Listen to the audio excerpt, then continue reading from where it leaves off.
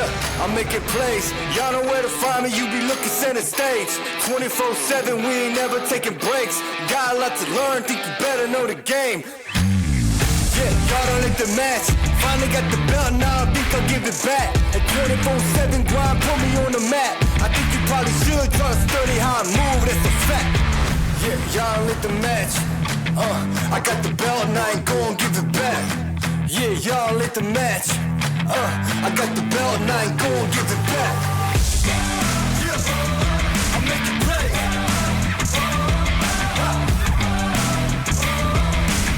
And I can do this all day, you know I've been making plays. Yeah, I'm making plays. And I can do this all day, you know I've been making plays.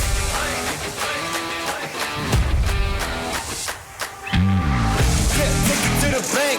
Yeah, they call me Showtime, y'all know who to thank. Got the pressure on, gotta do this real big, no thing. I'ma get the dub, what do y'all think? Yeah, I'm making plays. Y'all know where to find me, you be looking center stage. 24/7, we ain't never taking breaks. Got a lot to learn, think you better know the game. Cause I've been making plays. Yeah, I'm making plays.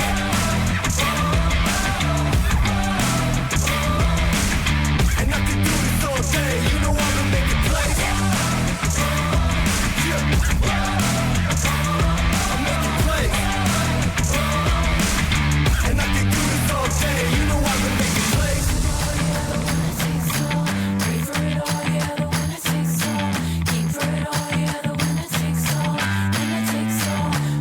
Cause I've been making plays.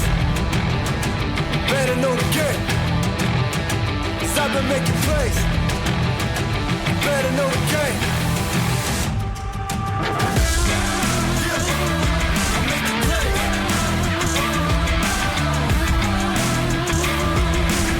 And I can do this all day, you know I've been making plays. Yeah. I'm making plays. And I can do this all day, you know I've been making plays.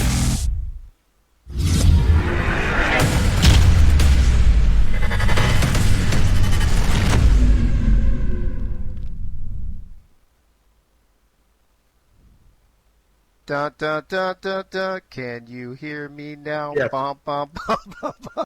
What's up, party people of the AACL, the All-American Collegiate League? What's going on? What's happening? What is cracking? Glad to see a bunch of peeps jumping in the chat already tonight as we have got another amazing triple header in store for you tonight as I am being told by Frank to share my fucking screen. All right. Damn, Frank, you don't have to be so demanding. I mean, Michaela already forgot to do the bump thing, so we're on a roll already. So Yeah, because I can tell when to do it when the screen isn't shown. oh, you mean so you can hear though, right? You have ears. Do you have ears too, or just Hear eyes? no shit. Do you have ears or just eyes? Are you could see, but I can't hear anything. but you're deaf? Are you deaf, Michaela? No.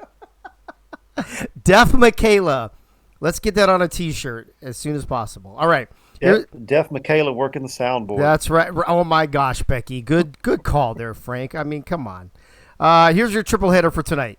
Ohio State 0-2, traveling from Columbus, Ohio, to Columbia, Missouri, to take on the 0-2 Missouri Tigers. There's a lot of similar things going on there in that bad boy right there.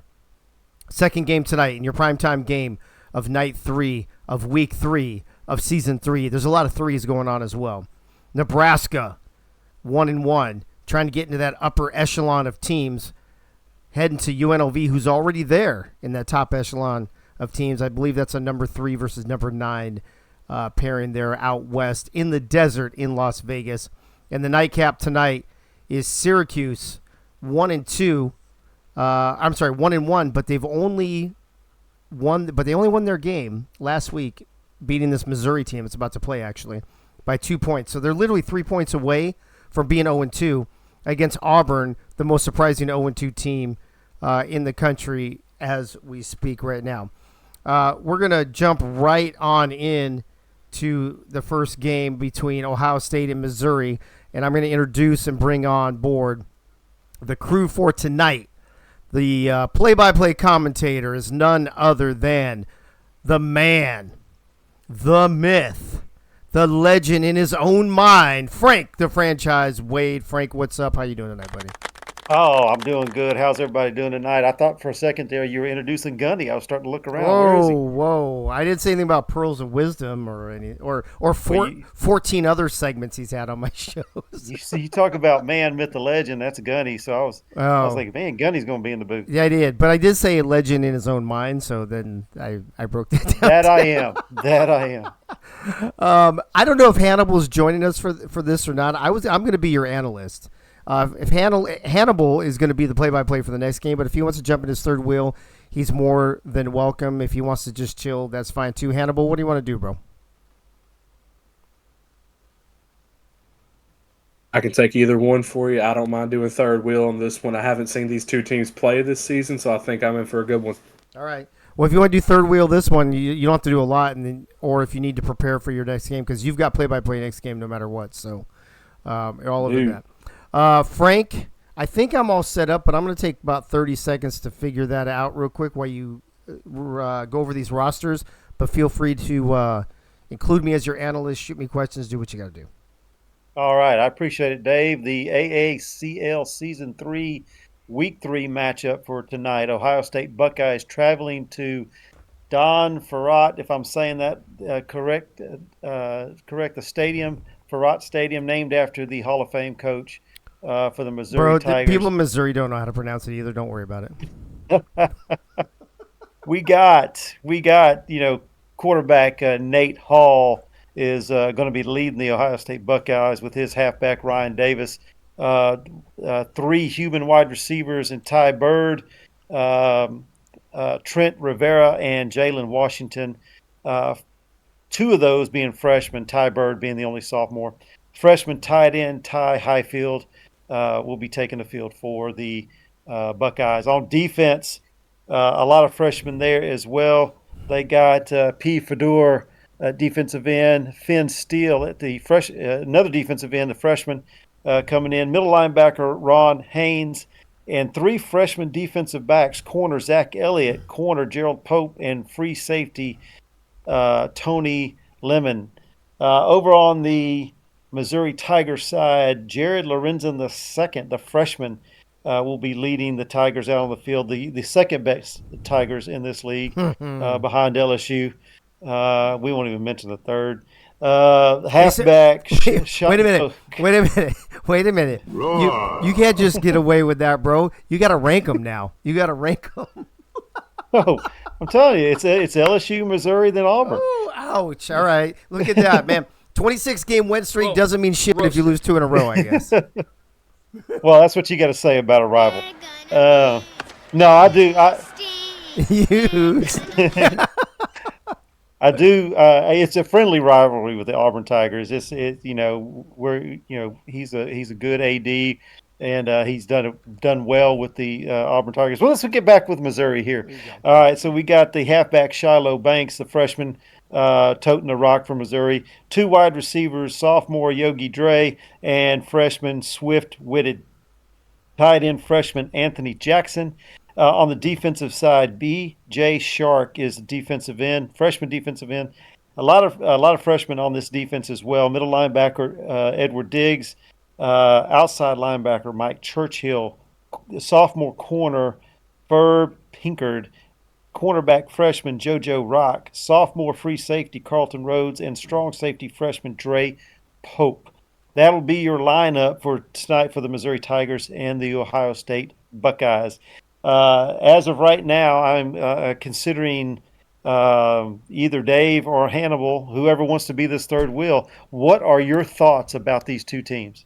Well, Hannibal, if you're going to be third wheel and I'll be analyst, I'll let you go first, bro, and then I'll go after you. All right, you got it. So, looking at both teams here, I'm seeing a lot of freshmen on both sides for defense. It's looking like 1 sophomore for the Missouri Tigers offense, whereas it's balanced on that Ohio State Buckeyes. I have noticed both teams 0-2 on the season so far, and I'm honestly wondering which team's going to come out on top tonight. I agree with that.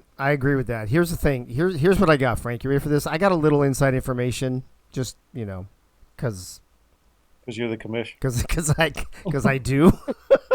So a couple things that stand out to me. Number one, we got some Pope on Pope action in the defensive backfields. You got Gerald Pope, freshman corner for Ohio State. You got Dre Pope, freshman strong safety for Missouri Tiger. I have never seen a Pope on Pope action because I'm not a Catholic, but you never know what could happen on that.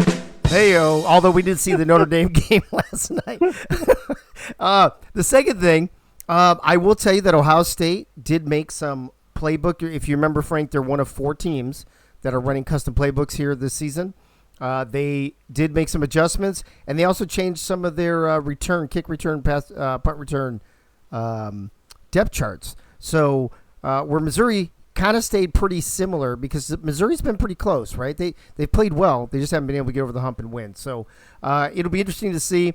I think I picked Ohio State in this game. I'll talk about the pick'ems and the offenses and defenses here in a minute, but I'll pass it back to you.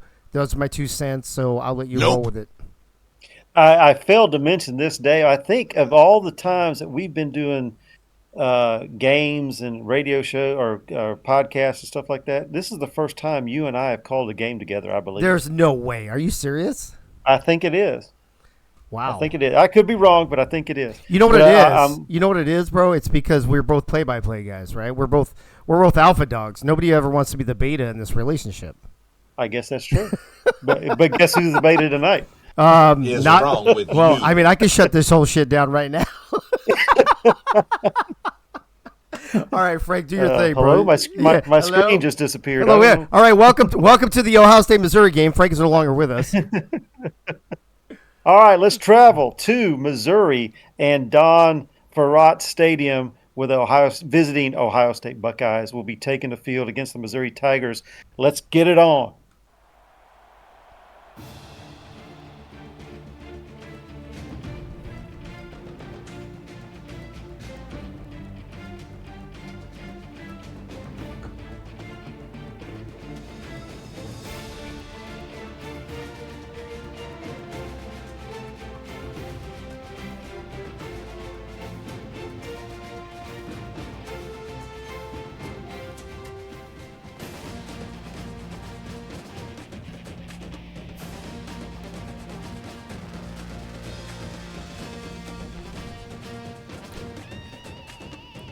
This is what happens when Frank's the alpha dog. Everything goes to shit. Oh, I didn't know I could talk yet. I was being quiet during the intersection. No, as soon as that run-in's over, Is wrong with I'm you. like, great. You let Frank be the alpha one time, he fucks it all up. I was trying to let them do the intro. All right, I do like these all black uniforms by the Missouri Tigers. The yellow ones were cool, but these are awesome right here. This solid black here. You got the Ohio State and their traditional silver pants and white jerseys and silver helmets on defense. First for Missouri in the shotgun. Nobody in the backfield. He's going to take it himself, and Lorenzen is going to get a 2-yard gain, making it 2nd and 8 for Missouri. So, Frank, Missouri is running their own offense, right? They're running the Missouri offense with a conservative no-huddle against the 4-2-5 defense of the Ohio State Buckeyes. Thank you, Dave. I appreciate that intel. Lorenzen back to pass. He's got a man open. It's going to be caught, and he's going to be close to the 50-yard line. Swift-witted with a 22-yard reception and a Missouri Tiger first down. Swift-witted. Is that Mark Chisholm? And I see I'm a fucking problem in the chat. Mark, what's up? How you doing, bro? Good to see you. So you do have all that inside info to be able to do all that. Out of the shotgun again is Jared Lorenzen II.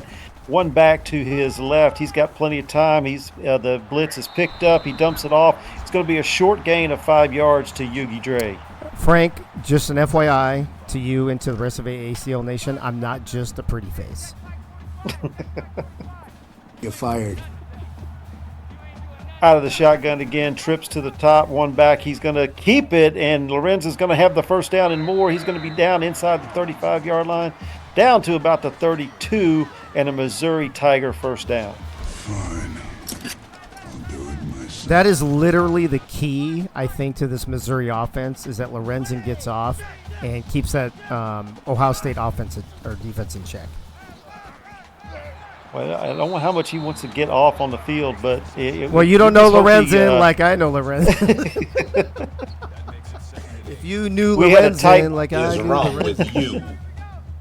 We had a tight bunch formation right there. He dumped it down to his tight end, and it's going to be second down at 8. He's going to hand it off this time.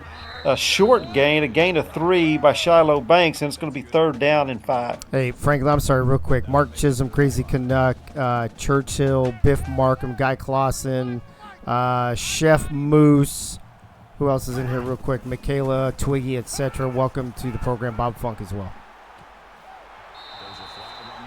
Good to see all y'all joining the game. There's a flag down on the field after a first down game. We got a personal foul face mask on Ohio State. That's going to tack it on for Missouri and get them closer down inside the AACL red zone. That's a typical Nate Hall team, fucking cheating, trying to get over every little way you can. But that time they got caught. Here we go now, still in shotgun. Got to hand it off to Shiloh Banks. Shiloh Banks is going to lose a yard. It's going to be second down and goal. Was that Crimea River? That was Crimea River. Crimea River, Ohio State. Crimea River. We got second and goal just inside the 10-yard line. Out of shotgun. He's going to play fake to Shiloh. He's got plenty of time. Surveying the field. He's got a man open. It's going to be a touchdown to Javen Hester. A 10-yard reception and a Missouri Tiger. Roar. Dude, could that guy have been any more wide open? I couldn't tell if he made a double move on the defensive back, but he popped wide open. What was that, Michaela? Special teams, special plays, special players. You said your mom was more wide open. Hey yo. Hey yo. Wow. All right. Just for that, I'm dropping passes tonight. How about no? Out of the end zone, he's going to bring it to the 25, just inside the 30-yard line. How about no? We end up looking like a monkey fucking a football out there. You said, how about no? That's something your mom doesn't say to me. Hey, Is wrong with you? First and 10 in the Ohio State Buckeyes now are out on the field. Nate Hall's going to hand it off. It's going to be across the 40 to the 44-yard line. That's Ryan Davis on a 14-yard gain. He's over there. And Ohio State first down. what is that mascot with the testicle on his shoulders? What was that all about? That was the testicles. Oh, my bad. Here we go. Nate Hall out of shotgun is going to hand it off to Ryan Davis again. Ryan Davis is going to bull his way for a 3-yard gain. A 5-yard gain, excuse me. It's going to be second down and 5. And fear the neck roll. There you go. On this side of the ball, Frank, Ohio State, one of the 4 teams I mentioned earlier, running their own custom offense. They're running a conservative no huddle. Missouri also running a 4-2-5 defense, just like Ohio State is. Oh, my gosh. Oh, but that's going to be a pick 6. He's to the 40, to the 30, to the 20. They're not going to catch him. It's going to be a Missouri Tiger. Roar. Wow. Martez Manuel read that perfectly, said thank you very much, and took it to the house. Dude, he baited Nate on that one, too. Did you see that? He kind of Yeah, I paused did. for a second, waited for Nate to get in his windup and said, peace, I'm out of here.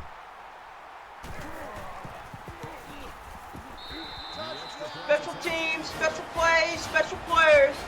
And just like that, it's 14-0, and the Ohio State Buckeyes have found themselves in a hole. Well, Frank, I'm going to look up real quick here. I've got 3 jokes for that, but I'm going to let that one go. I know. You wanted to say something, Dude, but I'm you like, left it alone. well, I'm like, do I say this one? Do I say this one? Do I say this one? You're fired. Oh, my goodness. Oh, fuck. I will tell you this, though, Frank, sorry. In the pick'ems for tonight, AACL Nation 33-24 in favor of Missouri, so they might be onto something. They might be, especially with Missouri being at home. Oh, and it was almost another interception by Martez Manuel. Denied. Dude, could you imagine 2 pick sixes on 2 plays? They'd be like, get the fuck out of here. I'm just turning it off. The game's over. Brother, this guy stinks! Here we go. Nate Hall is looking for an answer. He's got a man wide open in the middle of the field. It's going to be close to a first down. Jalen Washington on a 10-yard reception. They are going to give him the first down. 1st and 10, Ohio State. Their receivers are key, too. I mean, Ryan Davis, I mean, listen, Nate Hall is the focus of this offense. Ryan Davis is secondary, but they have 3 freshman wide receivers that are all extremely talented, Frank. We got movement here. It's a Ty Bird with a 4-yard rush.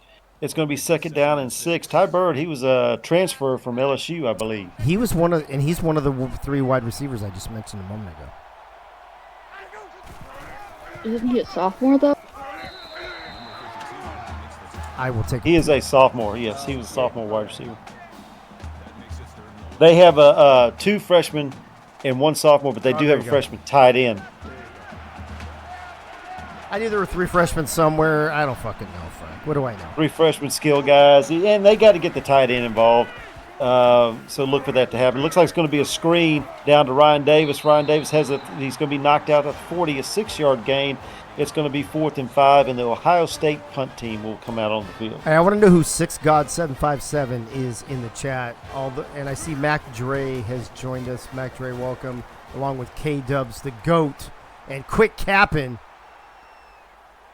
Quick Cappin says, I got you on my TV now. I don't know who Quick Cappin is. I don't know who 6God757 is. But I appreciate you being on me being on your television. Probably not the first time. Hey, yo. Chris Abrams-Drain with a good return on the punt. The punt return there, gain of 17. 1st and 10 for Missouri. Good, tough run by Shiloh Banks. A gain of 8 is going to be 2nd and 2. Yeah, Shiloh, to my recollection, I'd have to look it up, but I remember him having a pretty decent game in week 1, not doing so great last week. Empty backfield shotgun for Jared Lorenzen. He is going to survey the field. He has time, plenty of protection. Heaves it downfield. What? And it is caught for a 59-yard reception. Kiki Chisholm. Oh, my goodness. Jared Lorenzen just chunked it down the field.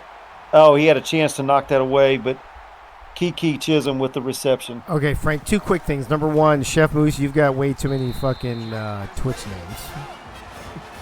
Go ahead, McKenna. Special teams, special plays, special players. And second of all, Frank, I don't mean to be the bearer of bad news, but the last time I saw a Tigers team go up 21-0, didn't work out so well for them. Oh, no, you would have to bring that up, wouldn't you? Too soon? Too soon. Now, I believe the Ohio State LSU game is when we went up 35-0. 35-0. That is correct. So, but Ohio State battled back. They did. And made a game of it in the second half. They did, but I don't think they even came within 10. So I think the moral of the story here is, Frank, if you're going to go up early in the game, make it 35-0 and not 21-0. Not 21. 21-0, you still have a chance to win the game, obviously. 21-0 at the end of the first quarter is almost as bad as 28-3 at halftime, just saying. Oh, my God. And Crazy Canuck, yes, you are correct. They are the only team who did not receive any top 10 votes this week. All right, we got a first down completion by Ohio State. Nate Hall now trying to get his team down the field and get into this game. A score here would be beneficial. And maybe a momentum change. Oh, he's not able to get away. He's going to be – it's not a sack. It's just a tackle by Mike Churchill. It's going to be 2nd down and 10. Winkler in the chat asking if Nate sent his team to the wrong stadium. I mean, they're wearing the correct uniforms. I don't know the bodies that are in them, though. Oh, there you go. He's got a man over there. It is. A completion, shakes off a tackle. He will get into the end zone. Trent Rivera, a 55-yard reception, and an Ohio State Touchdown! Fire in the hole! One of those talented freshmen I mentioned. That's it. That's what I was going to say that. Yep. Trent Rivera with his first reception of the night, and it's a big one, and it gets Ohio State into this game. I mean, there's still 2 minutes left in the first quarter, Frank. There's a ton of time left. Special teams, special plays, players. Trent Rivera may have sparked this offense. Let's see if it carries over to the defense.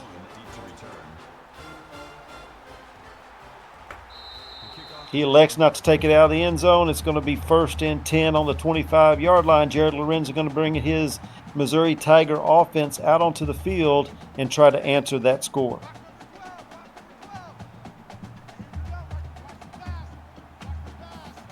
Hannibal, if you're still with us, chime in anytime you want to, buddy. Yeah, you know how it is. Frank doesn't shut the fuck up. Man. Barrett Bannister on a 13-yard reception, 1st and 10, Missouri. Let's go. Let's go. Hannibal may went and got a sandwich or something. Yoink. That's what I'd be doing right now if I wasn't on this game. Shiloh Banks with a reception. It's going to be 2nd down and 7. Jared Lorenzen 8 for 8 so far in that last touchdown pass of 56 yards. Man, look at this. The tide is already changing. The momentum swing of a 21-0 early lead is already swinging, and I'm already worried about Missouri at this point. Now Betrayal. We got 3rd and long for Missouri. Can they convert?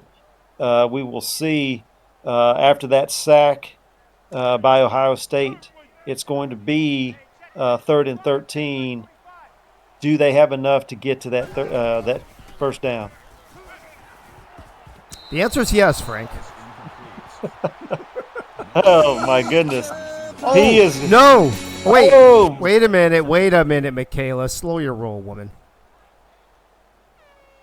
It is going to a booth review. Oh, he's out. He's out. Ooh, toes are out. You should just let me play my sounds in peace and not judge me. I will judge every fucking thing you do. Full judgment. The play full tilt, is 24/7. reversed. Play is reversed. It'll be a 1st down for Missouri Tigers. I was right, but I was wrong. That's all I'm saying. Shiloh Banks turns a loss into a 2-yard gain. It's going to be 2nd and 8 for Missouri Tigers. Can we go back to that instant replay on the booth review? It looked like he was out of bounds when he caught the ball. Dude, he had a half a Call fucking me a liar. Yeah, You calling me? he had a half a foot out of bounds for God's sake. But hey, whatever works. Whatever works. That one was definitely incomplete. Here we go. Shotgun. Nobody in the backfield. 5 wide. He's got time. He lets it go wide open to the 10, the 5, and a touchdown. Fire in the hole! Touchdown! Yugi Dre for the Missouri Tigers, and they answer the Ohio State score and make it 27-28 with the extra point pending. I don't want to get ahead of things and say that the momentum or the pendulum is swung back in Missouri's favor, but sometimes you need to be as lucky as good, and they were lucky. Teams, special plays, special players. And they were lucky with that call reversal. Very lucky because, like I said, that replay looked like he was out of bounds, which they should have been punting. Instead, now it's 28-7. Ohio State now receiving the kickoff, electing not to run it out of the end zone. And that corner over there is getting abused. I don't know who that is. Is that Gerald Pope that's getting on that side? I think it is. What was the number? You said the number? Number 9, Gerald Pope. I think that's who it was. There we go now. Nate Hall is going to have to try to answer. He's got time. He lets it rip downfield. Oh, what a shot. Trent Rivera hangs on.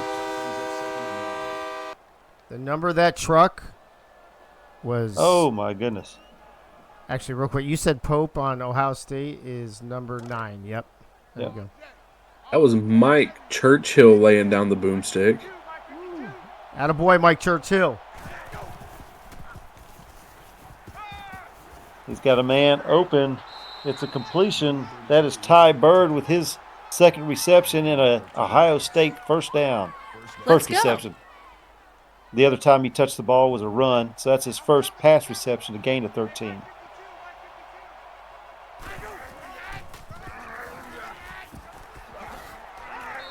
There we got the handoff on the delay. Ryan Davis, a 4-yard gain, 2nd and 6, Ohio State. That makes it 2nd and 6. That neck roll is just intimidating, I'm telling you. All of them, bro. All the neck rolls are intimidating. Wrong. It's a superpower. Dude, I went to the DMV yesterday, and I fucking put a neck roll in just to fucking be that guy. Did it work? Ryan Davis Yeah. with a 5-yard gain, and the end of the first quarter with Ohio State trailing 7-28, but driving.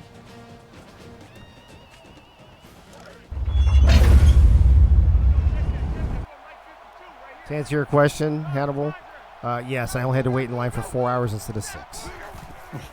Good. Next time, I'm wearing 2 neck rolls. Ooh, cut it down to 2 hours. One in front, one in the back, and if they tap me, I might wear one down under. I'm just saying. Brings up 4th and 3. So on The Australian second, neck roll.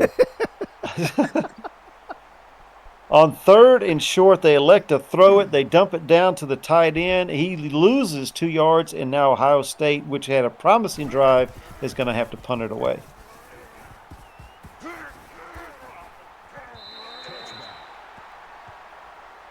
Into the end zone it goes. It's going to be 1st and 10 for Missouri on their 20-yard line. Leading this game 28-7. We've got 7 minutes and 40 seconds left in the half. And if they score here, Ohio State is in a deep hole. That's all right, Michaela. I'll do it. That's what she said.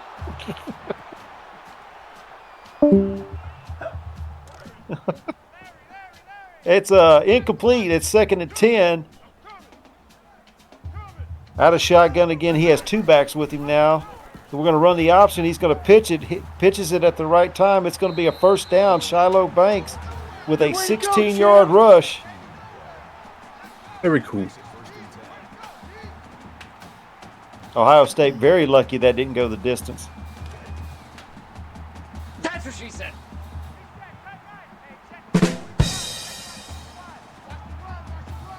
Out of shotgun again. Jared Lorenzen's going to hand off to Shiloh Banks straight downhill, and it's going to be a gain of 3, 2nd and 7, Missouri. 3 yards. That'll make it 2nd and 7. Check 9, check 9. Come off the ball hard.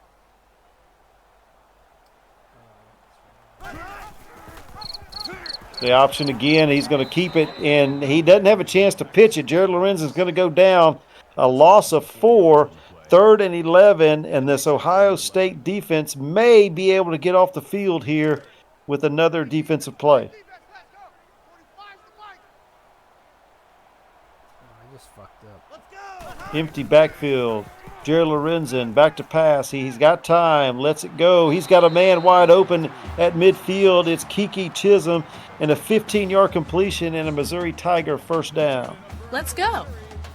Let's go! Lorenzen now over 200 yards passing in the first half. I saw that Hannibal. He's 11 of 13, and of course had that 56-yarder to Kiki earlier. Pistol formation. He's going to hand it up to Shiloh Banks. Shiloh Banks to the 40. He's going to be tackled down around the 37-yard line, and a Missouri Tiger 1st down. Way to go, champ! I swear if he breaks my record, I'm not going to be happy.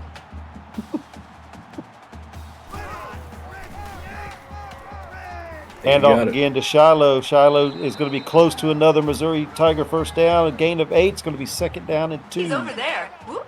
Now he's over 52 there. yards on the night for him. 6 minutes remaining and counting on this drive, and Lorenzen in the shotgun. Running the option again. He's going to find himself in trouble and lose 3 yards. It's going to be 3rd down and 4. Javante Jean-Baptiste. Oof. French names. I'm not good with those. When you're from Louisiana, though, you can kind of pick some of those up. Tight bunch formation, shotgun. He's got time, got protection.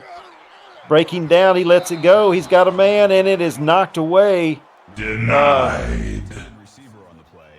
Knocked away, and that's going to bring out the field goal units. 4th and 4. This is going to be a 44-yard attempt. No, that's not right. 47-yard attempt. And it is good, and Missouri tacks on another Special 3. teams, special plays, special players. That was a 47-yard attempt, not a 41. That's my fault. 5 minutes and 41 seconds remaining in the first half, and Missouri leading the Ohio State Buckeyes 31-7. Ohio State's going to have the ball 1st and 10 on their 25.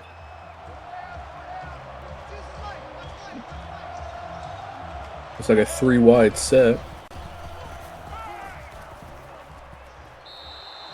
Nate Hall didn't have anybody well covered downfield, just threw it out of bounds. Didn't want to take the sack. He had a little time, but it was starting to break down a little bit. He just threw it away.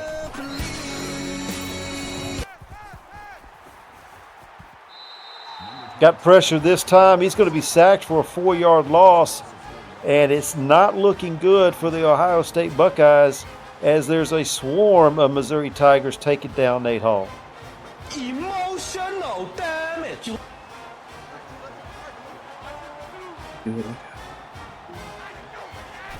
We got 2 receivers to the top, 2 to the bottom, and he's going to hand it off on the draw. Ryan Davis with a 6-yard gain, but it's going to be well short of the first down marker, and the punt team will be coming back out onto the field. You what? That was a questionable call at best on 3rd and 14. On 3rd and 14, it's not out of the question that you can get the first down. It just seemed like they were in give up mode, being that far on their end of the field.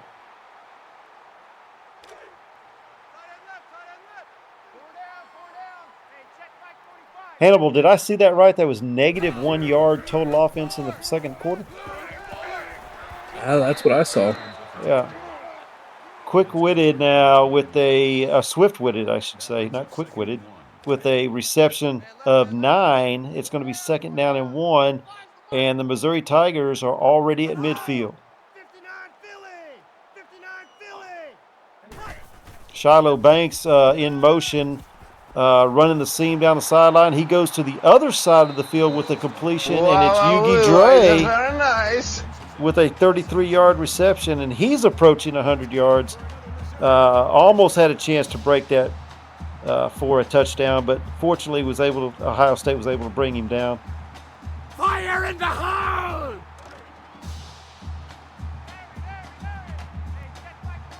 Missouri 100% inside the red zone tonight with 1 touchdown, 1 field goal on offense. Here's that option again. Lorenzen's going to keep it. I thought he was going to pitch it there late. Thank goodness he didn't, because it could have been a turnover. But a gain of 8, 2nd and 2. Fine. I'll do it myself.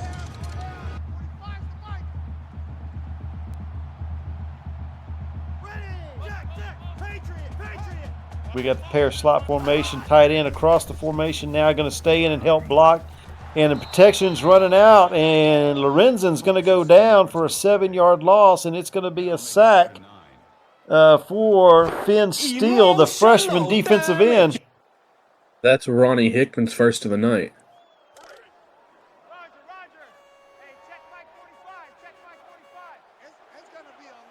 We got 3rd down and 9. They still could get the first down without scoring a touchdown. He's out of shotgun. He's got time this time. He's going to dump it down. Breaks a tackle and is trying to get off that second tackle. It's Barrett Bannister with a 7-yard reception. It's going to be 4th and 2. Probably going to see the field goal unit come out.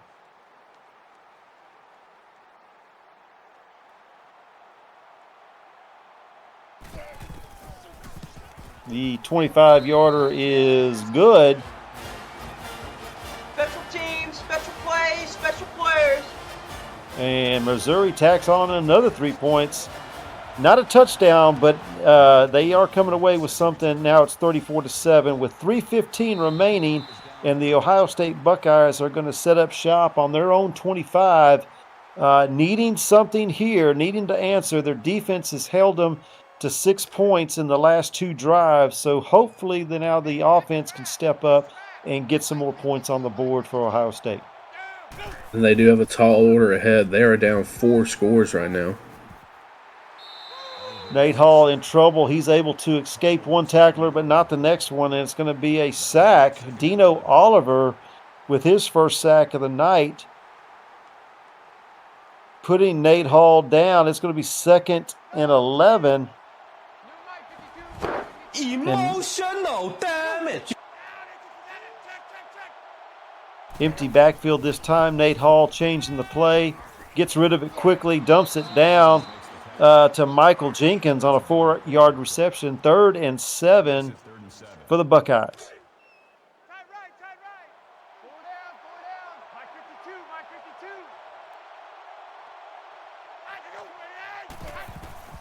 Shotgun formation again. Nate Hall surveying the field. Has a man, puts it on him. Jalen Washington with a great catch and getting trucked at the end, but is able to hold on for a first down. Okay.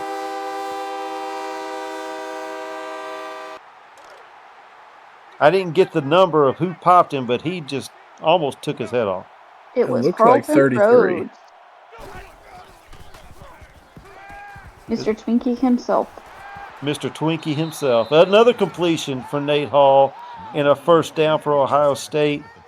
That is Cameron Babb with his first reception of the game. And they are in Missouri territory, down around the 30-yard line, about the 31. It's going to be 1st and 10.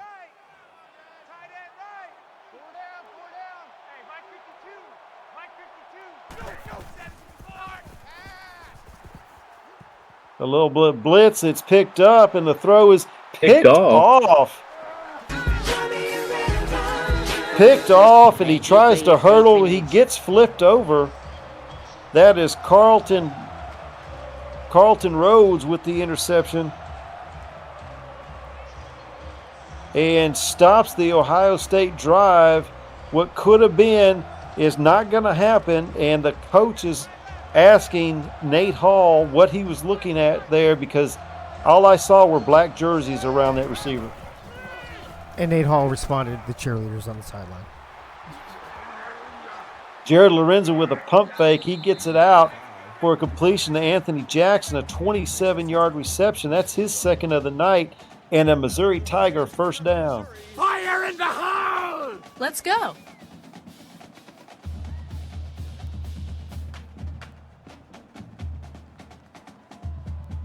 They didn't look like they had anybody out there on 2 receivers. He had his pick on who he could throw it to.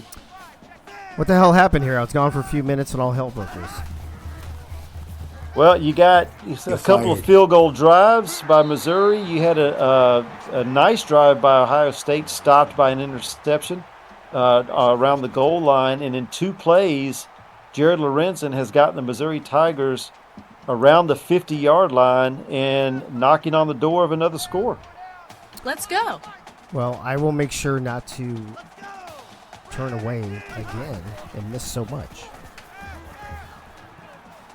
Lorenzo with time, downfield, has a man, and it's knocked away. That was number 45, Ron Haynes, the middle linebacker, getting way downfield and knocking that ball away.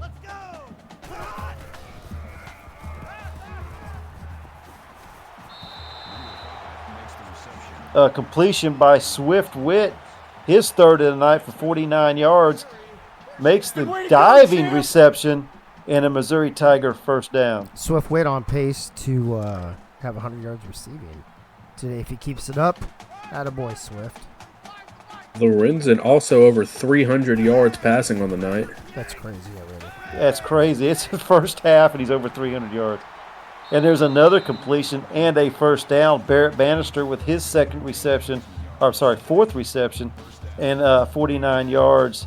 And they are in the AACL red zone. Let's go. Ohio State needs to stop here. Shiloh Banks dragging tacklers down in a 9-yard gain. 2nd and 1.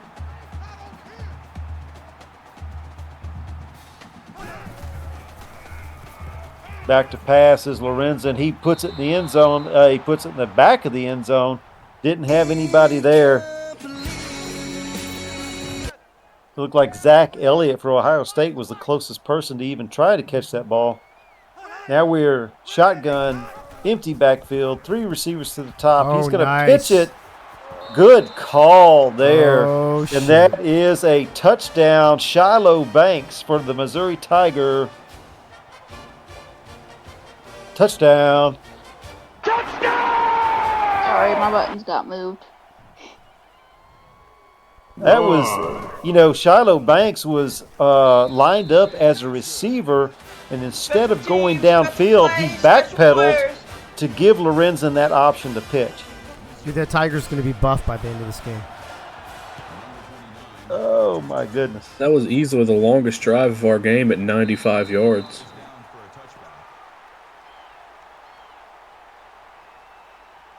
What is Ohio State going to do? 58 seconds, down 41-7. Do they try to do something with this 58 seconds, or do they just take it into the house? I think you got to do something, man. Take advantage of every second you can, but not like that. No, losing 5 yards is not going to get it. 2nd and 15 for the Buckeyes. There's 2 things that are perplexing me right now, Frank. One is how this Buckeyes team, who did so well in the preseason tournament, is on the verge of going 0-3, and a Missouri team that didn't get any votes, the only school that didn't get any votes for the top 10 this past week, scoring 41 in the first half. It's amazing, especially it helps Missouri being at home, but Ohio State not able to score more than 7 right now is perplexing. The whole universe is on tilt. It's all upside down, Frank. I don't know what to say. Well,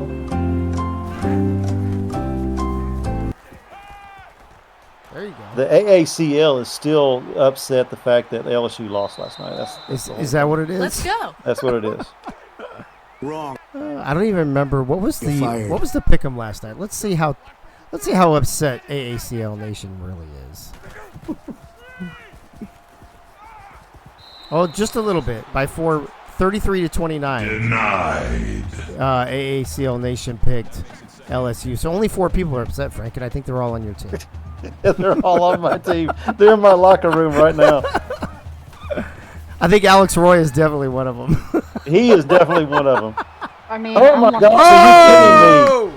Oh my gosh, what a diving catch by Ty Bird and a dot thrown by Nate Hall, and we have an Ohio State. Let's go. Oh my goodness, Ty Bird Mr. doing it for Ty, Ohio State. Mr. Ty flew like a bird to get that touchdown right at the end of the half. Unbelievable. How can the defensive backfield fall asleep and let him get behind? Hold on.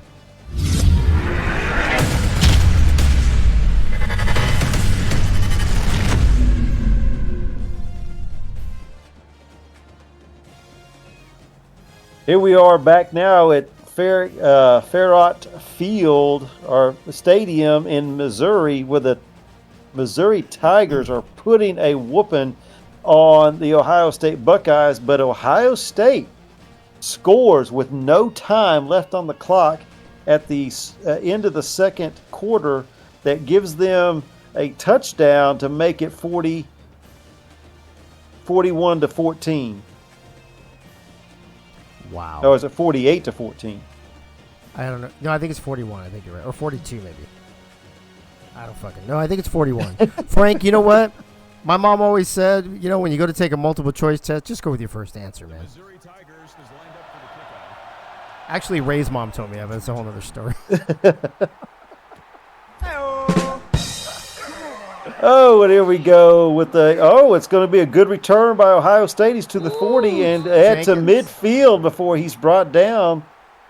DeMario McCall Now he's over there. with a good return for Ohio State, and this is something they can build on. He just scoring there. Go ahead, Dave. No, I was just saying, he just told Ty Bird he's not the only one who can, dare I say, fly like an eagle.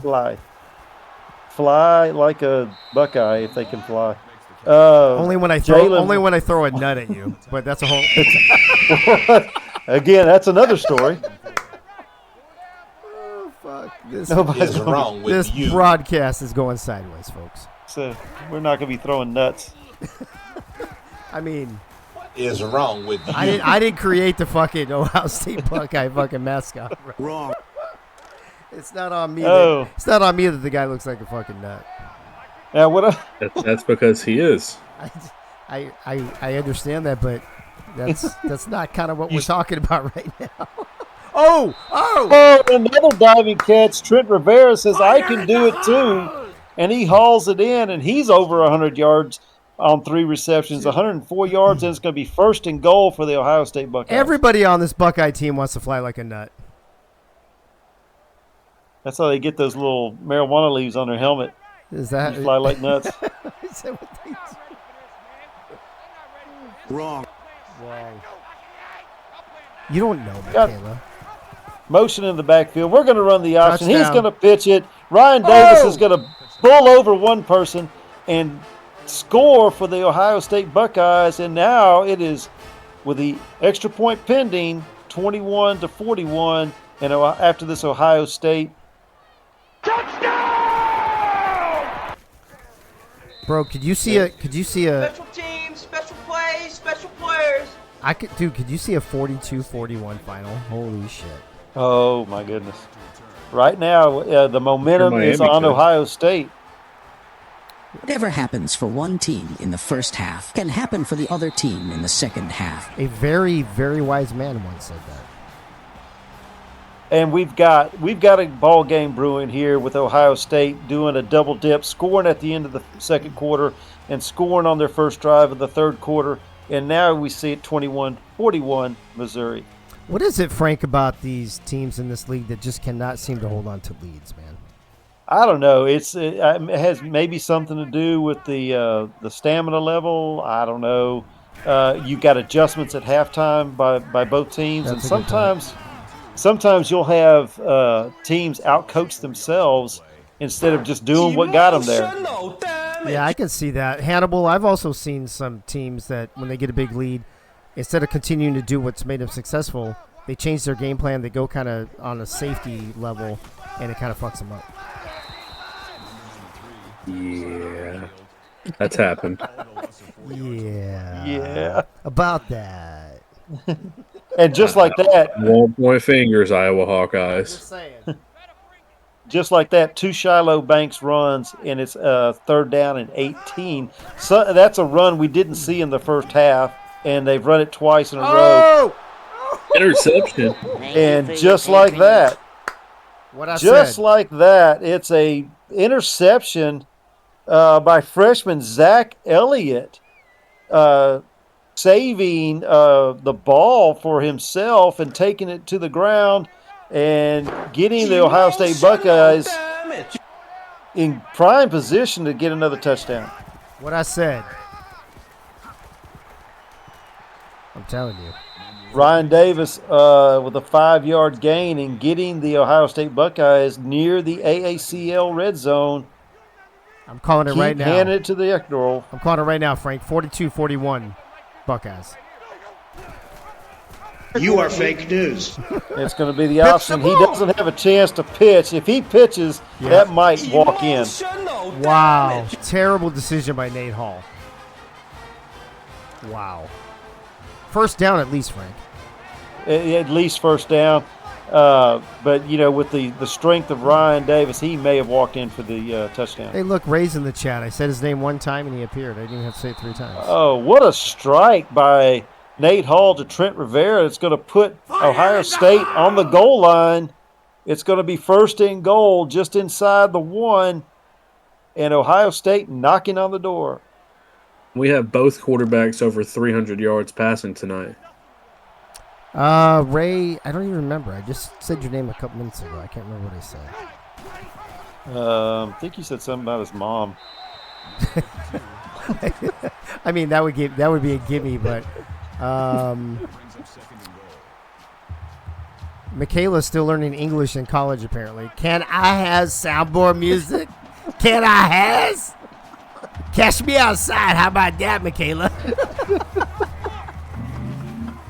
Right. Nate Hall's going to keep it himself, and Nate Hall's going to score in Ohio State.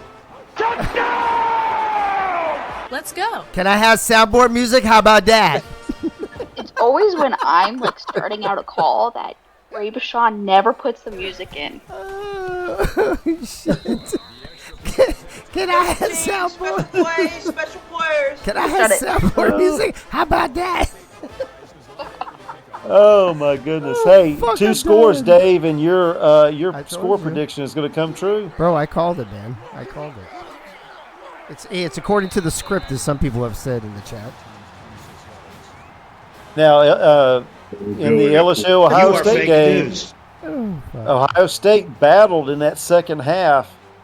Wasn't enough, but they battled in that second half to make the game close at one point, and that could possibly be what's happening here.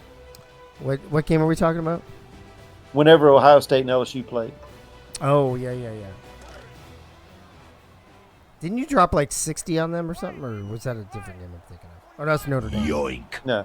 I don't remember the score. There we go. We got Shiloh Banks running wide. He's going to roll over 1 tackle and a gain of 4, 2nd down and 6 for the Missouri Tigers. And a very important drive here to not only score, but to take some time off this clock. Crazy Canuck, don't lie, bro. You edited it last night to come back down 21-0 and win that game. Jared Lorenzen, the second, goes down awkwardly, and we need to check on his status. It looks like he's okay, but it looked like an ankle or a knee kind of buckled, but he's going to stay in the game. 3rd and 4, Missouri. No question about it. I am ready to get hurt again.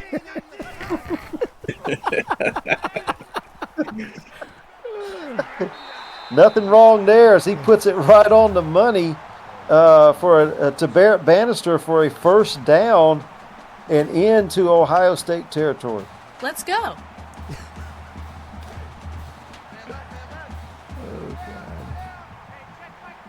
I'm really liking the all-black uniforms by Missouri. Yeah, it's not bad. Oh, Another wide open receiver, Oh, Yuji shit. Dre. field goal range. That might fuck up my prediction. Hold on a second. I think I'm having power issues or something.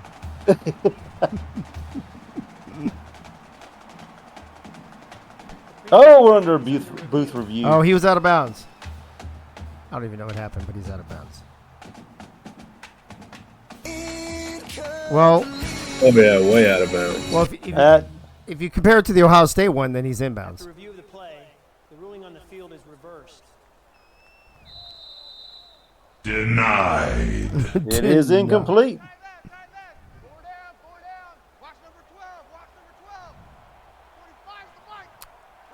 Out of shotgun, nobody in the backfield. Shiloh Banks comes back. He's going to take the handoff, bitch slap somebody, and then gain 3. After what could have been disastrous, he ends up getting 3 yards, making it 3rd down and 7. Dude, he punched one guy in the face, sidestepped another, and almost trucked another. Shiloh's the real deal, bro. That was a defensive end, too, that he just punched and said, get out of my way. It's going to be short, 4th and 6. You know what he said to that defensive end, Frank? What was that? He said, "Can I have soundboard music? How about that?" Catch me outside. Catch me This was a 53-yard attempt. Oh, they're going to punt it, Dave. They're going to punt it. Pussies. Into the end zone. I noticed that a lot by these punters. They just hardly anybody puts it in the corner. They just drill it in the back. They try. So here's the thing, right, Frank? It depends on how you built your punters. Just like the kickers. Like the kickers are making long field goals. Like they're making that 50 to 55 range this season. But a lot of them are missing. They're doinking them or just wide right because they don't have the accuracy. Same thing with punters. They're giving them the distance but not the accuracy. Gotcha. All right. Ryan Davis with a good run off the option. He breaks one tackle and is able to get the Ohio State 1st down. He kind of pointed at somebody and said, "Come hit me, bitch." And whoa! You know what he said? You know what he said, Frank? Catch me outside. How about that? He said, "Can I have soundboard music?" Are you kidding me? That is just stupid. Ryan Davis with a hard 2-yard gain. It's going to be 2nd down and 8. I'm feeling a little better this evening, in case you hadn't noticed. You sound like you're having a good time. Oh yeah, I'm having fun.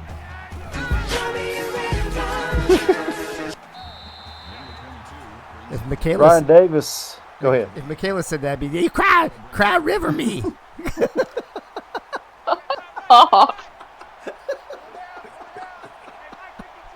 Here we go. 3rd down and 8. Nate Hall sends his tight end in motion across the formation, drops back to pass, gets it to him for the first down. Jalen Washington, Ohio State, close to midfield with a chance to try to score here and get this game even closer. Pitch the ball. Well, I got nervous there for a minute, Frank, thinking my prediction may have been fucked over, but thank God the referees bailed me out. They bailed you out, and Missouri ended up punting. Hannibal, you said that was going to be a 53-yard attempt. Oh, I wonder. It would have been. I wonder why they didn't go for that. JoJo Rock slapping that ball out of the way, and it's going to be 3rd down and 7. No, Ray, but I did open a phenomenal red blend from Wilson Creek Winery in Temecula this evening. Was Ray starting to get tipsy again? No, I'm not. It's a one-drink night. Are you going to get drunk? Am I going to get drink? I don't know. Michaela cashed me outside and asked me that question. Are you going to get drink? Today. Are you going to get drink on that soundboard music? Are you Guna? What is wrong with you? And ladies and gentlemen, that is why Michaela is not a play-by-play or an analyst. Oh my God! Never seen a more intense case of verbal dyslexia. Oh fuck! Oh, and as we're having our good time here, Ohio State is knocking on the red zone door. He dumps it down, and there's a completion. Ty Bird, an 8-yard reception, 2nd down and 2, and they are in the AACL red zone. Apparently, when Guy Clausen is sick, he borrows his medicine from Michaela. That quill. That quill. Oh my goodness. Oh, Nate Hall running the option, but there was nobody to pitch it to. Frank's never going to want me to be his analyst. Emotional damage. Oh, fuck. I tell you, you get me cracking up, and I can't stop laughing. You're going to lose the play-by-play guy. Blame it on Michaela, man. We should have let Hannibal do this, and we could have just fucked around. Michael Jenkins is going to have an Ohio State first down, and the nut is dancing on sidelines. That's what she said. And the Ohio State Buckeye is going to have 1st and goal from the 8-yard line. Oh, it looks like a screen. Oh, hold on to it. It looks incomplete. Ooh. Oh, my goodness. I just want to point out they are 2 for 2. Go ahead, Hannibal, I'm sorry. These Buckeyes are 2 for 2 in the red zone tonight with 2 touchdowns. Well, let's see what they're going to do here, because he takes a yard loss. It's going to be, or a yard gain, and it's going to be 3rd and goal from the 7. Very important play right here. He's going to look to the end zone. Go for it. It's going to be short. Ryan Davis. Go for it so you don't fuck up my prediction. Ryan Davis is tackled short, and they're going to kick the field goal. Boo. Boo. Boo. Miss it. Special teams, special plays, special players.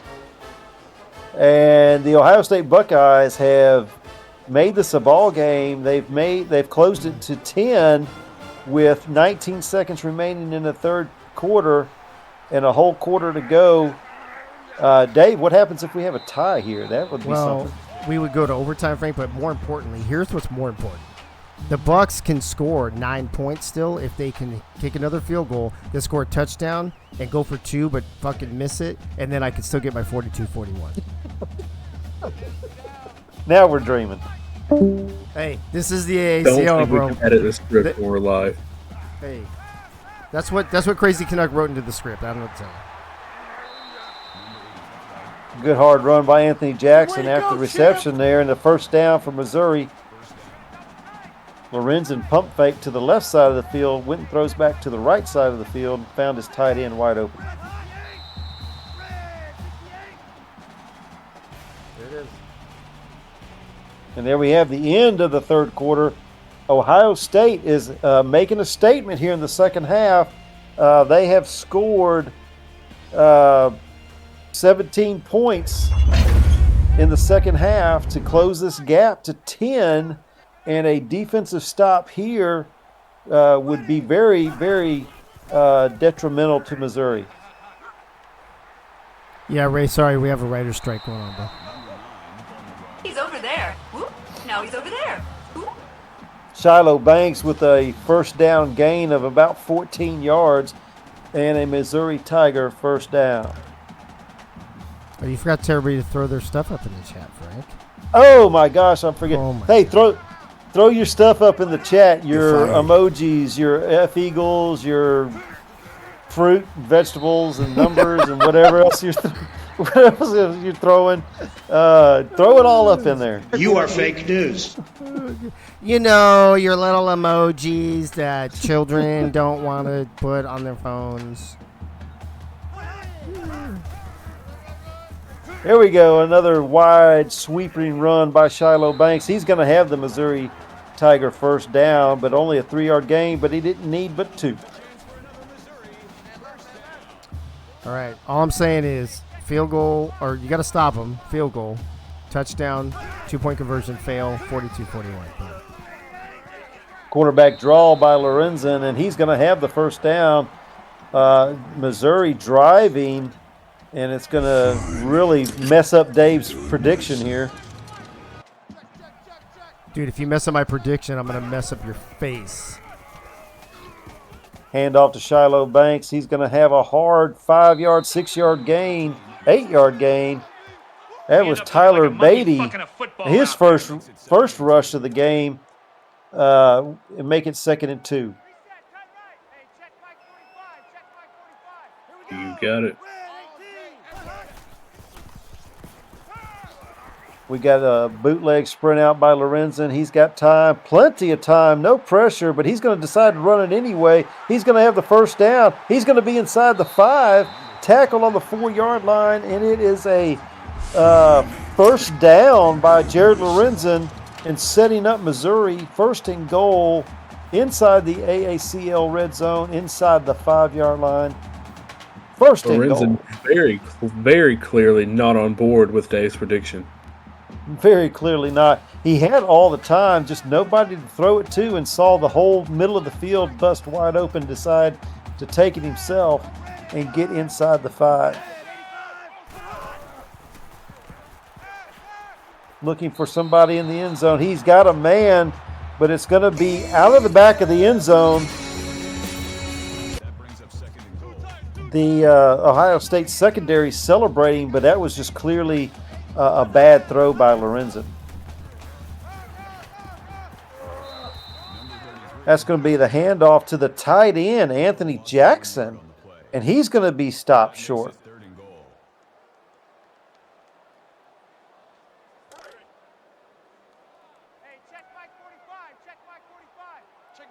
Third and goal here, still inside the 5. A chance to score, no pressure, and he has a man. It's going to be picked off. Picked off in the end zone. Again. Thank you for your patronage.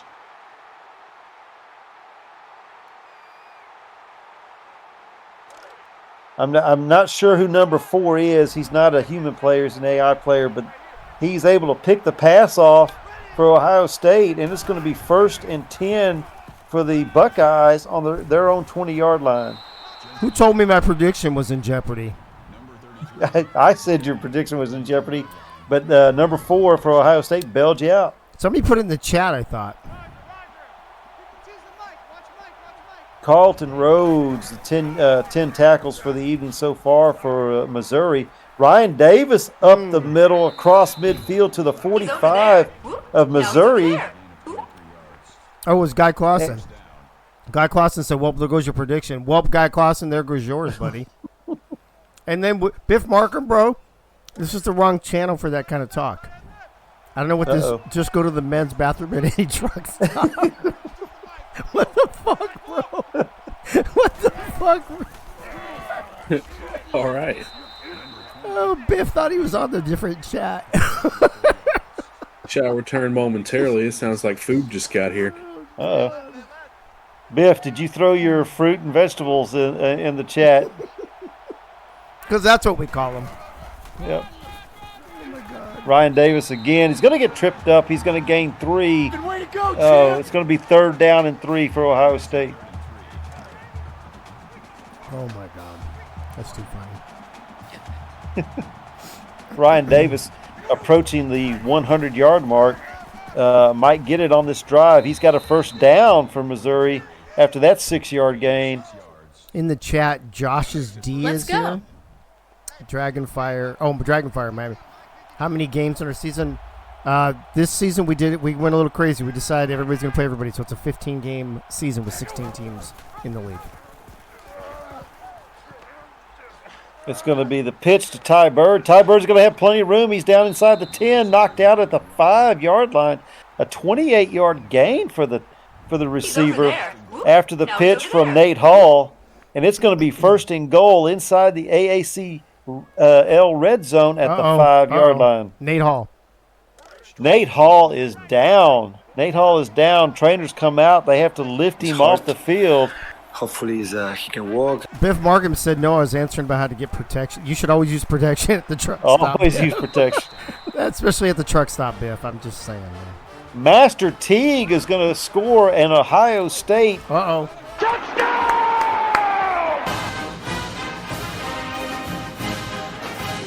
Go for 2. Oh, damn it. Miss it. Son of a bitch. Special teams, special plays, special players. The extra point is good, and Missouri has seen their lead dwindle to a 3-point lead. They've got to get something here because all momentum is with Ohio State. All right, I'm just saying, if Ohio State gets 2 safeties, my prediction is still intact. I was going to say that. You still have a chance. Just saying. Nate Hall's out with a broken toe for 2 quarters. He's out for the game. Why does Guy Clausen keep calling me tough guy? Where's that coming from, bro? I don't know. I don't know. I literally I literally defended him today in the pub, and now he's giving me shit. He didn't throw his fruit and vegetables in the chat. Apparently. Or his nuts. Or his F-Eagles. Is wrong with you? Oh, and Shiloh Banks is going to find it hard to find running room, and it's going to be 2nd down and 13. That was a Wildcat formation with Shiloh Banks taking the snap, but not finding any room to run, and it's 2nd down and 13 for the Tigers. You know, even though my prediction was 42-41, Frank, this does make it more fun for a potential overtime. That's a gain of 1 on the play. Yes, all we need is an Ohio State field goal to send this into overtime. We got 3 minutes and 18 seconds and counting on the clock. Missouri has to get a few 1st downs here, and they could probably run this out. I swear if fucking Ohio State gets a safety, though, I'm going to lose my shit.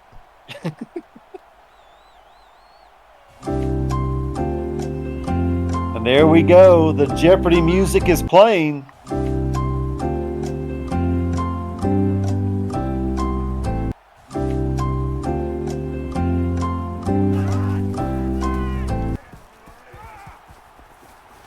Jared Lorenzen finds his man, and it's gonna be Shiloh Banks, and that's not one happy nut right there. Let's go. He has got the 1st down for the Missouri Tigers with 2:41 and counting. Oh my goodness! Biff Markham, not looking good. Biff Markham in the chat said I called it when I said it was anybody's ball game. Biff getting outstanding reception there at the truck stop.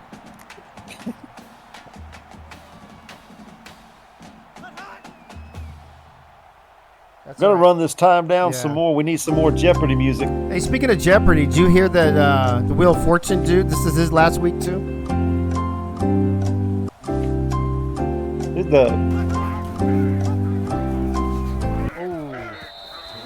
Jared Lorenzen's going to go down. Is that Pat Sajak? Pat Sajak, yeah, tonight. Oh.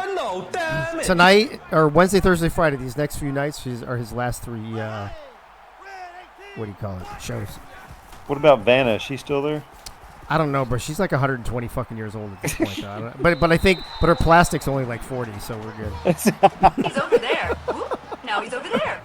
That's another Missouri first down, and Ohio State they have 1 timeout remaining. Lorenzen going to throw, very dangerous, and he gets it to Yugi Dre for a 5-yard reception. Ohio State's going to call their last timeout, 2nd and 5, Missouri. Hey, Gunny, I could do it in pupil sticks, too. The pupil sticks are a little harder because those kids weigh like 60, 70, 80 pounds, bro. And there's your ball game, I think, Dave. There's 1:25 left, and that's a Missouri first down. No timeouts for the Ohio State Buckeyes. The comeback is going to fall short. Yeah, unless they fumble. Number 9 carries the ball. Loss of 1 yard on the play. Shiloh Banks losing a yard. It's going to be 2nd and 11. Trying to do the math. It doesn't look good for Ohio State. No, there's not enough time. They're done. It's over. The question is, though, is Missouri going to run for another touchdown? I think they're going to try to get that safety for you. Yeah, they fucked me on that. He just ran out of bounds. Stopping the clock. Who needs timeouts when Missouri can help you out? There you go. This should be it. That's the ball game. Oh, wait. Oh, he fumbled! He fumbled the football! Oh, my God! I said it! Oh, my gosh. Holy. Oh, he's going to be down. I think they're going to replay this. I think they're going to review this. He was down, bro. Shiloh Banks fumbles the football. Laurinaitis is able to recover it. They're not going to review the play. And Nate Hall's not back out on the field. This is going to be the backup quarterback here. It's going to be a strike to Trent Rivera, 2nd and 1. They need the hurry up offense. 20 seconds remaining. All you need is a field goal. Hurry up.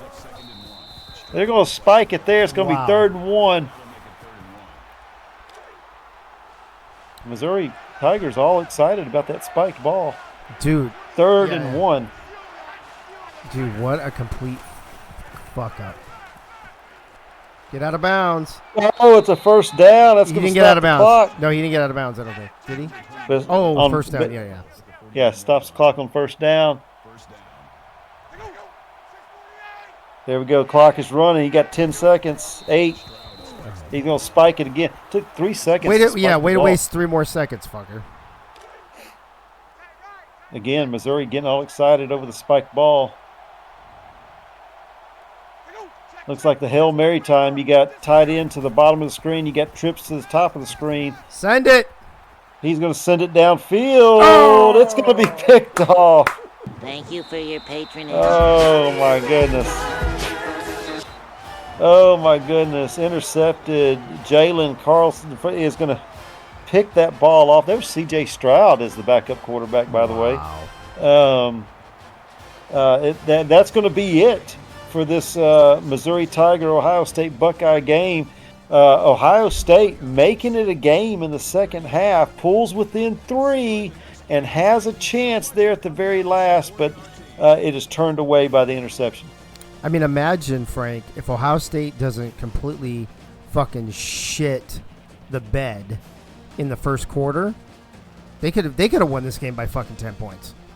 They could have. I agree with you on that. It's amazing how a team can jump up so big, and then in the second half it completely changes, and a game is born in that second half. I'm a little happy for Missouri that they got their first W. A little flabbergasted, shocked still at this point that Ohio State, who finished I think like 4th in the preseason tournament, is 0-3, bro. 0-3. 0-3, but they are not quitters. They are not quitters. They have fallen behind in all their games and have battled back to make the game interesting. This one probably the most interesting, with the possible chance of being able to win it. at the end. Yeah. With it, I mean, right? I mean, how bad? And yeah, I said a little happy, Churchill, because for two reasons. Number one, I'm not on your team, but second of all, you guys literally fucking just handed them the ball. When all you had to do was fucking basically take a knee on that last play and said you try to run it, you fumble it, and literally gave them a chance to come back and win the game. So I'm not completely happy for you because there was, we talk about Miami's bad clock management there, Frank. For Missouri, I guess the clock management part was okay, but the play calling was fucking atrocious. Play calling was bad. The last couple of snaps should have been kneel downs. They didn't have a way to stop the clock. You had Shiloh Banks catching a short pass and running out of bounds.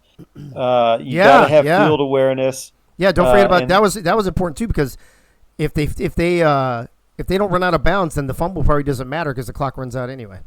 Correct. But he runs out of bounds, stops the clock, and then I think they run the ball. Was it the very next play he fumbled, or was it two plays later? I can't remember, but either way, Missouri, get your shit together. You got to have field awareness, and you got to know clock management and everything. It was very fortunate that for Missouri that Ohio State had the ball, took 3 seconds to spike it, which they could have used that 3 seconds, run a play, get out of bounds, and possibly have a long field goal try. Biff Markham in the chat using that truck stop math that he learned. What the fuck? Of course, 0-2 plus a loss equals 0-3. Look at this third down conversion, bro. Very even. 8-12, 7-13. Nobody going for it on fourth down. Look at these stats, Frank. Very good. The stats, the turnovers, 3 apiece. You had 2 interceptions by Missouri, 3 interceptions for Ohio State. I think the difference in the game, though, is Missouri took advantage of those interceptions and scored points off of them, especially the pick six. Agreed. All right, go ahead, bud. All right, you got for the Missouri Tigers, the individual stats here, Jared Lorenzen, 25 of 34, almost 400 yards, 4 touchdowns, 2 interceptions. He was sacked twice. Look at that quarterback rating, 198.9. Yeah, so for those of you who don't know, watching this right now, whether you're watching it live or on VOD, the QBRs in this game, in college back then are not the same as the QBRs that you know today. Wink has actually put a formula together. And so let me go back there real quick, Frank, so 198, it's probably like more closer to like a 130 or something like that, which is still great. Yes. But I don't know what NCAA did when they came up with that shit, but they kind of just made up their own shit. All right, you got the rushing stats. Shiloh Banks, he hits 100 yards on 21 carries. He had 1 fumble, almost a costly fumble there at the end. And then also the reception that he took out of bounds. So we need to have a discussion with the young freshman on field awareness and clock management. Agreed. Jared Lorenzen, 12 carries, 34 yards. Receiving wise, we've got Shiloh Banks with 5 receptions, 1 touchdown. Yugi Dre, 4 receptions for 90 yards and a touchdown. Swift Whitted was 3 receptions for 49. He started off kind of hot early. He did. And then you didn't hear from him again. Yeah. Anthony Jackson, the tight end, 3 receptions for 40 yards. Also had a carry for, I think, -1. It's the first time I've seen somebody hand off to the tight end. Dude, look at Yugi Dre's yak. 41 yards and averaging over a first down per fucking reception. That's awesome. That is awesome. Let's see, Carlton Rhodes had 10 tackles, 1 for a loss, had an interception for Missouri as well. Dre Pope, 6 tackles, 6 solos. Edward Diggs, 5 tackles, 5 solos, 3 tackles for loss. Mike Churchill, 4 tackles, 1 for a loss. BJ Shark, 3 tackles. JoJo Rock with 2 tackles, a couple of pass defenses. It was Montez Manuel that had the pick 6 that set the stage early for Missouri. Ferb Pinkard with 2 tackles, 2 solos, and 1 tackle for loss. Kicking wise, you have Harrison Mavis was 2 for 2 on his field goal tries, and his extra points, he was perfect, 5 for 5. Longest, I think it was a 48-yarder. Grant McInnes had 1 punting attempt for 43 yards. Dawson Downing, 2 returns, 2 kick returns for 49 yards. Chris Abrams Drain had some returns. Over to the Ohio State side, we got to check on Nate Hall, make sure he's okay. He took that injury. I think Michaela said broken toe, but he was 23 of 31, 372 yards, 2 touchdowns, 2 interceptions, and was sacked twice. C.J. Stroud had that 1 late interception. He was 2 for 3 in the late comeback bid. I heard, I saw in the injury report that in addition to the broken toe, Nate Hall also has a broken spirit and a broken ego right now. Oh, poor Nate. Nate's been going through a lot this last week, and to have this game end in an injury for him, prayers go out to him. Ryan Davis, 16 attempts for 92 yards and a touchdown. Nate Hall had 8 carries for -5. He did have a touchdown. Receiving wise, Hey, so both starting halfbacks. So Shiloh was right at 100, right? Correct. And he, hold on, let me go back. What's it, 92? Not bad. Both running backs produced pretty well. Go back to the running stats just a second. Ty Bird had 2 carries for 32 yards. Oh yeah, he had that first carry of the game or second carry of the game. Remember? Yes. For over 20 yards. Wow. Yeah, and Barry Close had a rushing touchdown. I think he was knocked out just inside the 5. There you go. Receiving wise, Jalen Washington, 7 receptions for 96 yards. Trent, is it Trent Rivera? Yeah, Trent Rivera. Yeah, Trent Rivera, 5 receptions, 134 yards, a diving catch, had a touchdown for Ohio State. A lot of the Ohio State Buckeyes diving, selling out, trying to get that ball. Ty Bird, ex-LSU Tiger, with 3 receptions, 70 yards, and a touchdown. He had that late touchdown in the second quarter. Matter of fact, it was when time was out, and he made that diving catch in the end zone for a touchdown. Jack Tatum, 9 tackles, 9 solos, 2 tackles for loss, and an interception. Tony Lamin, 8 tackles, 6 solos. Ron Haynes, 7 tackles, 1 tackle for loss. Gerald Pope, 6 tackles, 1 assist, 5 solo. P. Fedora is 4 tackles, and all 4 were tackles for losses. Zach Elliott, 3 tackles and had an interception. Wow. And let's see, Finn Steele, 3 tackles. Also, what was that? Did he have an interception or a sack? I think it was a tackle for loss. Hold on, let's look. Tackle for loss. Okay. It was a tackle for loss. Yeah, tackle for loss. Yeah. Rick Hickman had a sack. Whoever the fuck that guy is. Yeah, Rick Hickman had a sack. What the fuck is that? Ron Haynes had a forced fumble. Look at this fucking guy's name right here. Ho Sloppy. Fucking sloppy ho. And don't forget, Laurinaitis had a fumble recovery there at the end. That is true as well. Probably one of the coolest last names in football. By the way, Laurinaitis. Yeah. That's cool. Ray Finkel. It makes 1 field goal attempt. He was perfect on the extra points. I can't remember the distance of his field goal attempt, though. I don't know, but obviously laces were out on this fucker. Laces were out. Dan did it right that time. So it was like under 30 yards, it looks like. Yeah. I think it was 25. Punting wise, AJ Trapasso had 3 attempts for a total of 134 yards. Jalen Washington and had 1 kick return for 31. Dude, I just got a DM from Nate. It's supposed to be sloopy, not sloppy. Dude, Nate, bro, that shit's staying a sloppy now. You can't change that shit. Oh, Oh man, you need to change. The only thing you need to change is make Sloppy his first name now. And Ho his last name. I never heard of a Sloopy Ho. Just saying. Just saying. Oh my God. Oh, ladies and gentlemen, this has been a blast. In what possibly is my first call with Dave as my sidekick, and it might be the last. I don't know. I was like, it was nice knowing you. Thank you, Frank, for all your contributions. He might not ask me to come back for all I know.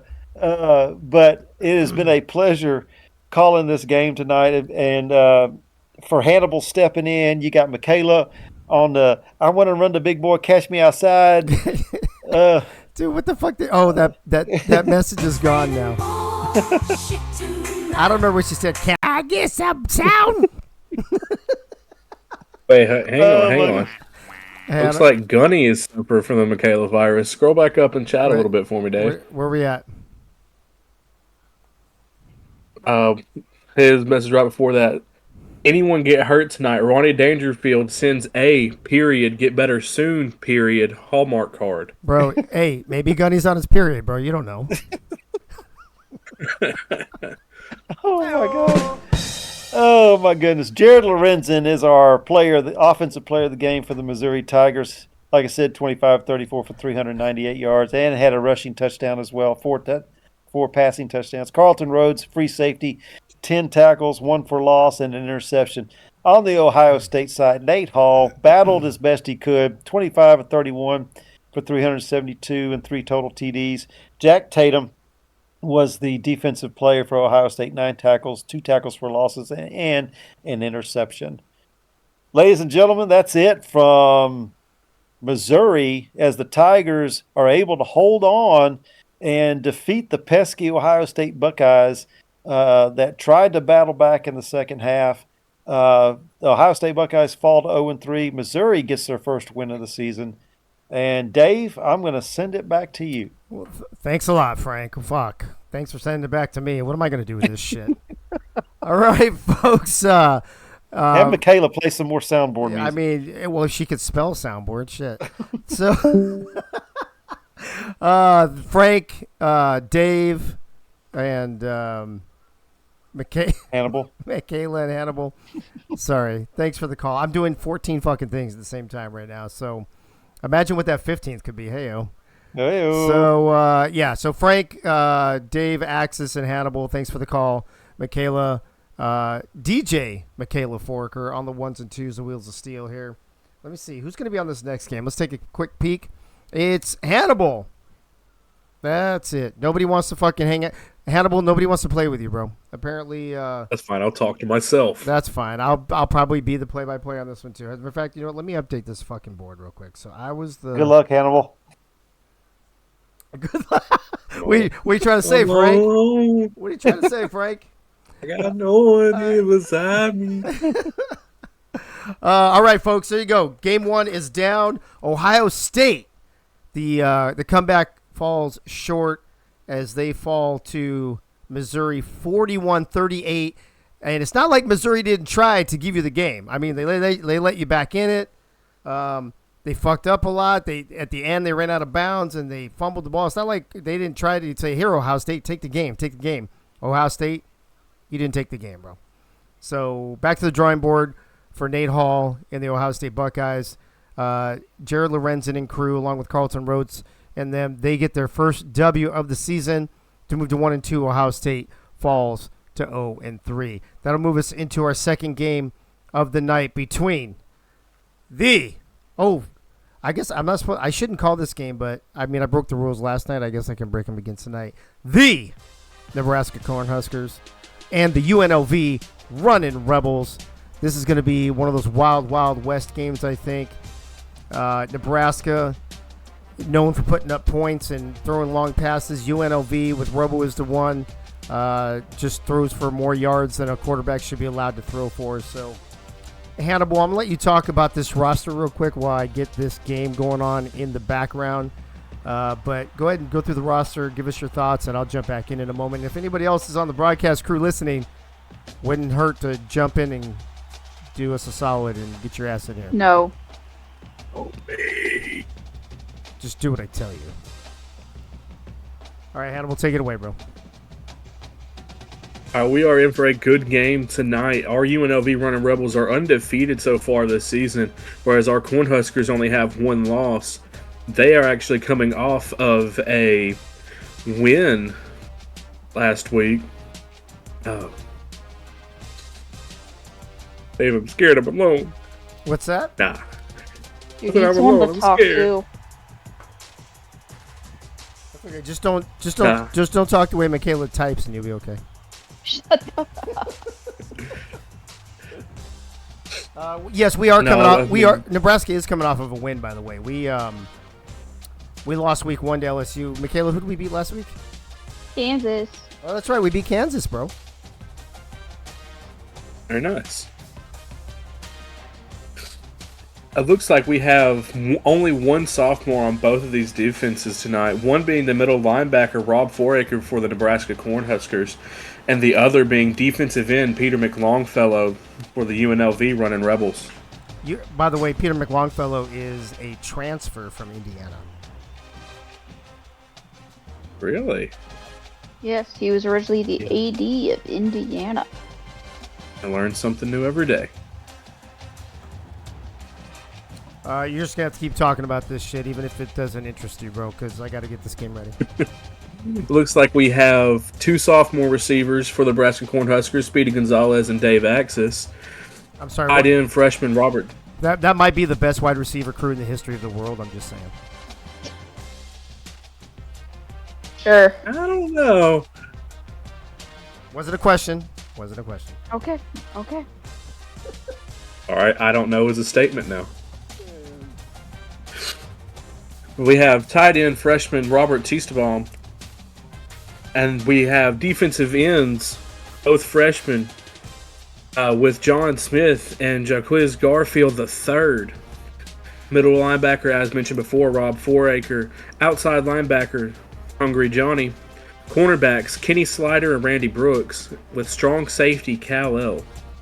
For our UNLV Running Rebels tonight, we have Robo is the one manning the ship at quarterback tonight.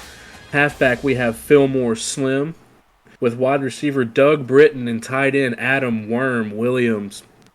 Defense, the aforementioned sophomore Peter McLongfellow for the defensive end, alongside freshman defensive end Frank Doom. We have Trey Ingram at defensive tackle, middle linebacker A.K. Jones, outside linebacker J.T. Waters, corner Miku Mika, and free safety Xavier Thomas. And tonight we are in for one heck of a ball game as our UNLV Running Rebels try to jump up to 3-0 to start the season, while our Cornhuskers try to go up to 2-1. The great thing about this is these are 2 top 10 teams as well, which we've been seeing a lot lately. And to be honest with you, Hannibal, and very rarely does 2 top 10 teams playing against each other. It rarely disappoints the crowd. So I am looking forward to a very good game, a very close game that Nebraska will win. Unless if it's Nebraska LSU week 1. I said that was bad. I said usually, mostly, sometimes, maybe. Mayhaps. But right, other Dave, than that, do you have anything else? Yeah, other than that, game's just about ready. The last part is loading. This is the Nebraska Cornhuskers versus the UNLV Running Rebels. Hannibal Crow is on your play-by-play. We are waiting for an analyst to jump in the booth at any moment. But if they don't, then I will change into my Superman costume here in the booth, and I will be the Robin to your Batman, Hannibal Crow. Let's go down to the field. Nope. What do you think? You ready to go down the field? I'm absolutely ready when you are. I'll let you call it though, because I'm stalling for about 10 more seconds. Go ahead. I am trying to. I'd love to have somebody else in the booth with us. I'd love to have a full booth again. And we're ready. Let's go down to the field here. I see in Gunny. Las Vegas, Nevada.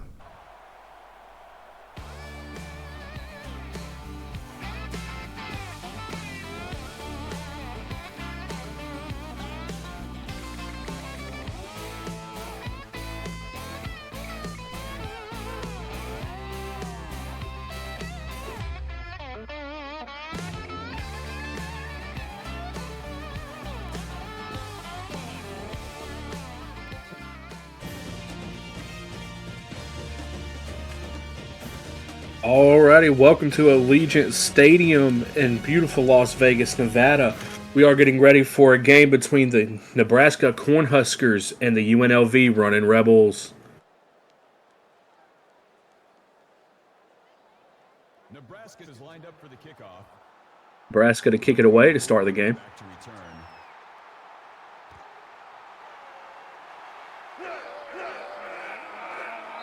Number 84 with the return. Kickoff returns 25 yards. Yeah.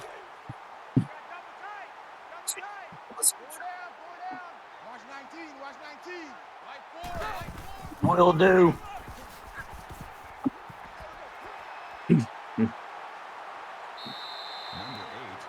First play on offense, we'll see Fillmore Slim for a 10-yard rush and a UNLV first down. Let's go. Let's go.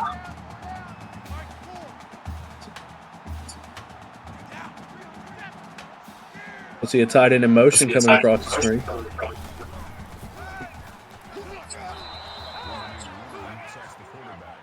And Robo is the one, nowhere to go. He'll go down for a sack, 2nd and 17.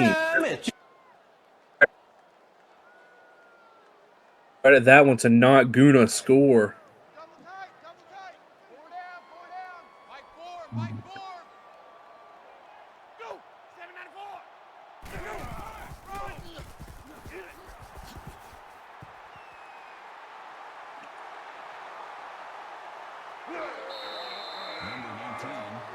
Running the wrong way for a moment there. We'll see Fillmore Slim for a 15-yard rush. 3rd and 1 for the Rebels. He had the first down, then he went backwards again. He absolutely did, and it would have been great to see him go forward.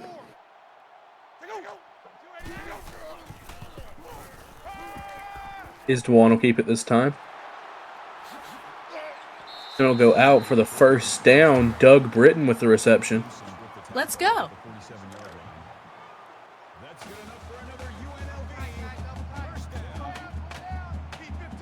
We'll see 2 receivers out to the top of your screen. Is the one with all day in the backfield. Drugging off 1 sack. Wide open and way across the field. Matty Britton hauling it in for the first down. Fire in the hole! Nice pickup.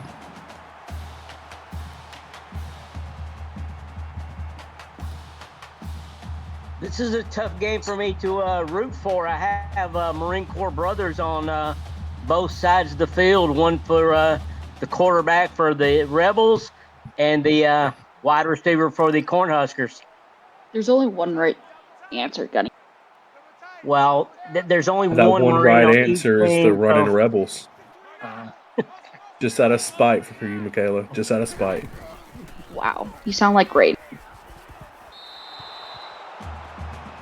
He's the one throwing it away. It'll be 2nd and 10 for the Rebels. I'm not sure who he's passing to. It looked like he's passing to Casper.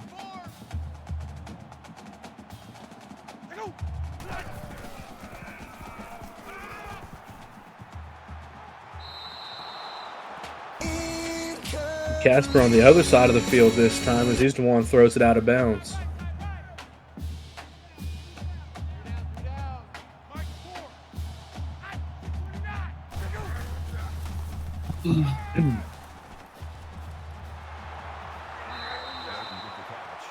And not quite enough. Matty Britton gets 8 yards. That'll bring up 4th and 2 for the running Rebels. And we will see a 40-yard attempt.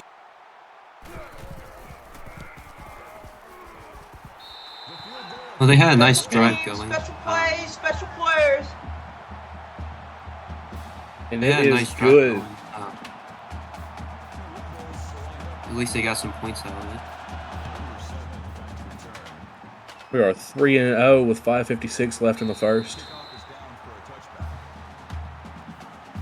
Speedy Gonzalez, your Nebraska Impact player tonight.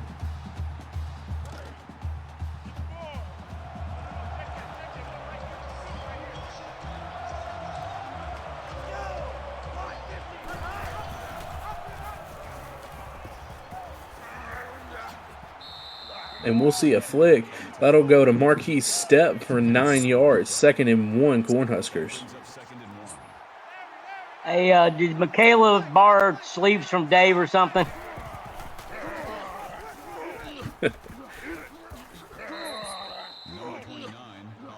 Polly Truth, 7 yards in the first down. First down.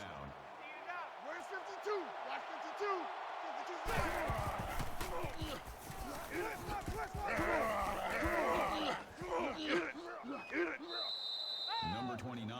And we'll see Behringer keep it herself for a 16-yard rush and a first down for the Cornhuskers. That was a great decision by Behringer because the pitch man was covered.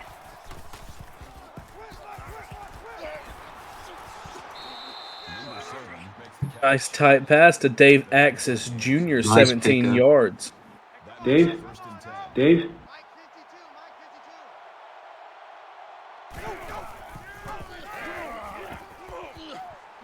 Behringer will pitch it out wide.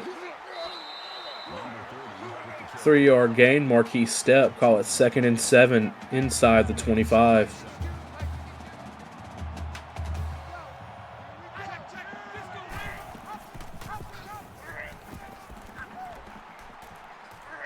Wide open.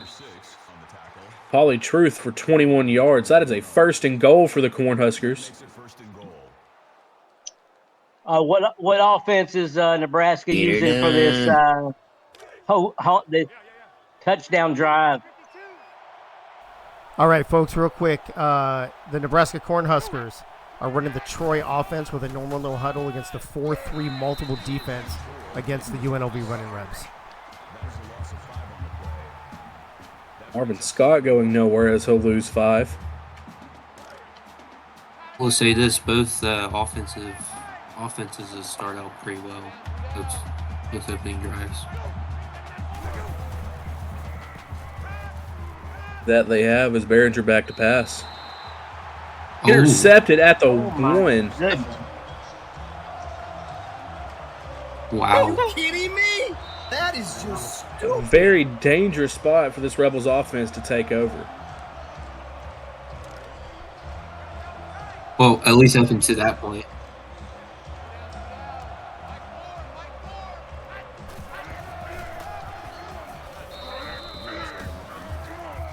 Icky Woods, 2 yards. 2nd and 8 on the 3. So we don't know who number 29 was because the Rebels have no jersey names on the back of their jerseys. Yeah, I'm unmuting myself again. You can blame Doug Britton for choosing those all-black uniforms. Oh, how about a safety? Ooh, look at it. Just threw him down. Feel more slim there. The UNLV running Rebels, they have a custom. They're one of 4 teams running a custom offense this season. They will be in the a conservative no huddle, also running against a 4-3 multiple defense. So both teams running 4-3 multiple.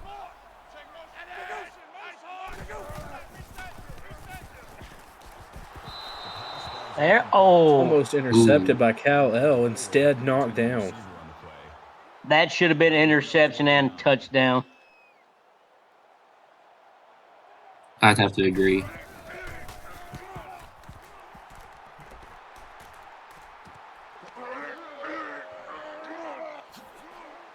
It's going to be great. Great field position by great field position for Nebraska. Dave Axis Jr. bringing it out to exactly the 30-yard line. Nice return. Yeah, that was a big punt. He punted about 50 yards, but Axis ran it back for 21.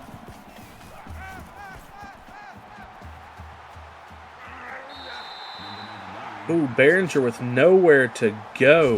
Emotional Credit that one to the damage. freshman defensive end, Frank Doom. 2nd and 16, Cornhuskers. Shut up, bitch! Now it looks like both defenses are starting to pick it up. Michaela says that's the only way Fred Doom will ever get a hug for her.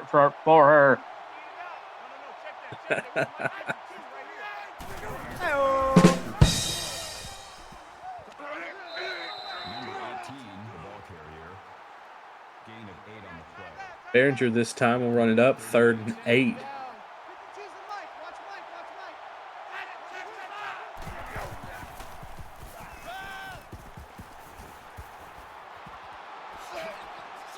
And they'll pick up the first down and more inside the AACL red zone. Ian Bamp. Who the fuck is Ian Bamp? He's Ian Bamp. First of all, his first name is I Am. His last name is Bamf. B-A-M-F. Badass motherfucker. I am badass motherfucker. Dave's not here, keeping the toes in for 6, and that is a Nebraska Cornhuskers touchdown. And wide open in the back. Dave's not here. Dave's not here. Well, Dave can't be here. He's in the end zone. Special players. Cornhuskers will jump out to a 4-point lead with 2:58 left in the first.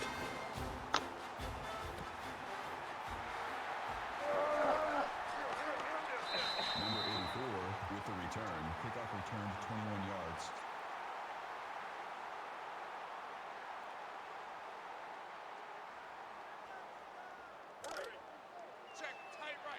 I'd say UNVL.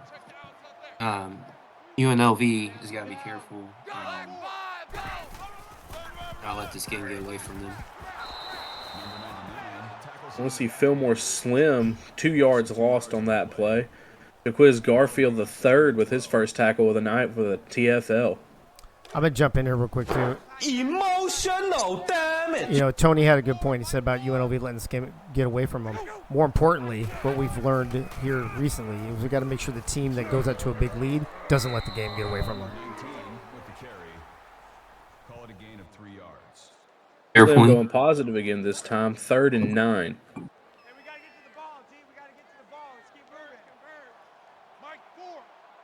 See 4 receivers, 2 on each side.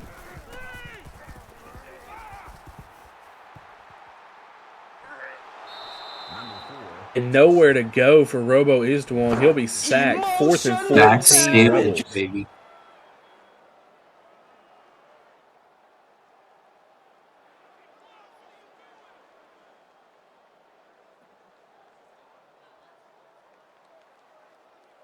Yes. A very unsure yes. Yes. I've been speechless the past couple minutes. I'm still impressed by Dave's acronym usage earlier. I know where he learned some of those. Yes, that one.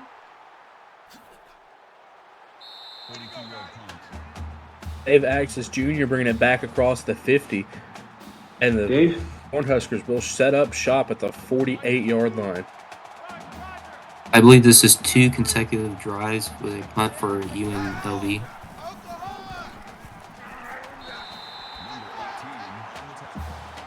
Ollie Truth losing 3. That'll be 2nd and 13 for the Cornhuskers.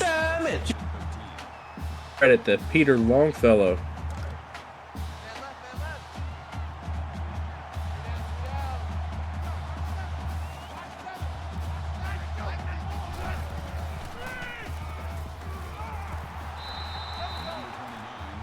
We'll see Dave's not here. 0-yard gain, 3rd and 13. Emotional damage. Dave's not here.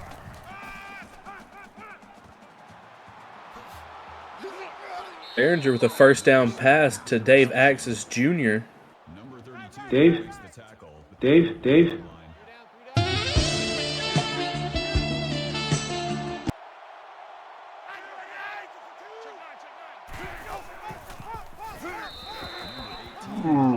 Behringer with nowhere to go, immediately taken down by Michael Corleone.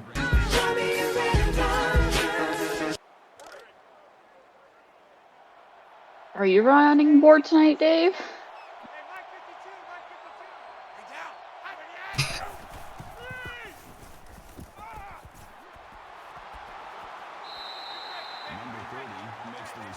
Marquise Stepp will catch it, losing 1 yard, 3rd and 14 for the Cornhuskers. Have we seen a Speedy Gonzalez sighting tonight, or is he playing like he did in his game earlier tonight on another league?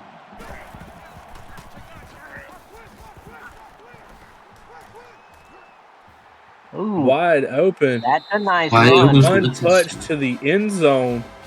Ollie Truth with the Cornhuskers. It didn't say.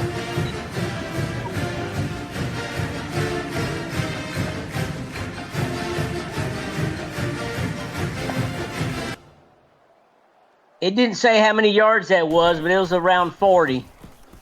Special teams, special plays, special players. It's Yeah, Polly's Polly run. Truth's run.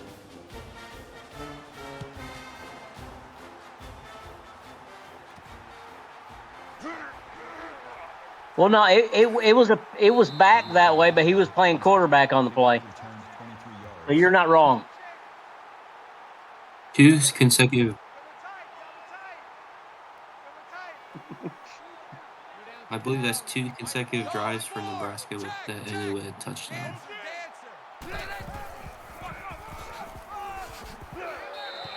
He's giving us a little inside info. I believe that's the 3rd or 4th longest run by any running back in the league so far this season.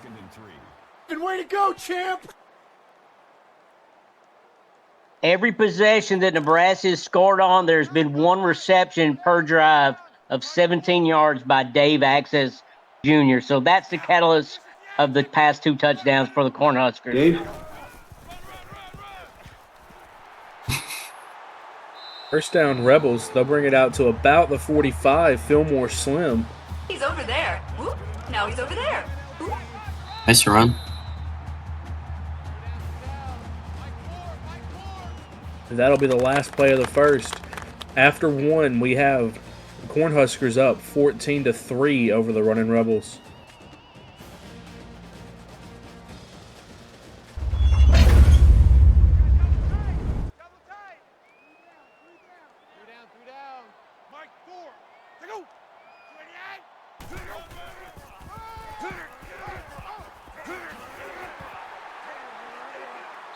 UNLV across the 50 now. Spencer Briggs with a 15-yard rush in the first. Way to go, champ! Nice run for the first down.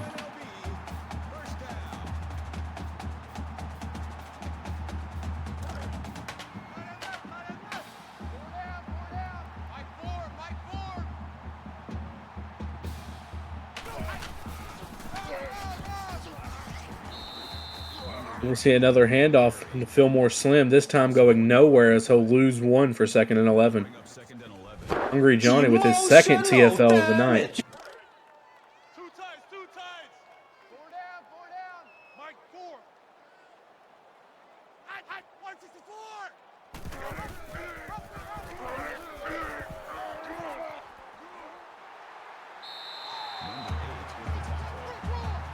Robo Isdawan will keep it himself this time, 11 yards for the first down. Fine. I'll do it myself.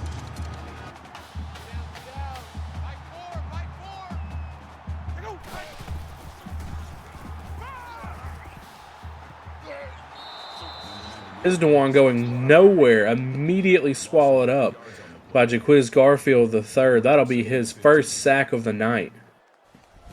Emotional damage. Man left, man left. 3 down. Keep 15, keep 15. Mike 4. 3 down.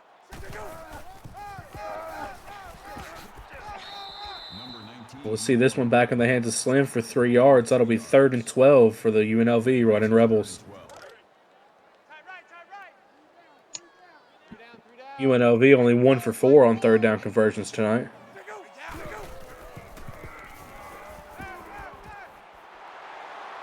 Oh, nice fight for that last. Let's go. Nice fight by Matty Britton. That was an extra 2 yards to get that first down.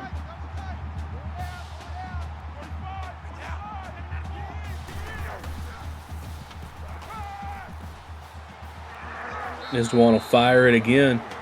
This time to Alex Lyons for 12 yards. That's a 1st and goal for the running Rebels.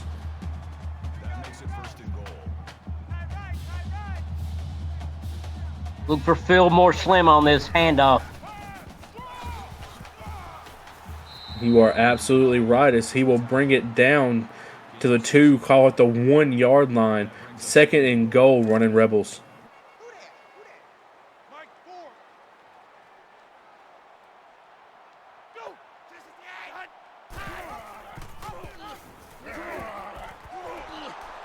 Isdwan keeping it himself this time, but he will lose yards. 3rd and goal. Emotional damage. Too much time wasted trying to do the fake handoff to everybody. UNLV needs some points. Oh, go ahead. Yeah, they do. They should have just handed off to Fillmore Slim at the 1. That's not it. They're lucky that wasn't complete. Well, at least a field goal would keep it a semi-close game. Be a 24-yard attempt. It's up and it's good. 14-6 with 5:34 left in the first half.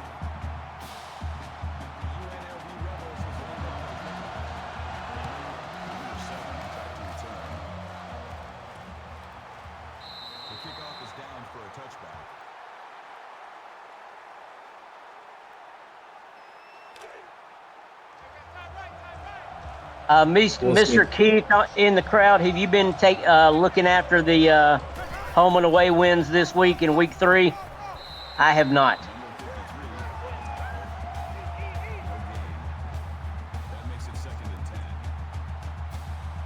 No question about it. I am ready to get hurt again.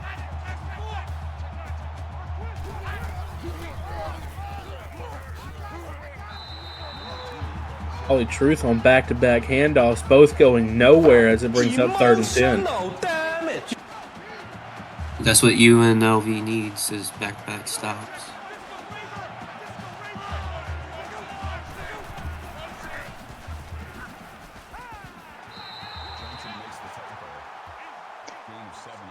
Third time work for positive. 3 now. Not quite enough.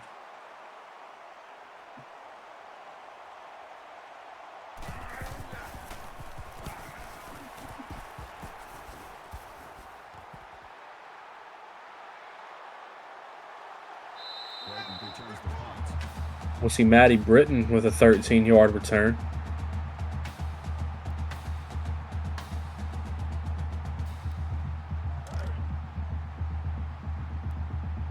When Rebels offense setting up on the 38-yard line.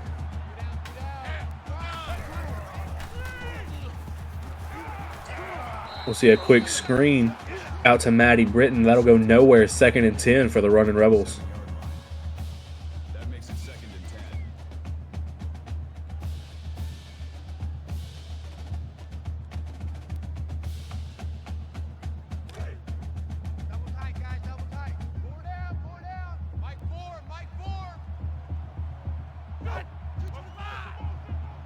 We'll see a man in motion. Is the one keeping it himself. Oh, and that is a hard hit. It will only gain 2. 3rd and 8 for the Rebels. Lucky he didn't fumble it. Absolutely lucky.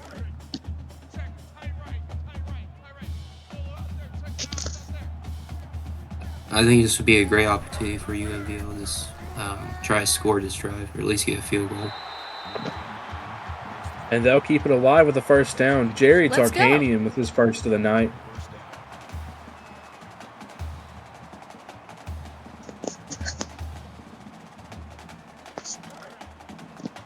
Jerry Tarkanian should definitely have a towel attached to his uniform. I don't know what Doug's thinking.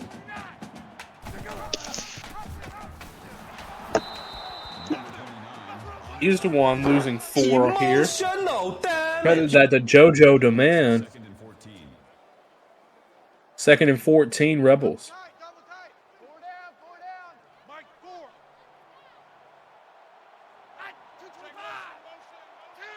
We'll see a man in motion.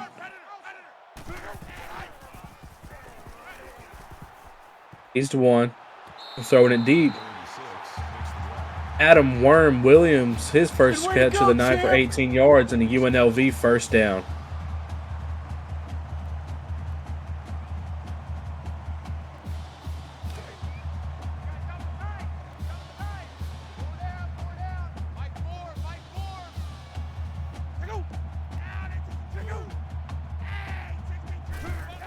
Be a player in motion. Handoff, this time to Fillmore Slim. 2nd and 8 for the running Rebels. That makes it 2nd and 8.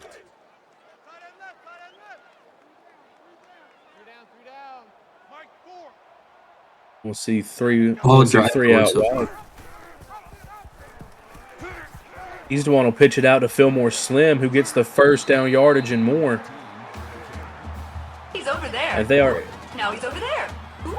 They are now inside your AACL red zone.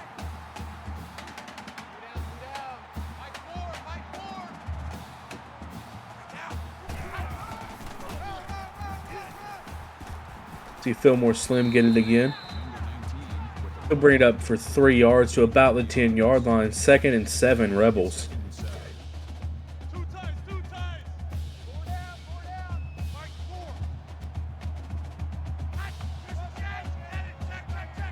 We'll see a player in motion. He's the one to roll out. He'll take it himself for yards. Gaining nothing. 3rd and 7 Rebels. I'll do it myself.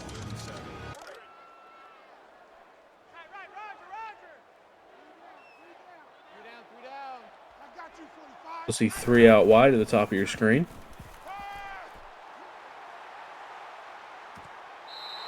He's the one with a tight pass to Matty Britton, and that is a UNLV running Rebels.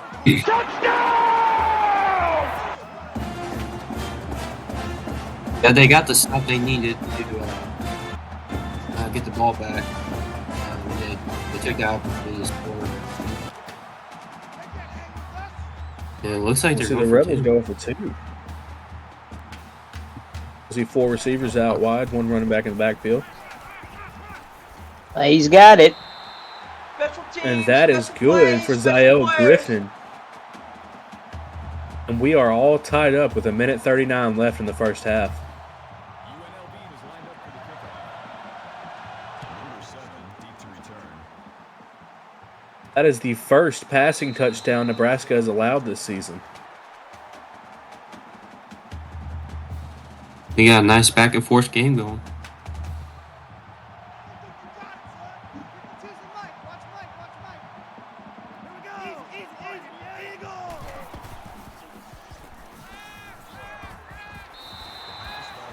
We'll see an incomplete attempt, 2nd and 10.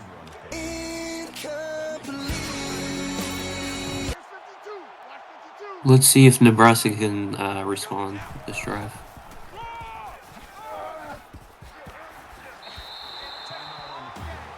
Ollie Truth losing a yard here. 3rd and 11 for the Nebraska Cornhuskers. Emotional damage. See 4 out wide, 1 man in the backfield.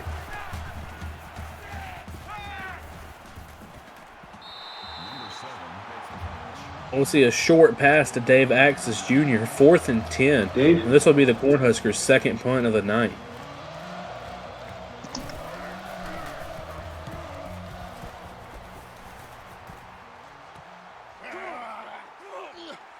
Is it the 2nd straight 3 and out? Matty Britton getting 9 on the return. We'll see our Rebels set up shop at the 39-yard line.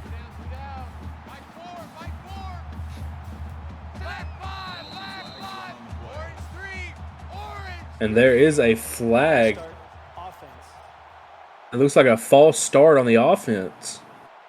You what? That's the first flag we had all game.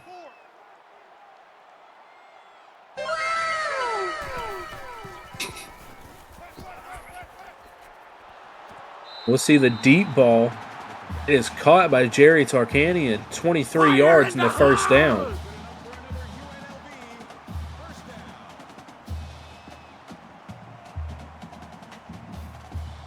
Is the one now over 100 yards passing tonight.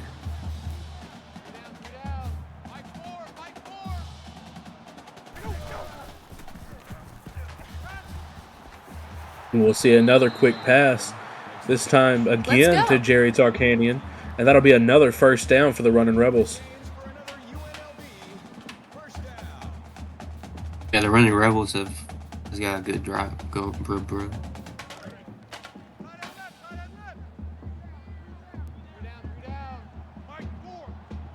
We'll see 3 out wide. Tight end in motion.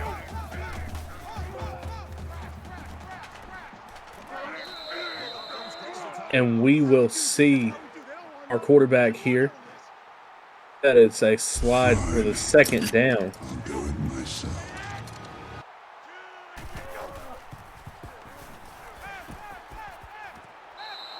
Wide open for it. That is another UNLV.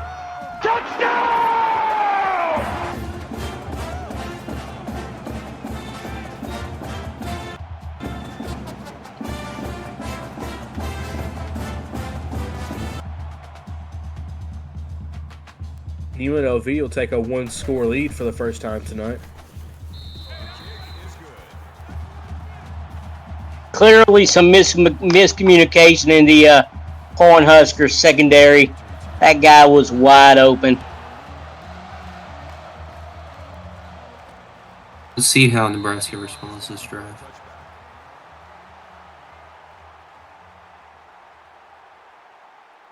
Speedy Gonzalez, all zeros.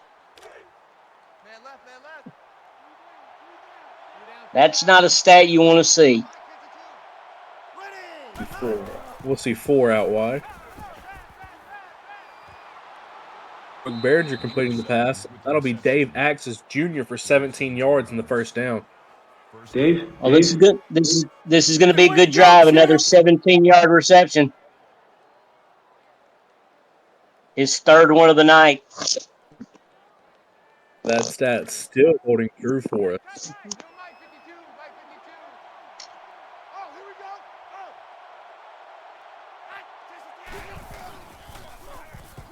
Behringer back to pass. Axis Jr. again, this time for 6 yards. That'll be 2nd and 4. Dave?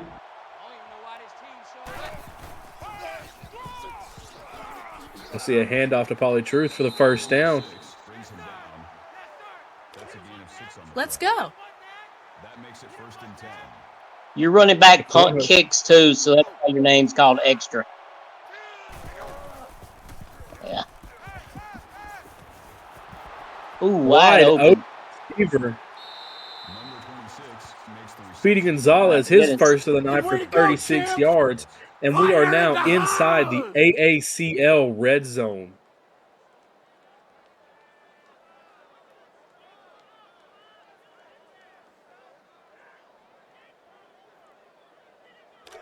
That might have been a stats curse since they brought up that graphic a few minutes ago. Brought him good luck. There's a back to pass. It's a short pass completed to Polly Truth. They are inside the 10.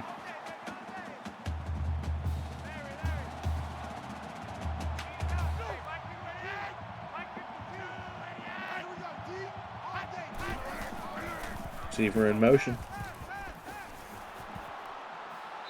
Another short pass to Levi Falco. This one brings them inside the 5 for a 3rd down. Let's go. Clock is still running. Nebraska still has 1 timeout.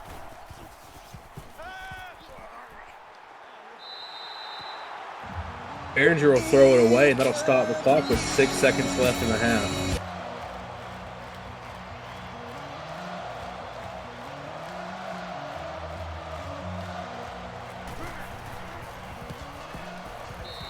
Kick is up and good. And that'll bring us to a 4-point lead for the Rebels with 4 seconds left in the first half.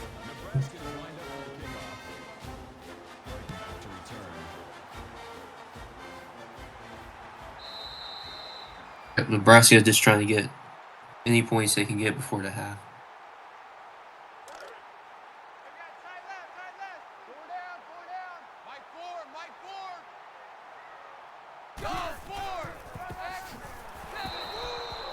And we'll see a handoff for Fillmore Slim go nowhere as he'll lose 4.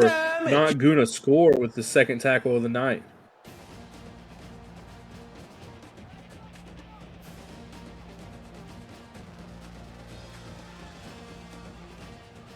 Yeah.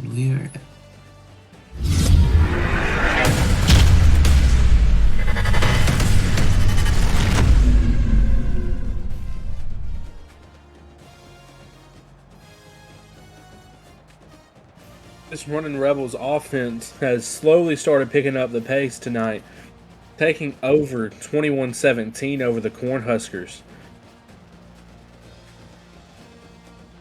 And we'll see some nice highlights here from our highlights team.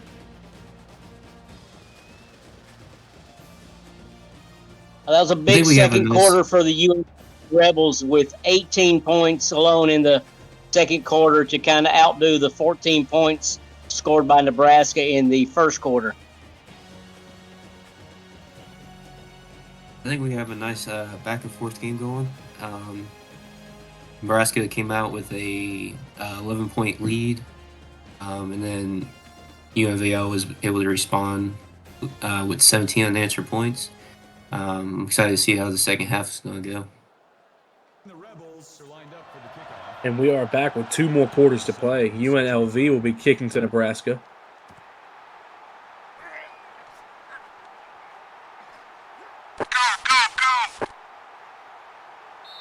And a big return by Dave Axis Jr., bringing it out to about the 35-yard line.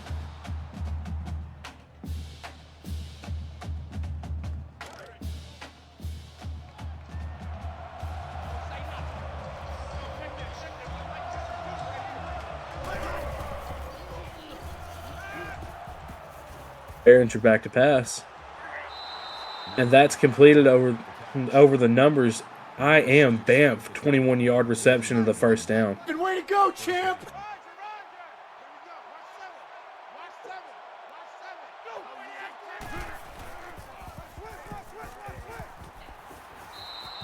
Behringer will throw it over the middle this time. That is a first down.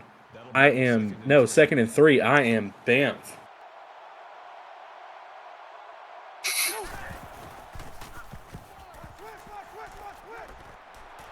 Behringer with the deep ball. Dave Axis Jr. falls in, and that is a Nebraska Cornhuskers.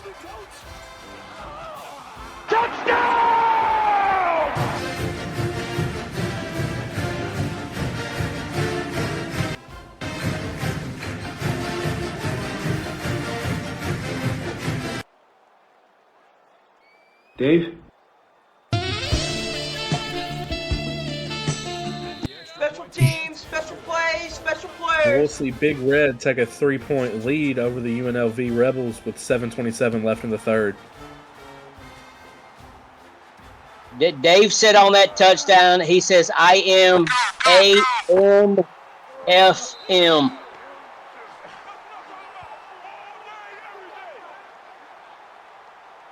So, fellas, do you think we might have a possible shootout? I think we absolutely do. This has been a close game all game long. We'll see the handoff. Come down to the wire. Fillmore Swift picking up 9. That'll be 2nd and 1 for the UNLV Running Rebels.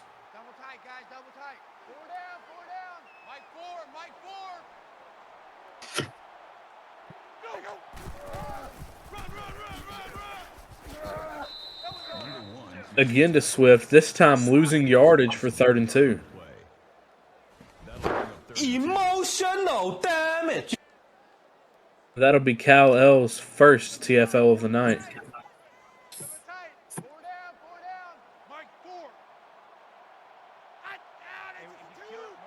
We'll see 2 out wide, tight end in motion. Is DeWan keeping it himself for the first down yardage. And he's brought down about the 45-yard line. Good way to go, champ! Excited to see how UNLV responds to this drive. Whether it's another lead change or just a tight football game. No more Slim right up the gut, and it looks like he's hurt. His heart injury. Hopefully he can walk. We'll see 3 receivers out wide for the Rebels offense.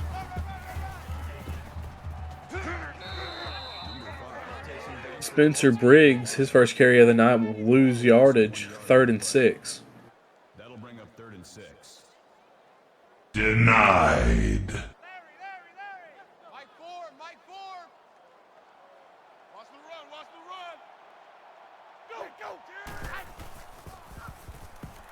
Is Dewan back to pass. They'll throw it outside the numbers. That is a first down for Zayo Griffin. Good way to go, champ. Is Dewan nearing 200 passing yards on the night.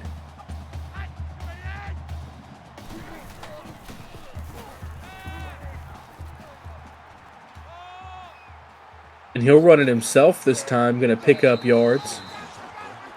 So that'll be 2nd and 2.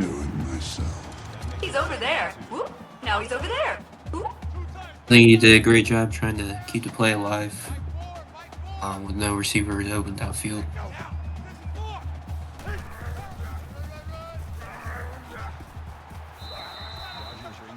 See Spencer Briggs losing yardage again, 3rd and 2 for the running Rebels. Emotional damage.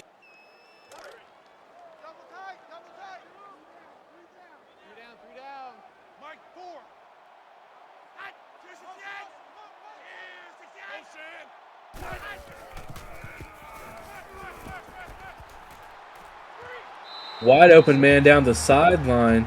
Javon Wilson, 20-yard reception. That was a nice play. What's your guys' prediction, final score? Oh, injury update. Fillmore Slim strained back out for 7 weeks. Is that what it said? Did. Wow. We'll see Briggs running up the gut for 5, his first positive game. Let's go. Rob Foraker with the tackle.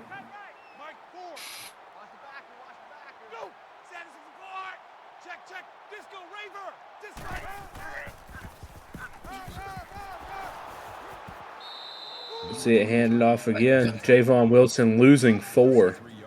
Denied. Randy Brooks with the TFL. All right, look for the pass to Matty Britton on this one. Man left, man left. Three down. Watch 48.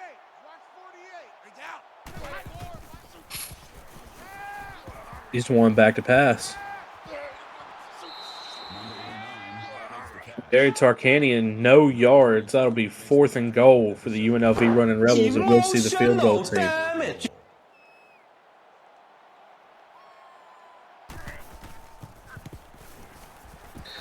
It's up and it's good, and we are tied 24-24 with 3:51 left in the third quarter.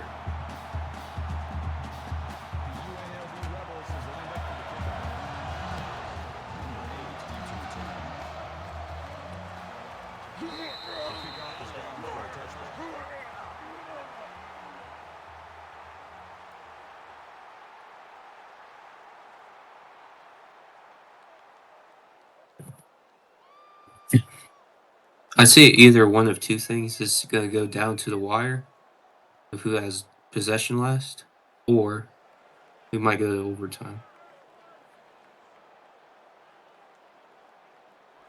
Just the way we've been going back and forth each drive. All day, dog. Where's 52? Watch 52. 52's the mic. Let's go. Win 85.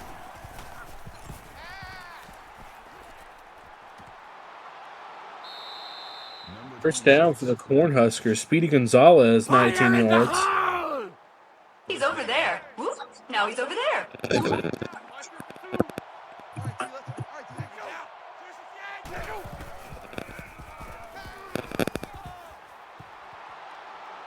Over the middle, back to Speedy Gonzalez, first down. Good way to go, champ.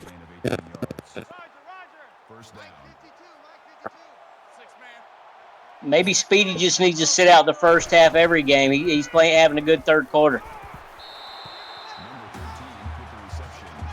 Dave's not here, going nowhere. 2nd and 10. Dave's not here.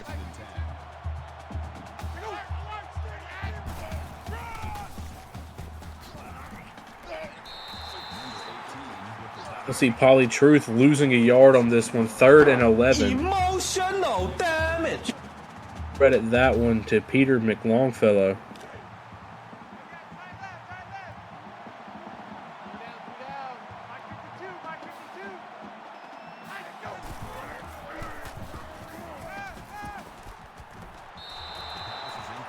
Behringer Ooh, almost nearly kicked it off. Denied. In and out of the hands of Jimmy Kimmel. So it was Jimmy Kimmel that made the interception earlier in the game. Well, go for it. Interesting decision to go for it.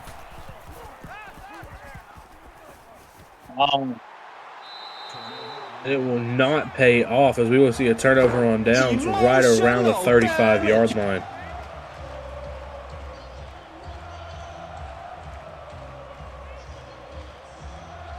See if that comes back to bite them as UNLV takes possession.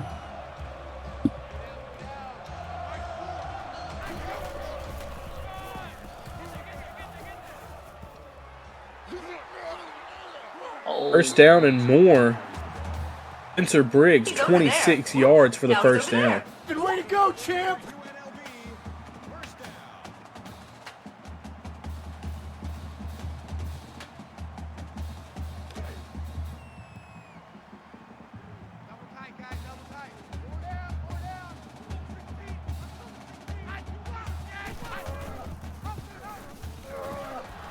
Oh, Just want fumble. to pitch it. That's a loose ball. Thank you It's for going your the other way to patronage. the 30, 20, He's got it. 10. Number And 29. that is a Cornhuskers. Bull recovered for a touchdown.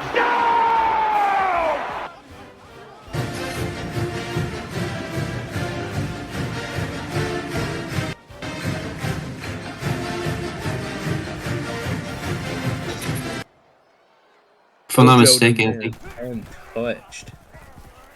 Special teams, special plays, special players.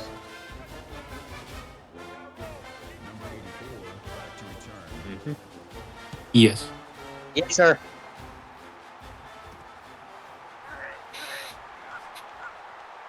If I'm not mistaken, I believe that's the second turnover for UNLV. One turnover for each team.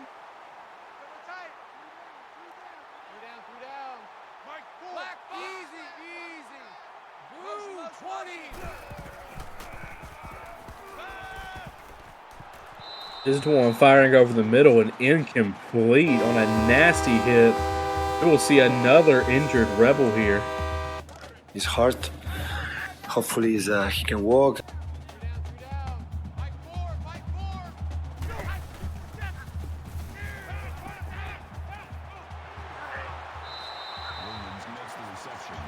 Iowa Williams, 15 yards for the first down. Sideline, seeing who that injury is to. They're going underneath the blue tent now.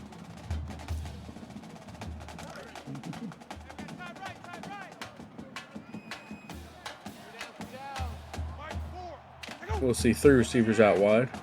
Tight end is in motion. This one will be a handoff. Spencer Briggs losing a yard, second and 11. Second and 11.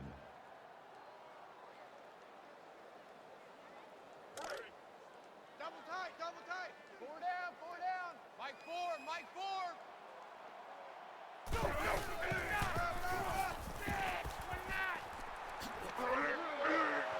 We'll see first down yardage. Untouched, 30. He's over there. 20. And he is 10. gone.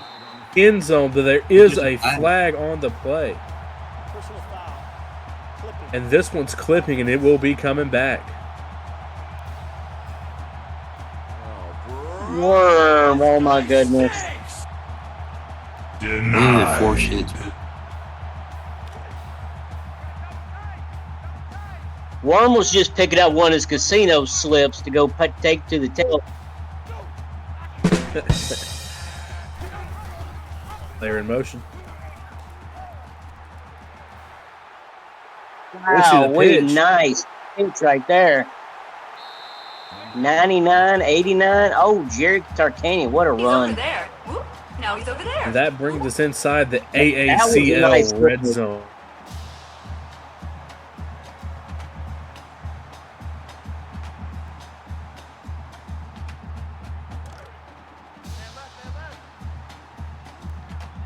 Good way to go, champ.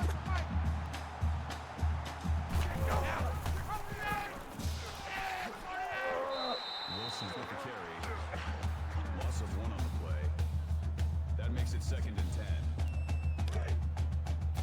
No question about it. I am ready to get hurt again. Britton, mild concussion, out for the game. I think that's it. Number 29 on the tackle. Run to the right. That's good for a gain of 5 Pickup yards. of 4 yards. Looks like Hannibal's having some technical difficulties, so let me jump in real quick. The running Rebels now in the AACL red zone from the shotgun. Robo, little stutter step, so you know the screen pass is coming. But look at that Nebraska defense collapsing. Emotional damage. Spencer Briggs, he'll actually lose yards on that, and UNLV's going to settle for a field goal, bringing up 4th and 9. Tony, I don't know if that was the right play call there. Yeah, I don't think so either. There's the snap. The kick is up. Special teams, special plays, special players. Let's go. On 3rd and long play. Yeah, it's not bad. Freddie, or Gunny, sorry. I'm looking at the spreadsheet for next game as I'm talking. Gunny, field goal is good. It gives some points, but they still need a touchdown to take the lead. So I don't know if that's smart here, or do you think they should have gone for it on, was it 4th and 11, 4th and 12? It's good. It's good since they're the home team. It's good to go ahead and get the points while they can. I mean, that pitch play by Robo, that was a nice run by himself, and then he pitched it. They gained another 30 yards. I mean, that was one of the nicest plays I've seen in the AACL this season. Yeah, I was going to say, that's one of the more beautiful pitches I've seen. Speaking of beautiful, round the outside, round the outside, round the outside goes Y'all see Pauly that Truth. glitch? Say again? Did you guys see that glitch? I did not. The glitch where Pauly just ran for 28 yards, I love that glitch. No, I just saw a defense player. Emotional damage. I did not see that. It's the funniest thing I've ever seen. Hannibal Crow says he just lost power because of the storm. He won't be able to finish the game. So you're stuck with me, folks. Suck it up. Too bad. You'll live. Probably, maybe. But not forever, just so you know. That's going to wrap up 3 quarters. Oh, I forgot to do my... Put your fucking eggplants and your corn on the cobs, your 69s and your fuck Eagles, even though I forgot to get it ready. And Nebraska takes a 31-27 lead into the 4th quarter.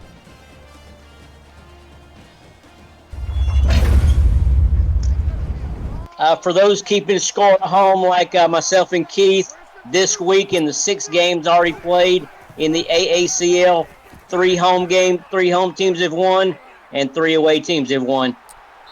I'm glad to see that evening out a little bit, as we noticed the first couple weeks.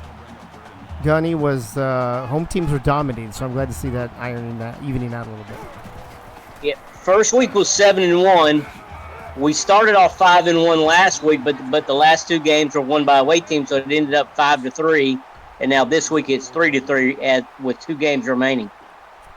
Got it. Grandmama on the stop, forcing the Cornhuskers to punt the ball back to the running Rebels. Emotional damage. UNLV got the stop they needed to have an opportunity to take the lead. They did. Dud Britton, a short return, but decent field position. Just past the 24-yard line here for UNLV, starting off this 4th quarter.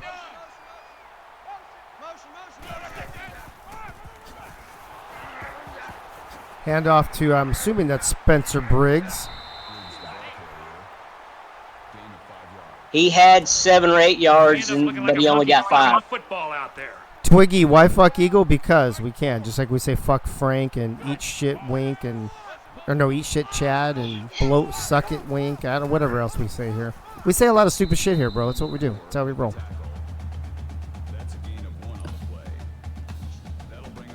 Welcome to the Stupid Shit Football League. To the We Say Stupid Shit Football League. That's a long acronym, Gunny. I don't know if I can roll with that all the time. No, that was a little too long. I agree with that. I never knew. Let's go. Ooh. I never met a Marine who didn't fucking need an acronym they didn't like, though. Good way to go, champ. I don't even, Keith, how many S's? Is that what she said, or we say stupid shit? Oh, got it. Spencer Briggs tries to take it around the outside, but he's going nowhere. Going to bring up 2nd and 8. Hungry Johnny on the tackle, his 7th of the day. I just realized, no wonder I couldn't do anything for the emojis. I forgot to fucking turn my phone back on. Hello.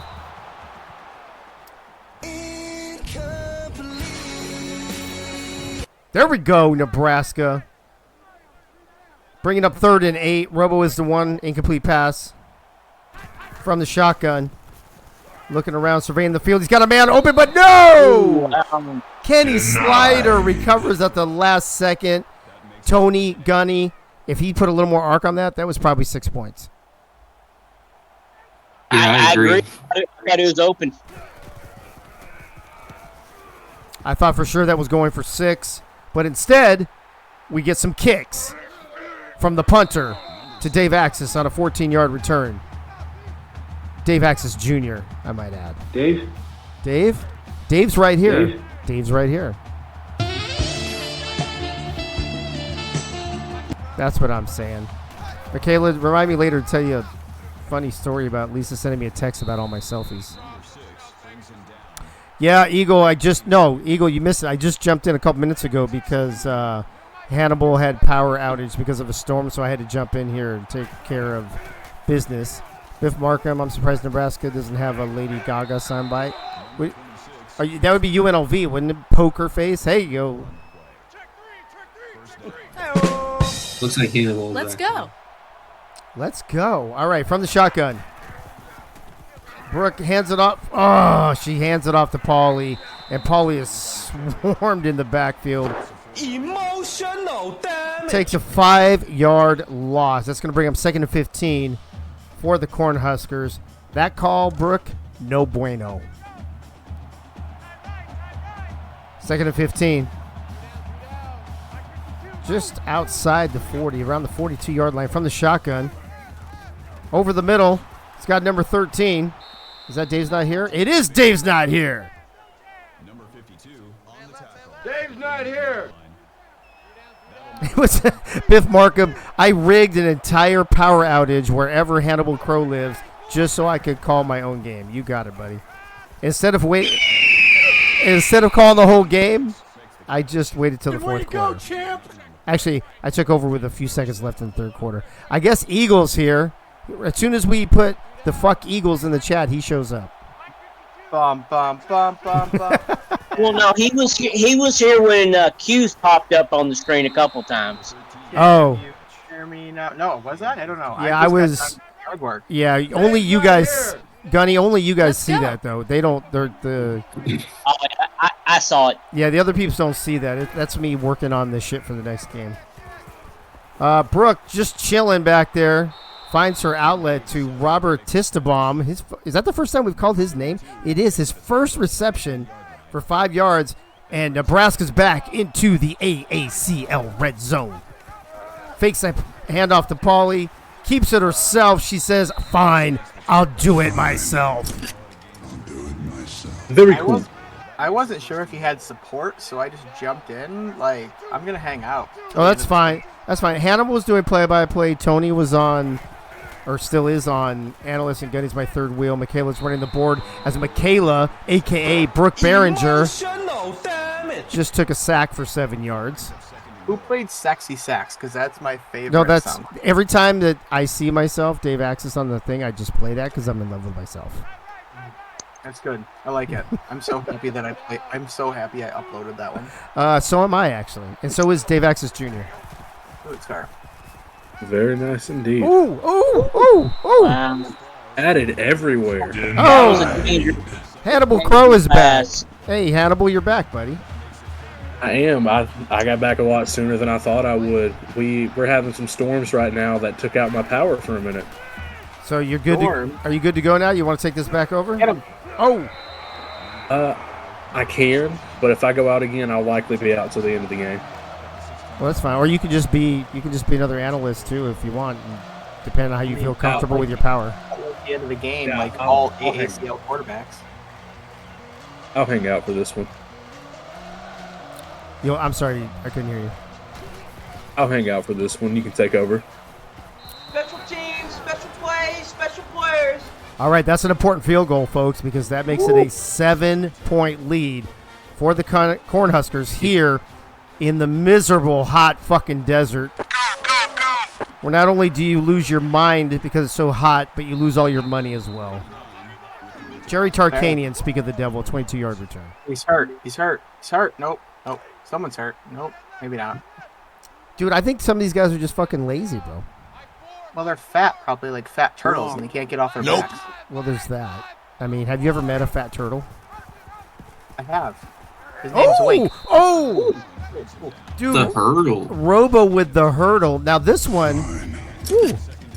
Hurts. That one, hurts. unlike last night, this one was actually necessary. Where last night, I don't forget who it was that was just hurdling all over the place. But then he paid for it. Did anybody get the number of that train? I think the number of that train was number 1. 69 train. That was the KL train. That was, all right. Gunny's always on par. Ooh, wide open. Great pass. Shit, fuck, damn. I mean, pass to Jerry Tarkanian for 32 yards. This is why I don't call my own games. Good way to go, champ. Fair. Fair, Dave. I don't mind calling my own game if it's a blowout, but these close games, it's too fucking much, man. Fair. One of my showcase baseball players getting ready to commit to UNLV for football. Timothy Shea, tell him to put on about 40 fucking pounds before he goes to two-a-days because he's going to lose about that much. Nagger010, how to join this league, sons. What's up, Nagger010, first-time chatter? Welcome to the AACL, the All-American Collegiate League.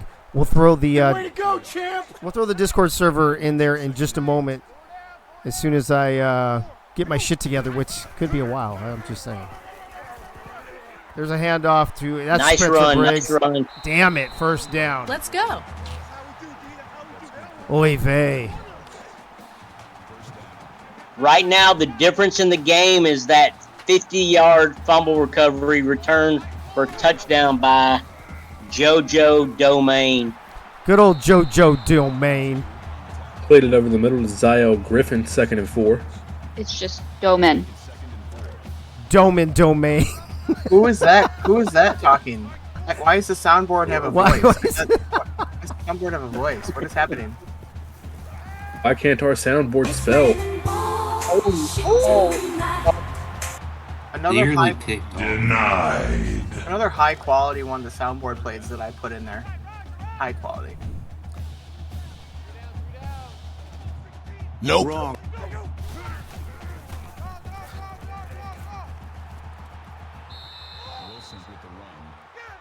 Oh, he's definitely. Like, listen, I'm not. Listen, Linda, I'm not muted, and I got you. You should see the DM I sent you. No, I know. I purposely did that. I said it twice on purpose. Yeah. 4th and 2 play, 4th and 2. Let's go. First He down, got it. First down, he He's got doing it. Wow, on he kick really words. got it. All right. Do we just have 2 people join the league? 946. What time? 946. It looks like we had somebody named AR5 join. And Lemicki. 2 people. I don't know if Lemicki kind of looks like Aaron Rodgers. So he he's probably kind of does. Nagger010. Are you one of those 2 players? Asking for a friend. I'm actually asking for my best friend. Dave Axis. Oh no! Wow. Briggs running it in. Running Rebels.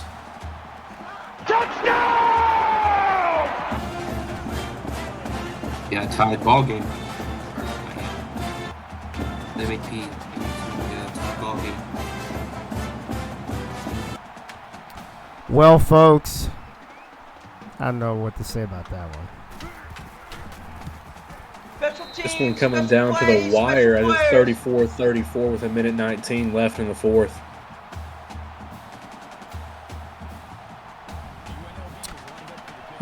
Did Nagger010 respond to me? No, he went bump, bump, bump, bump, bump. I'm going to leave. Bump, bump, bump, bump, bump. Bump, bump, bump, bump, bump. Look at we gave Michaela like 3 intros there. Da, da, da, da, da. Can you hear me now? Yeah. Bum, bum, bum. Listen, Dave. I can don't still hear an there's- echo on somebody's external speaker, by the way. Oh, it's probably mine. Probably mine. Mine's a little loud. I don't know. Michaela, play a Dave soundboard. Banks is junior for 5 yards, 2nd and 5. Behringer 300 yards passing on the evening. Oh no! Ooh, that was loud. No. That pass that should have been intercepted falls So who- incomplete. oh. 3rd and 5. So as I got home from work, who won the first match of the game, the night? Missouri beat Ohio State 41-38. Another close game.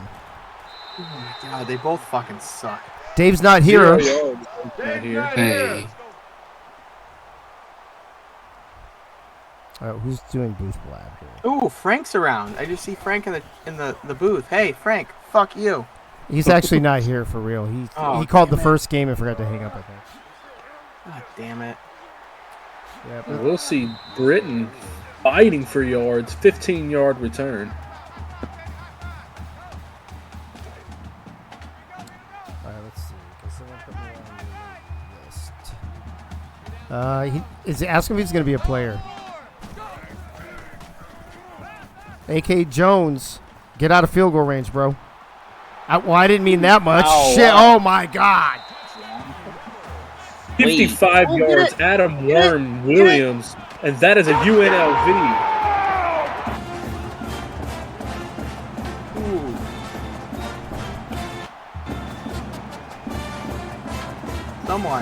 Someone play that sexy sax, because that was a sexy play. Beautiful. Fine, Nope, I'll wrong. do it. I'll do it, Michaela. For fuck's sake. Nope. Special teams, special plays, special players.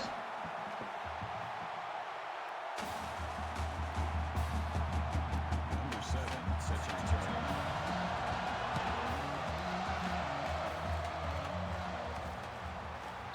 The kickoff is down for a touchback. Very, very interesting decision on his part.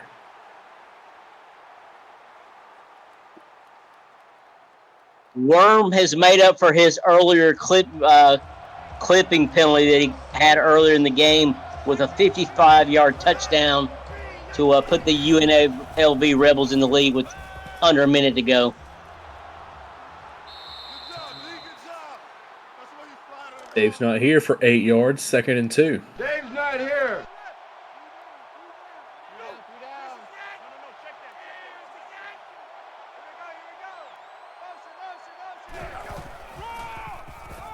What the fuck is happening?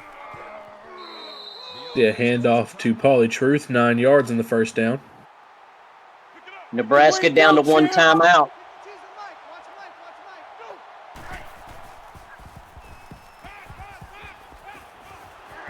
Wide open along the sideline. Edie Gonzalez on that one. Fire in the 1st and 10 inside the AACL red zone. Nebraska did score here. Wow, is very nice.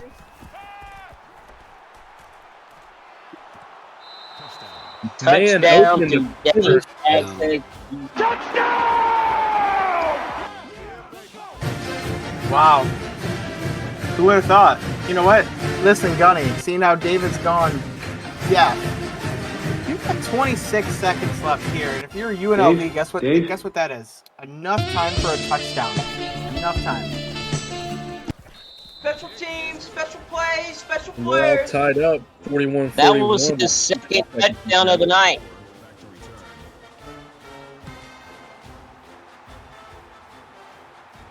Oh, you're welcome. I'll remind you anyway. I keep down the touchdowns. I write it down. Britain bringing it back outside the 30. Well, you know, there's 21 seconds left in the game, and if you're Miami, you're just gonna play the clock out and tie and go to overtime. But if you're anybody else, you're gonna go for a touchdown.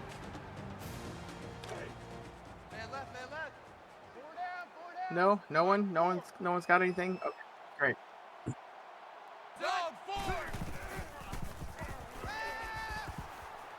Well, that's your fault. Oh, This is there's the one knocked away by Kenny Sliders. Dangerous pass. With quarterbacks over 300 yards passing tonight.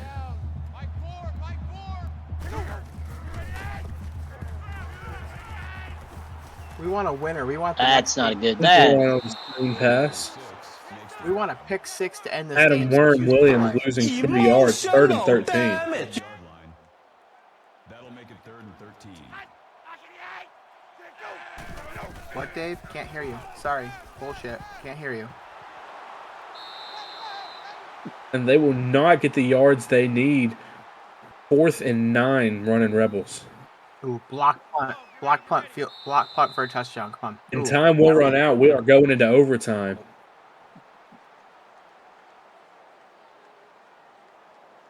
Man. You know what? Something about referees that I hate? Good referees never let a game go to overtime. You want to know why? Because they don't get paid extra. Because they have scripts. It is, definitely. It's definitely. You don't get paid extra for overtime. Just saying. Ollie Truth will gain 3 yards. 2nd and 7 for the Cornhuskers.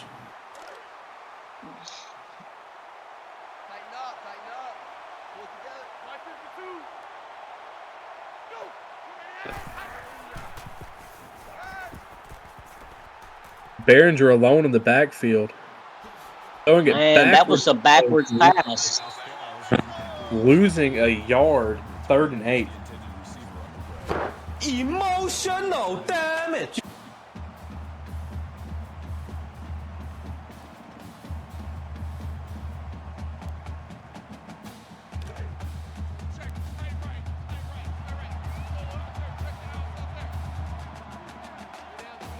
We'll have 4 wide. Behringer will throw it to Dave Axis Jr. 4th and 3. Ooh, Dave? Dave? Who?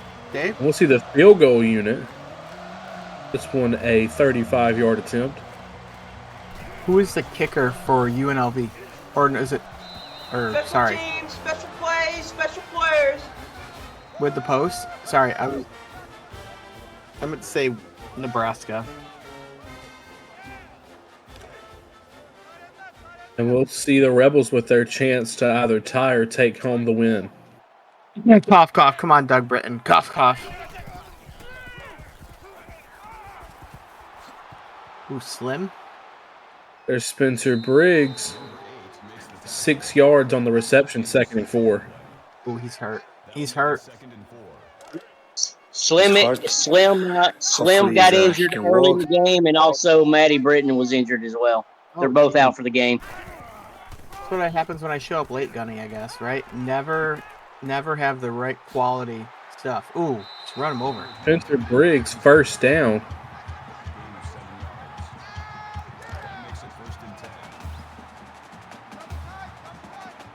If you're Nebraska, is it squeaky butthole time right now, friends?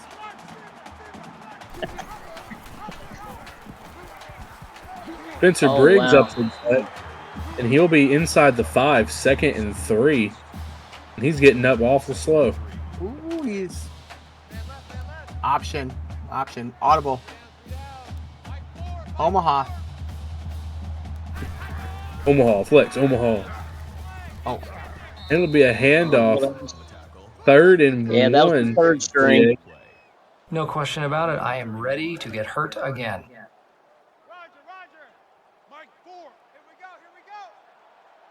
Where's the tight end? Find the tight end here. Find the tight end. Oh. No, on no tight end needed. UNLV will run it in for 6 to end the ball game on our Rebels. Man, I'm so excited right now. That was great. And we'll see our Rebels go up 3-0 on the season over the Nebraska Cornhuskers, who will drop to 1-2. Here in the AACL, it's not realistic because UNLV is 3-0 in real life. They're in here. That's all. Like I said.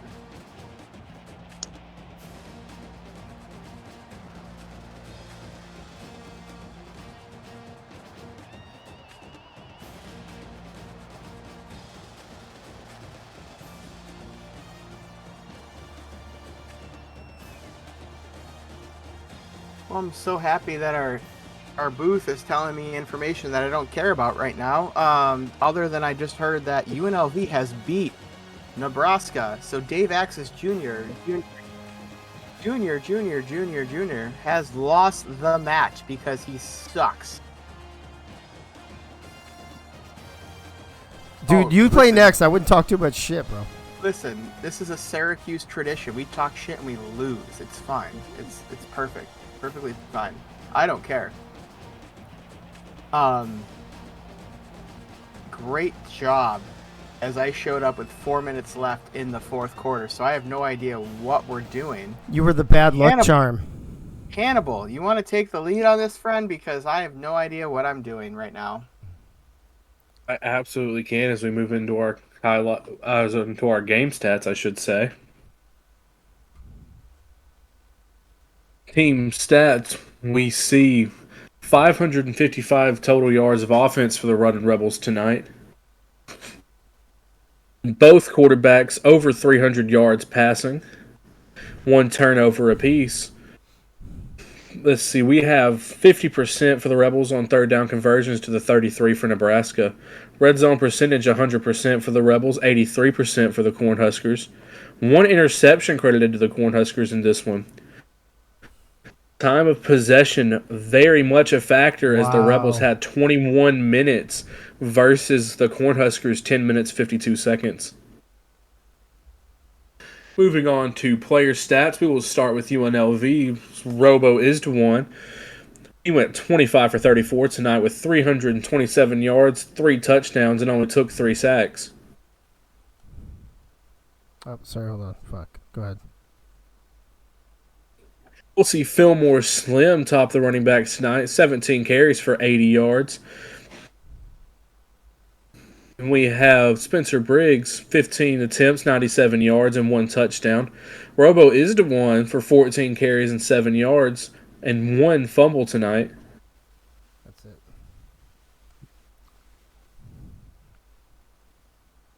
Receiving, topping the leaderboards, we have Jerry Tarkanian, 5 receptions, 88 yards.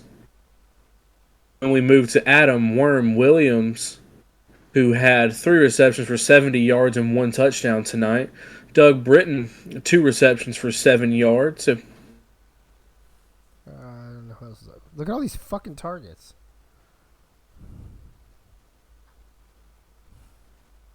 And defensively, we have Larry Johnson, 10 tackles on the night. JT Waters, 5 tackles. Miku Mika, 4 tackles, 1 for loss. Xavier Thomas, 4 tackles on the night. Frank Doom, 4 tackles, 2 for loss. 2 sacks. And 2 sacks on the night. Then we have A.K. Jones, 3 tackles on the night. Peter McLongfellow, also with 3 tackles, 3 for loss.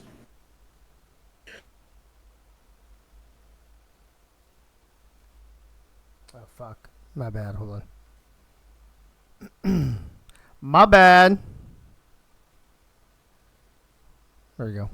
Boom. Then for our kickings, we have Asher Capitz, 4 for 4 and 3 extra points on the night. Punting, we have Coffin Corner, 3 punts, 131 yards. Kick returns, we have Doug Britton with 5 returns for 131 yards. Punt return, also Doug Britton, 2 punt returns for 23 yards.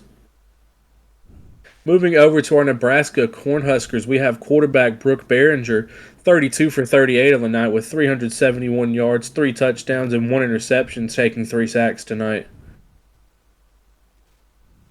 Running back Pauly Truth, 17 attempts for 96 yards and 1 touchdown. Brooke Behringer, 7 carries for 14 yards. Receiving, we have Dave Axis Jr. for 9 catches, 122 yards, and 2 touchdowns. We have Dave's Not Here, 7 receptions for 44 yards and 1 touchdown. Speedy Gonzalez, 6 receptions, 126 yards. I Am Banff, 4 receptions, 42 yards. Pauly Truth had 3 catches on the night for 28 yards. Robert Tistabaum had 1 catch for 5. Oh, don't worry about those. Hold on. Fuck. There you go. Moving over to the defense, Cal-El had 10 tackles for the night, 1 tackle for loss, and 1 deflection. Hungry Johnny, 10 tackles on the night, 3 for loss. Then we have Rob Foraker, 9 tackles on the night, 1 for loss. And we have Cash Me Outside, 7 tackles on the night. Moving down to Randy Brooks, 4 tackles, 1 for loss. Then we have John Smith, 3 tackles. Not gonna score, 3 tackles, and how many sacks on the night? 1 sack.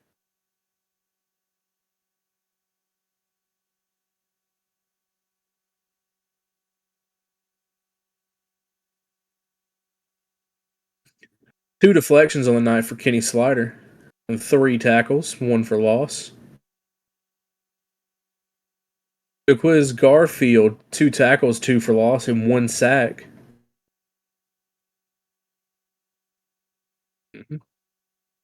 Kicking, we have whiffed to post, 3 for 3 on field goal attempts and 5 extra points.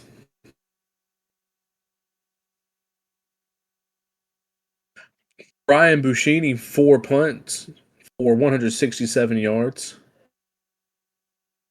Dave Axis Jr. on our kick return, 1 return for 37 yards.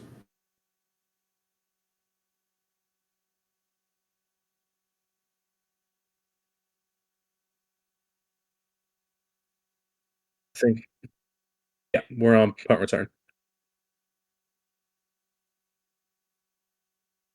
Dave Axis Jr., 3 returns for 47 yards.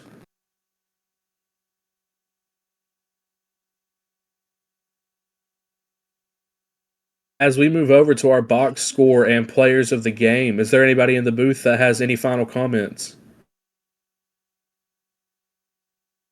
It was a well played game. Each quarterback was only sacked 3 times, and there was only 1 turnover by each team. One was the interception in the end zone caught by Jimmy Kimmel of the UNLV, and then the fumble recovery by JoJo Duman with the fumble recovery for a touchdown. So it was a well played game by both teams. I agree. I thought it was a very well played game as well. Especially towards the beginning, I know Nebraska went out to a 14-3 lead. Thought they were going to get away with a blowout, but UNLV came back and yeah, you saw a back and forth game, and all in all, it was a great game. Yeah, it got more exciting after Dave gave Eagle his little props up in the fourth quarter chat, and Eagle appeared, and it was an outstanding game because at the time it was 31-27 entering the fourth quarter, and it really turned out to be a great game with Mr. Taz in the booth. Yeah, Eagle he's the bad luck charm. He fucked it up for everyone. Hannibal, go ahead, bro. Moving on to our players of the game tonight. For our victorious UNLV running Rebels, we have quarterback Robo Isdawan, 25 for 34, 327 yards, and 3 touchdowns. Defensively, the cornerback Jimmy Kimmel with 7 tackles, 1 tackle for loss, and 1 interception.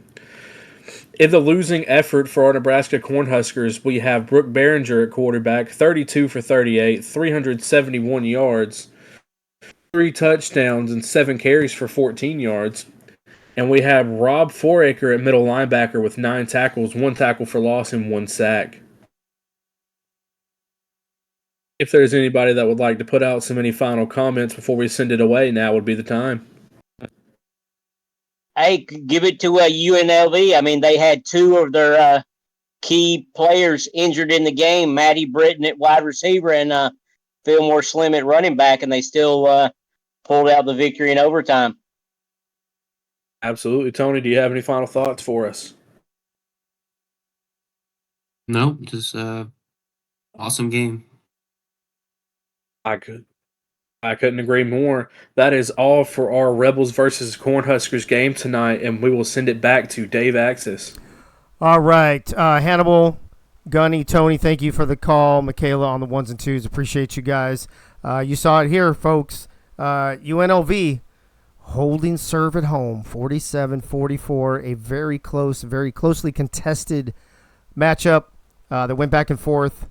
A lot of great plays, a lot of great action, a lot of fun. And UNLV gets the W to improve to 3-0 on the season. If you missed the first game earlier tonight, you missed another close game where Missouri took care of business 41-38 over Ohio State. Now, that's going to bring up our last game of the night, folks. We've got the Syracuse Orange sitting at 1-1. They're going to be taking on the Auburn Tigers, which everybody is surprised is 0-2, playing their first home game tonight.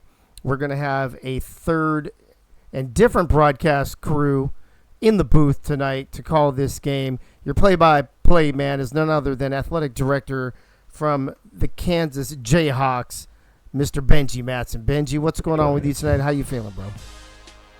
Hey, everybody. I'm feeling good, Dave. I bet you're feeling better than I am right now.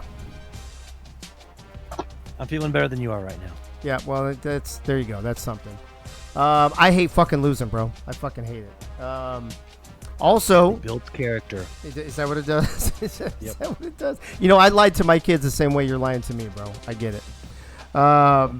In the booth alongside Benji as your analyst for this Syracuse Orange Auburn Tiger matchup is none other than Mr.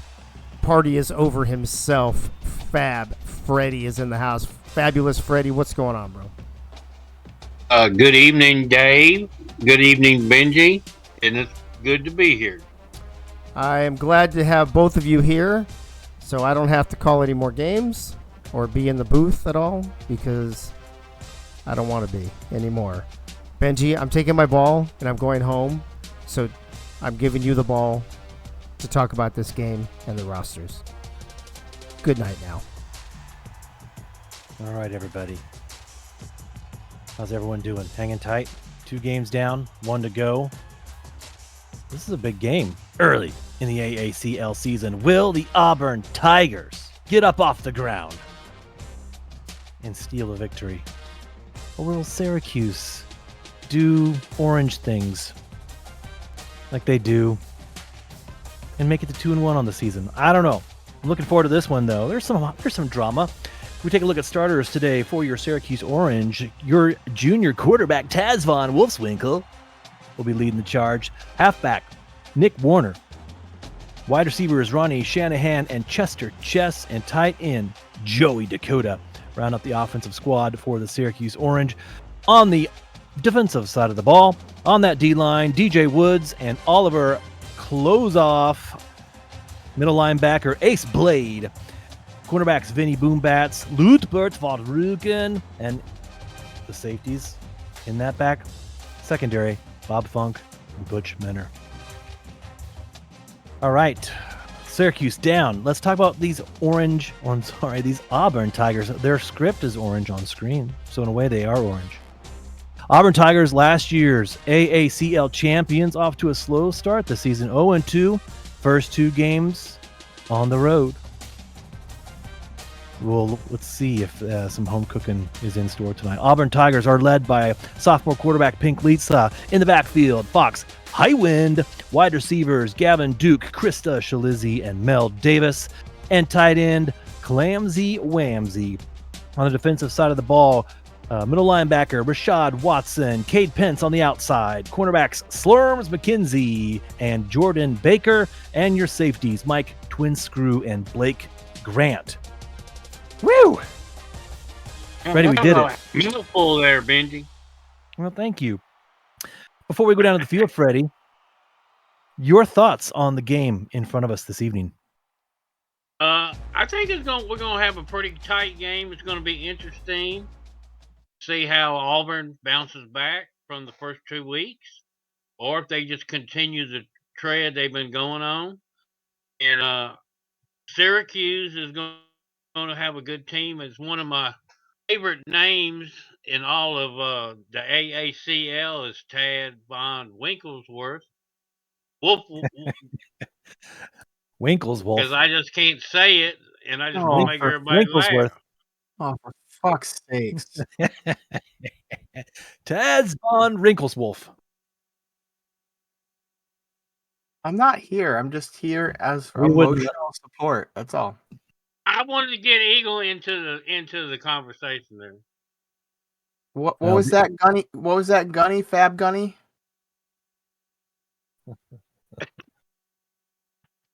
Hey. Hey, it ain't be the first time I've been called Gunny. Make no mistake, it's Freddie in the booth tonight. Syracuse Orange at Auburn Tigers. Eagle, you're just going to have to cool your jets. See if you can do it and watch this game tonight. Where are my Orange men? Where are my Tigers in the chat? Say hello. I think we're ready to do this. So, Commissioner Dave Axis, let's go to the field.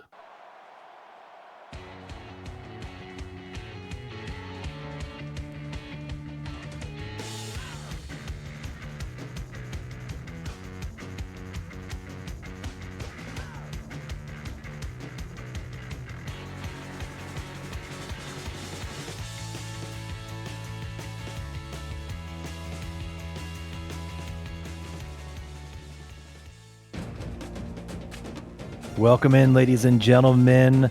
The coin toss awaits. We're at Jordan-Hare Stadium. Syracuse Orangemen versus Auburn. The Auburn Tigers, last year's AACL champions, are hungry for a victory tonight. 0-2 on the young AACL Season 3. And the captains are at midfield for the coin toss. And Syracuse Orange will receive this opening kickoff, and we are underway. And they kneeled on that kickoff, brings the ball out to the 25, and here we will see the first series for the Syracuse Orange, Taz von Wrinkleswolf in the pistol. And here is the fake on first down. And throws an interception, ladies and gentlemen.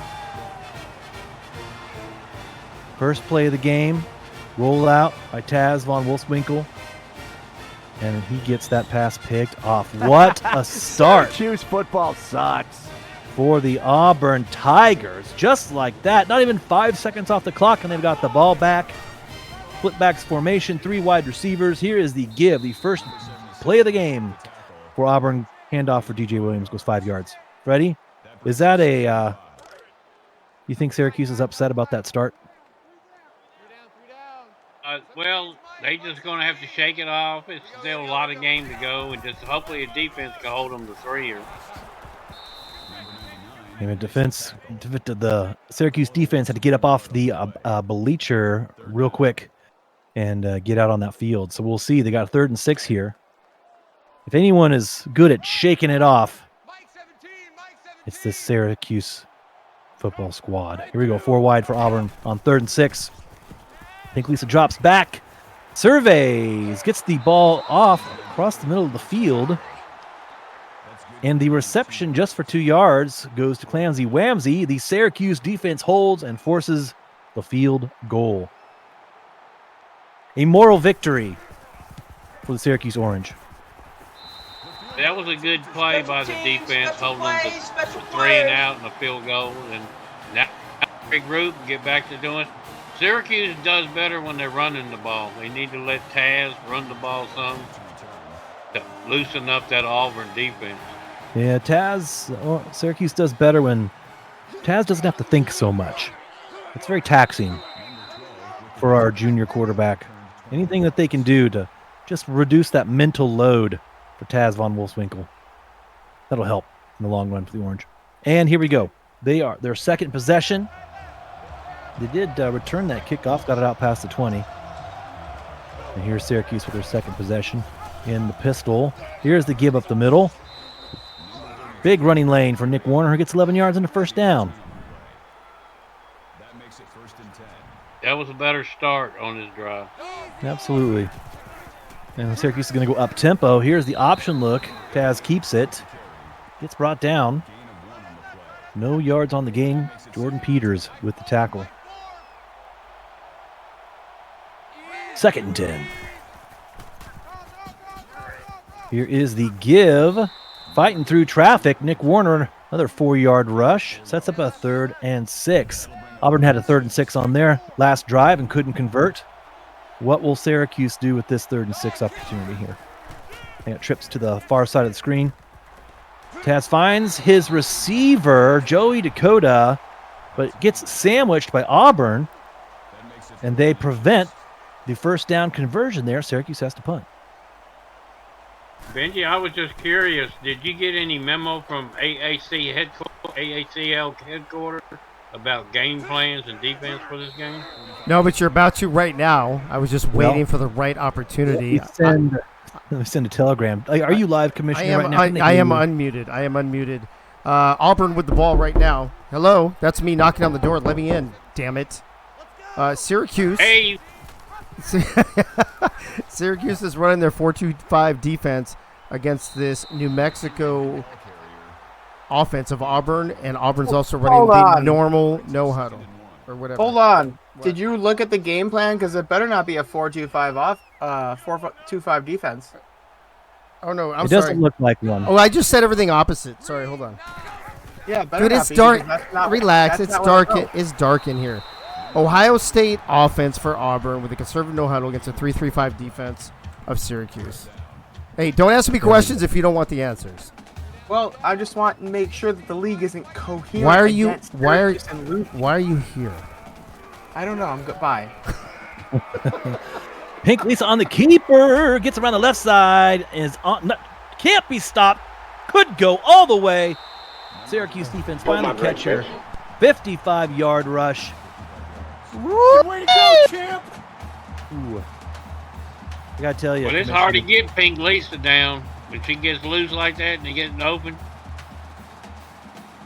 Yeah, great run there by Auburn. Commissioner, when you knocked on the door, it was so lifelike. In my studio headphones, it sounded like someone was actually knocking on my door right behind me. So I need to use the little boys' room here. Quite scary. But thank you for showing up and personally delivering those game plans. That's what makes me a good commissioner. It's just incredible. You're all over the place. Oh, back to the game at hand. We're missing the action. After that 55-yard Pink Lisa drive, Fox High one on the tote here. Sets up a 3rd and 1 for Auburn on about the 5-yard line. Fox hasn't been able to break one open yet. He usually breaks some big play here or there. Been kind of containing Fox. Yeah, they got a great chance here to just pick up 1 yard. Will they turn around and give it to Fox? Looks like they're going to run the option. Pink Lisa makes the pitch, and they're going to drag Fox down for a loss. 3-yard loss. So that's a 4th down for Auburn. Shut up, bitch! That Syracuse defense was waiting for something funky from Auburn on a 3rd and 1, and they put a stop to that. Another field goal attempt for Auburn. Yeah, I think the Orange defense showed up tonight. They just waiting on the offense to get it going. Well, they're going to have a chance to get it going. This ball goes back to them. 2 drives by Auburn that were set up by big plays, and that Syracuse defense holds them to 2 field goals. There are some early numbers on the screen, ladies and gentlemen. I will jump in here one more time and remind everyone that Syracuse is running the New Mexico offense with a normal no huddle against the 4-2-5 defense of Auburn. Oh, there he goes. He gone.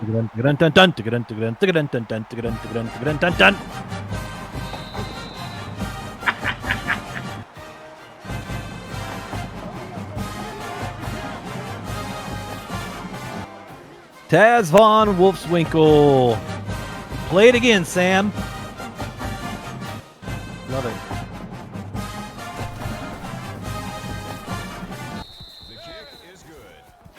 That was the Taz Von Wolfswinkel scramble for a Syracuse. We got to get the soundbite in there. Good for Syracuse. What was it, ladies and gentlemen? Touchdown! I forgot that was me. I forgot that was me. I got it. You're fired. You're fired. You're Please fired. fire me. This is a lot of work. Somebody's fired.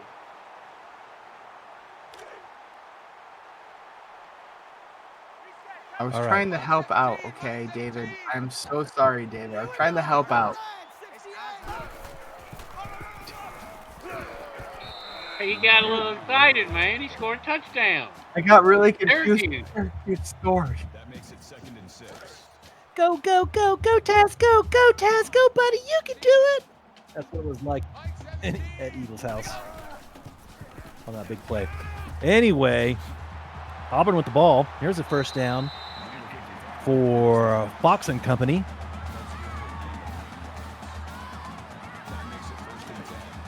Eagle did celebrating that Taz touchdown run. 1st and 10 for Auburn. Approaching midfield. Pink Letha drops back. Some good protection. Has some time. He gets rid of it. Great catch by Krista Shalizzi coming back for the ball. Just reaches up and clamps onto that ball before he's sandwiched by a few defensemen. That's a great catch by the wide receiver from Auburn. That's up a 2nd and short. They don't give the ball off. Licking and kept on picking. Yeah, that was a great catch. And Mel Davis collects that one for the first down.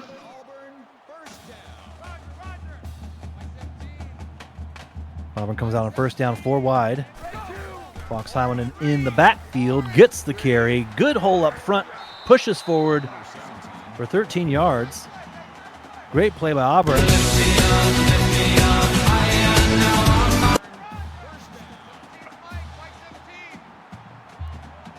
Yeah, That was pretty strong. I can't hear. Fox Highland. Loss of 1 yard on the play. That'll bring up 2nd and 11. Oh, these AACL broadcasts are dangerous. You never know what's in store. 2nd and 11 for Auburn. 2 wide receivers to the short side of the field all day long for Pink Lisa. Goes deep and connects. Coming back to the ball, Mel Davis.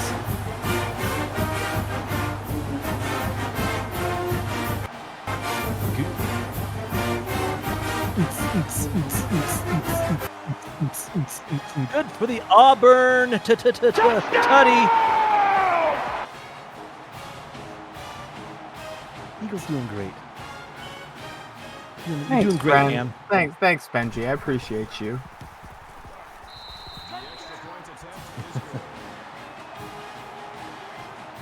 $2:16 left in the first quarter. Plenty of action already here at Auburn. They've got the lead now, 13-7. Looks like we're going to have a shootout. I would expect nothing less. Tonight's final game is also the last game of the 3rd week of the AACL season. Who cares about defense? We're just here Get her done. to see some action. That's what she said. Every single eligible player for Syracuse is on the near side of the field. Taz can't find anyone to throw to. He has to scramble and goes nowhere. It's a 2nd and 14. You are fake news. There were like 8 receivers on Dude, the near side of the field. I gotta No one mute. was Benji, I gotta mute myself. Taz looked like he was playing fucking soccer there, the way he fucking flopped down. Hold my What break. is soccer? Football. Taz. Syracuse tries to run the triple option there out of the full house backfield, and Auburn was ready for that. 3rd and 16. Syracuse is going backwards on this drive, Freddie. Yeah, they hadn't started off very good this drive for them. They have trips to the far side of the field. They makes the pass, connects with chest for chest, but well short of the first down as Auburn defense holds and forces the Syracuse punt from the 26-yard line. There's going to be a return by Auburn. Gavin Duke makes the first man miss. What is that? What was bullshit? I just heard Galvin Duke, and I just immediately thought of bullshit. That's all I thought of. So That's messed up. Oh, there's a great play. That's bullshit right there. Pink Lisa looks the defense off, comes back, and throws a dart. Just remember, Benji. Syracuse football sucks. Was that Shalizzi? It was. It was. That Pink Lisa to Krista Shalizzi connection, legit. Syracuse with the rush. Drops Pink Lisa after the huge play. The Syracuse defense turns up the heat. Gets home for the sack. Sets up 2nd and 16. The Syracuse defense so far in this game, still a minute to go in the first quarter, but they've been opportunistic. Auburn's had the ball on the Syracuse side of the field for most of this quarter, but Syracuse has been able to force a couple field goals. And they're going to set up a 3rd and 13 again. Will they force a 3rd field goal here early in this game? Good way to go, champ! We've got Auburn with trips down here. 3 wide receivers on the near side. Pink Lisa drops back. The lefty goes downfield. Throws the ball short of the first down marker, but Clamsy Wamsy is able to inch forward and scores the first down. Are you having a heart attack or? I'm not having a heart attack. Call it a loss of 2 yards on the play. That'll bring up 2nd and 11. Yeah, if you want me to. If you want to kick me up at any time, just do it. Yes, chef. 2nd 11 for Auburn. Here's the give to Fox. Gets a few yards. So it's with manageable. 3rd and 7, and that's the end of the first quarter, everyone. Football action. Woo! It's a pretty exciting first half here, first quarter. Yeah, absolutely. Wondering if fans in chat think Auburn will come away with a touchdown on this drive. We got a great opportunity here. First down all day long. Pink Lisa going to the end zone. I think. Who was that on the attempt? Yeah, I thought they had it in their hands, and just that Syracuse defense came in, knocked it away.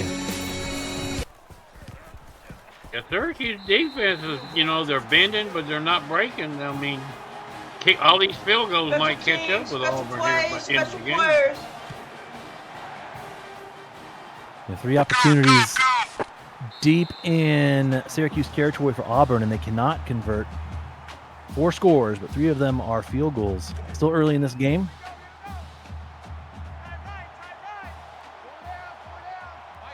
And Syracuse back with the ball recently after the long touchdown run by Taz. They're settling in here, see what they can do. That makes it 2nd and 6. We got a 2nd and 6. And you got to get Warner going, get him a few more touches. There you go, Freddie. Number 4 makes the tackle. Right That's up the one middle. running back thinking like another running back. Feed me, baby. He's saying, feed me.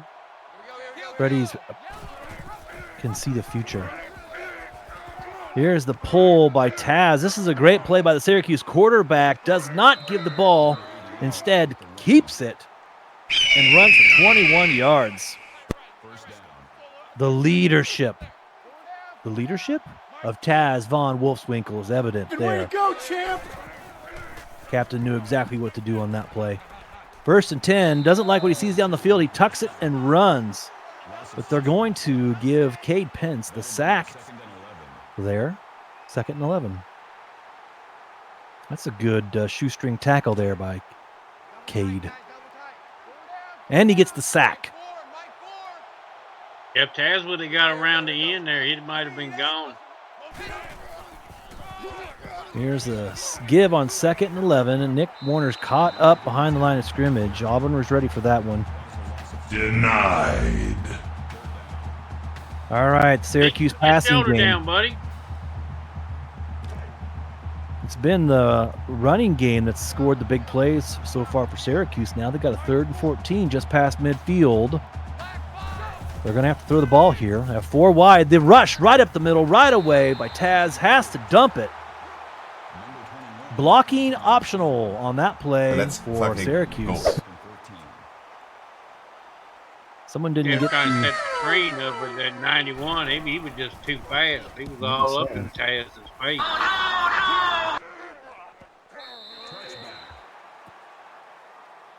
And the punt is away. Auburn with the lead and the ball. We've already talked about how they've had to settle for field goals. This will be another long field for them to drive. Get her done. You got to think that they're happy but not content with these 3 field goals. These need to be touchdowns. I'm sure they're talking about that in the Oregon huddle as Fox starts this drive off with a 5-yard scamper. What do foxes do? Prance. I don't know. This guy stinks. 4 wide for Auburn. Here's a rush by Syracuse this time, right up the middle. Pink Lisa is sacked. What was that, Freddie? I asked, is Lisa okay? Better Got check. hit by a train. Ace Blade with the rush. Gets home. It forces 3rd and long for Auburn. Pink Lisa's got lots of time in the pocket. Vinny Boombats with the defense there. Could have come away with the interception, but forgot how hands work. But a good play nonetheless, because Syracuse will get the ball back.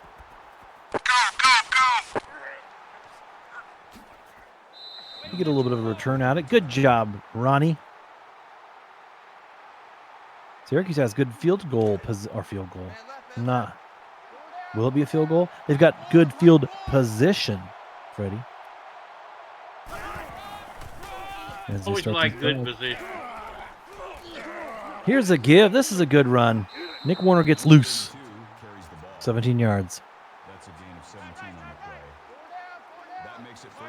Almost 7 yards per rush for Nick. Syracuse running game is getting yards in chunk here in this first half. Here's a good play. Taz Von Wolfswinkel connects Ronnie Shanahan for 20 yards. Shanahan's first catch of the night. Fire in the hole! Now Syracuse is in the red zone. Nick Warner up the middle. Chugga, chugga, chugga, chugga, chugga, chugga, chugga, chugga. The beast. Let's go. First and goal. Smells like Taz time. Does Taz smell? I bet he does. Chester Chess.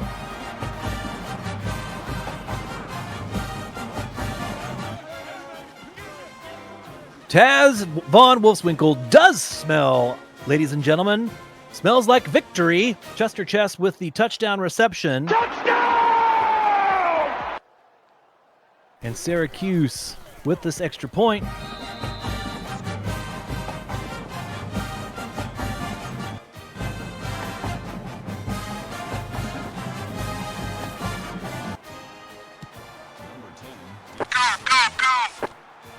I like our fight songs.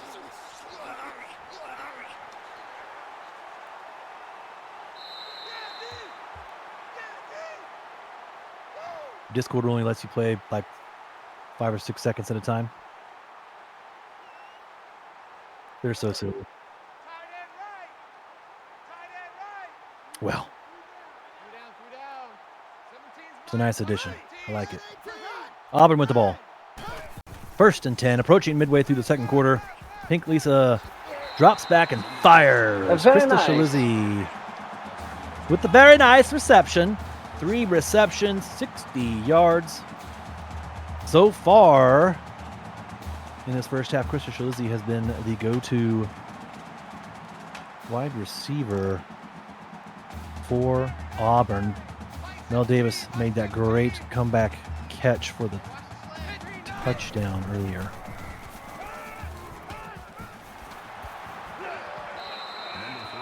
And that's a good connection. Chris Shalizzi makes that sharp cut, runs across the field, and finds the open spot in that zone. It's another Auburn first down. Back and forth and back and forth.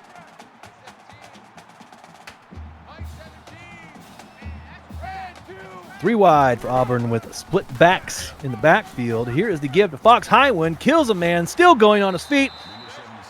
Woo! A good strong run by the Fox. Yes, it was. Got 6 yards on that. 2nd and 4. Auburn's in field goal range, but you know they want the touchdown on this drive, and they're going to get it. Mel Davis on the receiving end of that pass from Pink Lisa.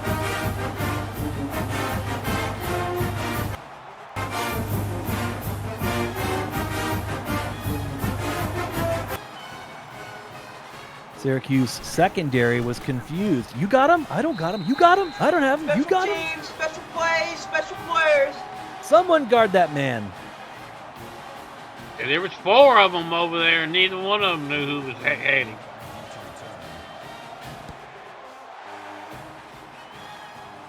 Breaking news. AACL. The league doesn't have much of a budget for broadcasting equipment. And I lost my monitor.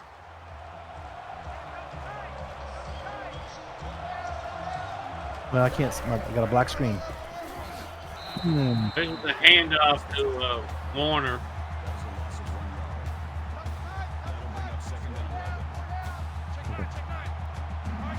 I'm in danger. I will jump in to relieve Benji for the moment as Nick Warner gets caught. Well, he got a 1-yard rush out of it. That's not terrible. Looks like Blake Grant on the stop. Benji's monitor went out. It went black. That's never good when you're looking at a monitor, FYI. Nice little hot pass there from Taz to I knew Chad would quit for 9 yards. It's going to bring up 4th and 1. It's going to bring up a punting situation. And Freddie, I got to say, Syracuse, they can't keep affording to punt while Auburn's returning these possessions for touchdowns and field goals as the returner fumbles the ball. But he turns around the outside, and makes something out of nothing. Fumble or no? I was like, I looked like he fumbled it again. Whatever happens for one team in the first half can happen for the other team in the second half. That's the rumor. So that was Gavin Duke. Let's see. Sounder. Look right there. Oh, no, he didn't fumble it again. We thought he did. Benji, are you back? I've got signal. I'm back. But you're doing great, Dave. You can just keep going. Nah, bro. I've done enough of this shit this week. Go ahead. Well, just in time. The first interception of the game, Pink Lisa. Got a little greedy there, maybe. There's double coverage on him. Yeah, that was just almost an impossible window to get that ball into. Was that Bob Funk on that interception? 44. Bob Funk making an impact. That turnover stops that Auburn momentum, which they had built up. 3 minutes, 15 seconds on the clock, which is running. Syracuse has a 3rd and 8 here. You what? Split backs in the backfield. Syracuse send a man in motion. Good pass protection. Taz has got some time, but it breaks down. Big Cat Bryant gets home for the sack. Boom. Roasted. Have a little clock in his head saying, man, you need to get rid of the ball, buddy.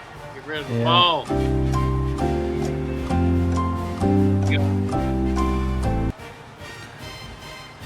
That offensive line play there was suspect. He had a little time. He just couldn't find a receiver. It looked like the tackle or the guard meant to pass his man off to the tackle, but the tackle's like, I don't want to do anything with that. He said, that's not my man. I'm not supposed to block him. I'm not here to block that guy. 1st and 10 for Auburn. They've got 4 receivers in this formation. Motion into the backfield for one of those 4. It's going to be an option, and they do make a pitch. This is going nowhere. Woo! That's a lot of action. There's a lot of pinball machine action out there. Little trickeration. Shut up, bitch! So it falls flat for Auburn. Has a 2nd and 6. Pink Lisa on the keeper wanted to give it. Or perhaps maybe Fox wanted to hold on to that one, but Pink Lisa keeps it. Scrambles for the first down. 5 rushes, almost 60 yards for Pink Lisa. That's an effective rushing game when your quarterback can give you great yards on the ground and score first downs. Here's a first down for Auburn, and it's another Krista Shalizzi connection. That brings up 2nd and 1. She was lingering there a little bit on the ground, perhaps because a Syracuse defenseman was literally sitting on top of her, but we didn't think that she was injured, do we? Here's a screen pass that actually works. Fox scrambles for the first down.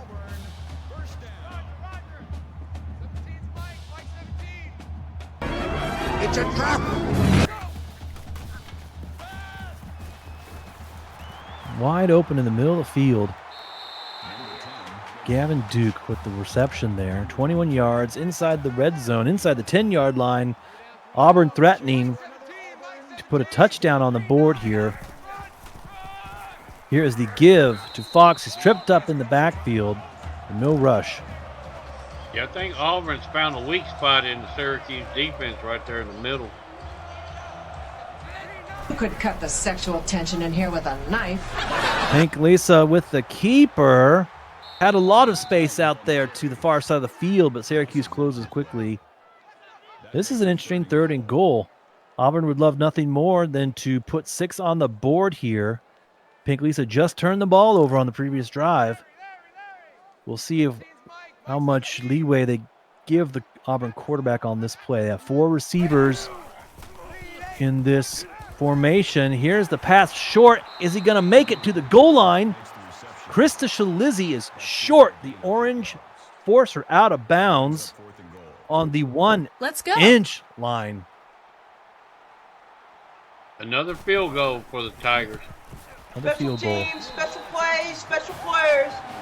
How about that, Freddie? Auburn's got all this momentum, but the Syracuse defense is standing tall. They forced 4 Auburn field goals in the first half, none bigger than that stop right there. Krista Shalizzi was inches away from putting a touchdown on the board. As it stands, Syracuse still within striking distance, and a minute on the clock here in the first half. Taz, Von Wolfswinkel. Very nice. They're going to say that was out of bounds. So it's up 2nd and 10. They do not review that play. Taz goes down and is sacked on 2nd down. 3rd and 16. Auburn's been using timeouts here. They want this ball back. What's Syracuse going to do? 3rd and 16. No, they didn't call a timeout here. Auburn's letting this clock run. Gonna run the ball up the middle right here. If I were Syracuse, they sat on that one. Didn't snap it until they had to. Now Auburn has to burn their last timeout. That was the right thing to do, I think, Freddie, for Syracuse to just run the ball there. Force Auburn to use a timeout. Syracuse football sucks. See what Auburn can do. They're not going to have much time here. Here is the punt return. Get to about the 45-yard line. 8 seconds here. I think it's just a Hail Mary time for Auburn. They don't have much time to do anything else. They're looking for something short here. They don't even have a timeout. No, what? I think Lisa's going to step up into this one. Can't. I think she's past the line of scrimmage, ain't she? Well, maybe so. There we go, Freddie. The first half is complete here at Auburn. Syracuse 14, Auburn 26. Syracuse defense is keeping them in the game, waiting for the offense to wake up and put some points on the board. Because this could be over by now if Auburn scored a few touchdowns. Yeah, great point, Freddie. Syracuse defense is definitely keeping them here close, within a striking distance as we look at some of the first half replays or highlights. I think it's a pretty. Both teams are moving the ball. Moving the ball well. Auburn, after a couple big plays in that first quarter, couldn't convert on those short fields and had to kick those early field goals. Their offense did come to life, though. They're looking good on the offensive side of the ball. Here are some stats for you. This Syracuse passing game has to get on track here in the second half. 51 yards, 212 for Auburn. It's that Syracuse rushing attack that has been moving the ball for them. Of course, Taz with that mighty run in the first half for a touchdown. I don't know what the yardage was on that, but time of possession, Tigers almost got 4 minutes more time of possession. Yeah, I think the key in this second half for Syracuse will be, can this defense continue to get stops while they wait for this offense to catch fire? Defense is right back at it, though, as Auburn has the ball. Eventually, your defense is going to get tired and get wore down. Mm-hmm. Let's see what kind of snacks they had in the locker room. See if they got hydrated as they're back out on the field. Fox gets the carry on first down. He gets 7 yards. A nice 2nd and 3 here. Auburn can do whatever they want to. Krista Shalizzi's been the impact receiver in the first half. Would they be looking for her across the middle? Pink Lisa drops back after the fake's got plenty of time and connects with John Samuel. Get her done. First down.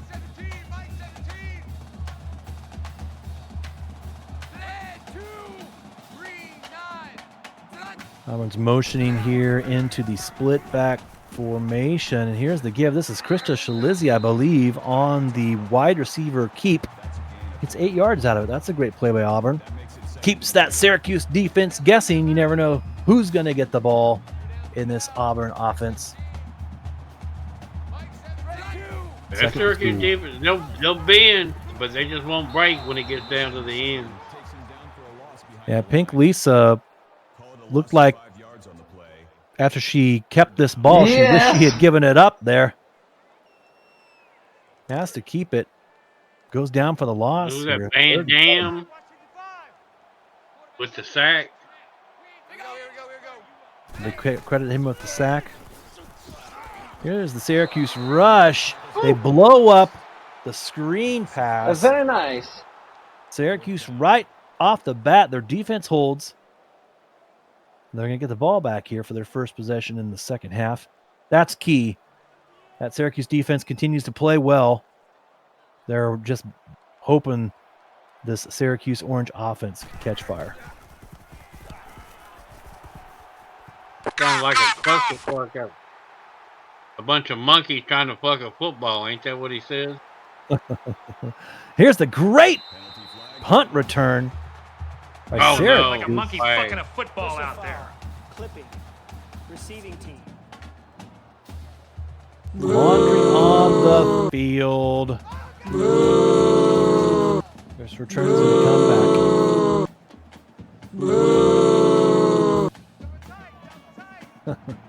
Seen a lot of clips this week.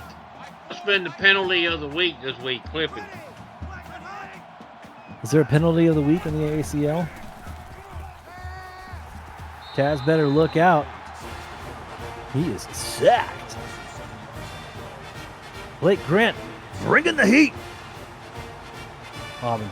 Dad's kind of rolling around like he's a soccer player out there, like he got hurt or something. Yeah, there was blocking optional for Syracuse there. Number 83. Didn't really feel like it. So it sets up a 2nd and 17 deep in their own side of the field here. Dangerous territory for Syracuse. They elect to hand the ball off, try and get some more breathing room. Syracuse football sucks. 3rd and 19. What will they do here? My money's on Taz keeper for 96-yard touchdown. Looks like I'm wrong. You better get rid of it. Gonna be sacked. You're sacked.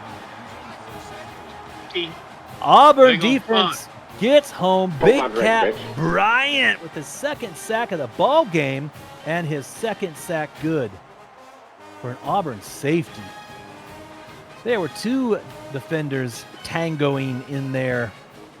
They're going to give the credit to Big Cat.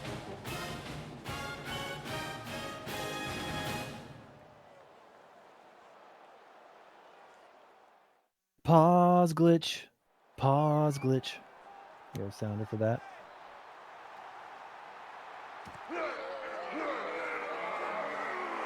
Just made it up.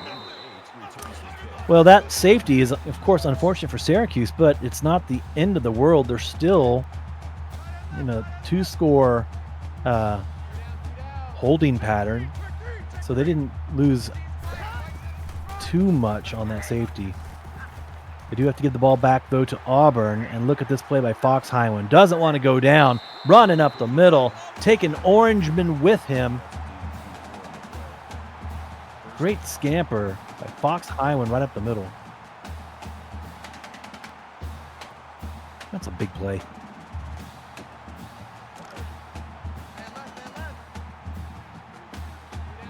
The touchdown by Auburn here maybe starts to swing the control of this game squarely to the Tigers, but that was a collision. Ludbert van Rooken making Fox regret coming to the stadium today. He fired him up. Remember me?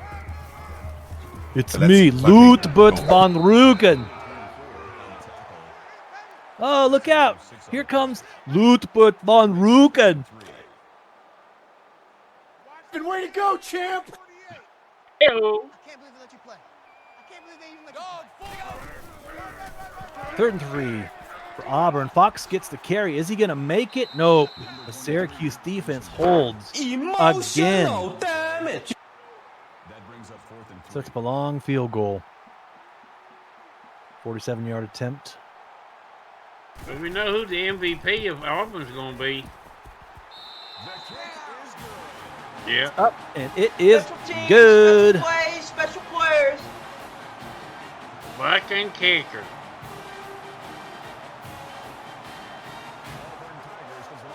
Kickers are people too.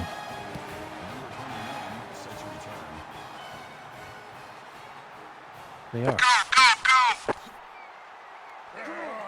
Syracuse with the ball. 1st and 10.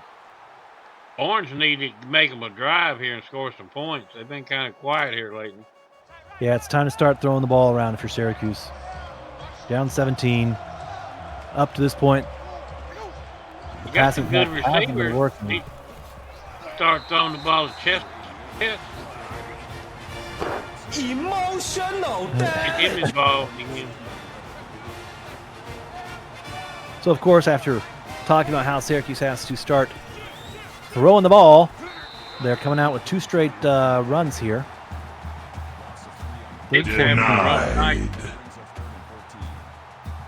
Or maybe they're just trying to lull Auburn into a false sense of security. We'll see what you feel, Nick? They've drawn up. Cam Lyman won't block for you. Taz has got good time in the pocket. He's going downfield, and it is intercepted.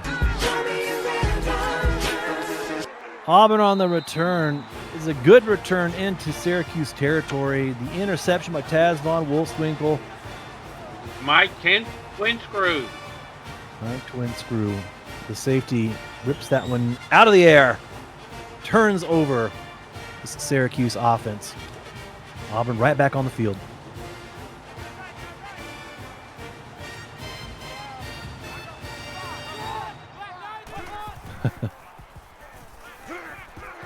Here's the pass out to the right.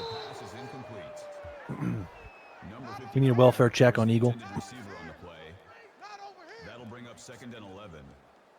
This pass out wide doesn't work for Auburn. 2nd and 11. There's still time, Syracuse. There's still time.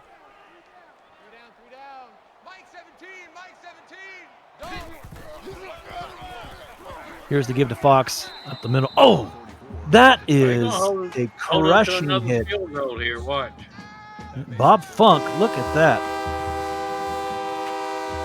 I wonder what the record for field goals in a game was. I don't know, but I'm sure that's a record Auburn would be really excited to have. 4 wide receivers for Auburn. Pink Lisa drops back, and look at that. Syracuse turns Auburn over. Great closing speed.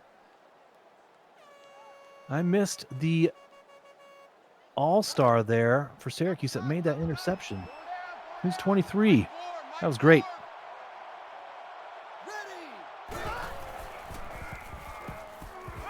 Gives Syracuse the ball back.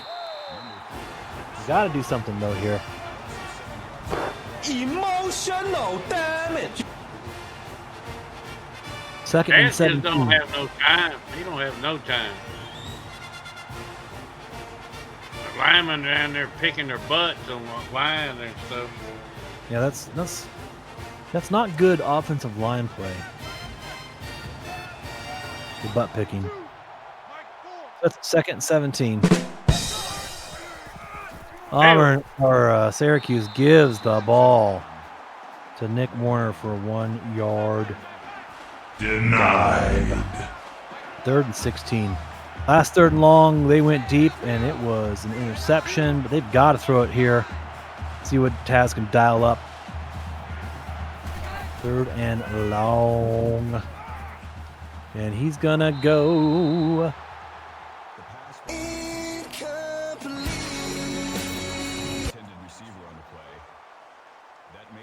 He had to throw that short. Didn't have anything downfield. They got him down. Here's the punt for Syracuse. It's away. Going to be returnable by Auburn. Another good punt return here. Gavin Duke for 11 yards. Auburn 31, Syracuse 14. Auburn, last year's Season 2 AACL champions. Off to the difficult start this season. First 2 games on the road. This is their home opener tonight. They are looking to make a statement. They've got the ball. They've got the lead. Fox Highland in the backfield, running the ball. They've got this one circled on the calendar. Everyone's dialed in for this one. 17-point lead. Freddie, you think a score here of any kind by Auburn is going to be close to a nail in the coffin for this one tonight, especially the way Syracuse is not passing the ball tonight. Yeah, I think if they hold them to another field goal, they might have a chance. But let them score a touchdown, I think it's turned out to light.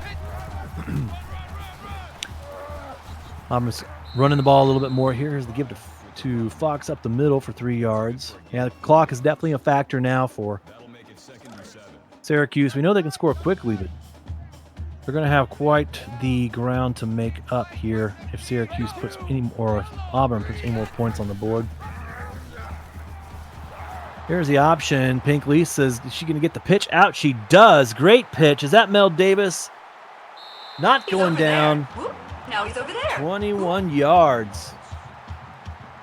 That's a great play. Executed perfectly. Yeah, it's going to be difficult to stop for a defense. Ultimately, the man with the ball is coming from the opposite side of the field. It's unaccounted for. That's a great play by Auburn there. And sets them up on the 6-yard line. Syracuse really needs another turnover here. Here's the keep. They're going to get Pinklison down. Makes the dangerous pitch. Wow. DJ Williams collects it and runs it in for the Auburn Tigers.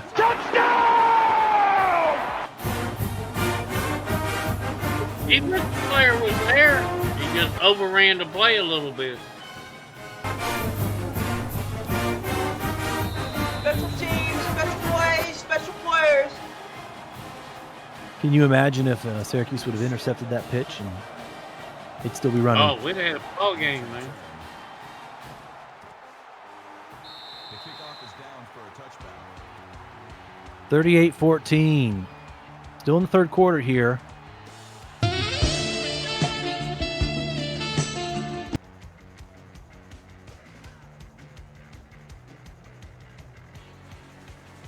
He's getting on her butt, ain't he? Not happy on the sidelines there of Syracuse. Some of y'all was out there, monkeys fucking football?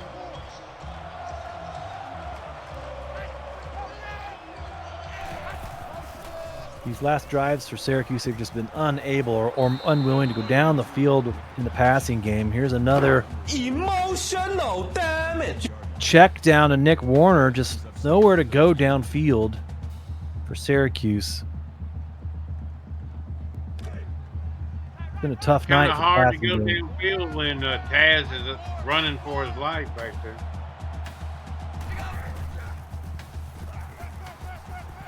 And here's another scramble. He's got to make something happen, but it's pulled down for another sack.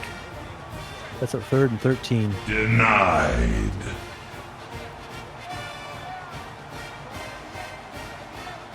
Here's defense is going to have quite a few sacks.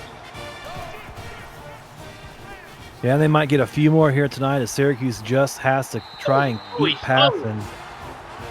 And another sack there. I don't know, Freddie. Emotional damage. I don't know if it's a secondary giving this Auburn front four the time to get home and put pressure, or if it's this front four just wreaking havoc and making the secondary just look impenetrable. Yeah, I think it's kind of some of the both. Taz is just a little confused right now. He don't know what to do. Look at him. He's going back and forth. That's the end of the third quarter.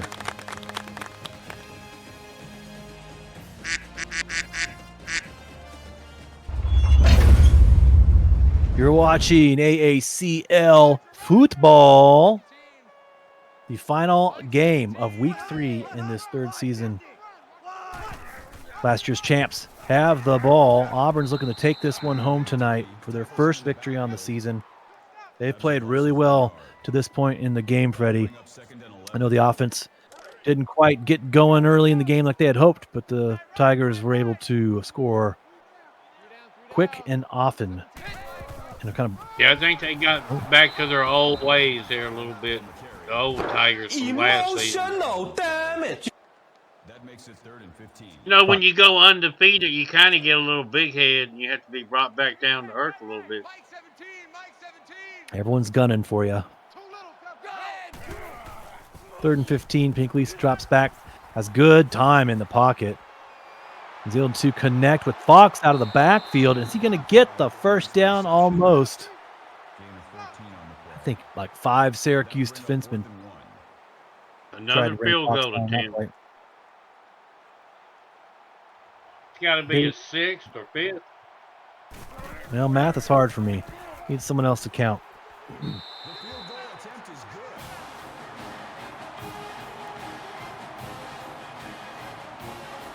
Special teams, special plays, special players. 41-14. Auburn has the big lead here at home. And the ball goes back to Syracuse. Here's a good return by the Orange. Ronnie Shanahan, 38 yards on that. Lockdown defense. Look at this. Look at these stats here. 9 sacks on the evening for this Auburn defense. They're probably going to get another sack or 2 here before this game's over tonight. It got to be a record, close to a record. Syracuse has no choice but to throw the ball here. Throw the ball in the flat. Unofficially, 9 sacks is a game record for a defense. One more sack tonight by Auburn, and they will own the AACL game record. There you go. That is a pass play for a Syracuse touchdown!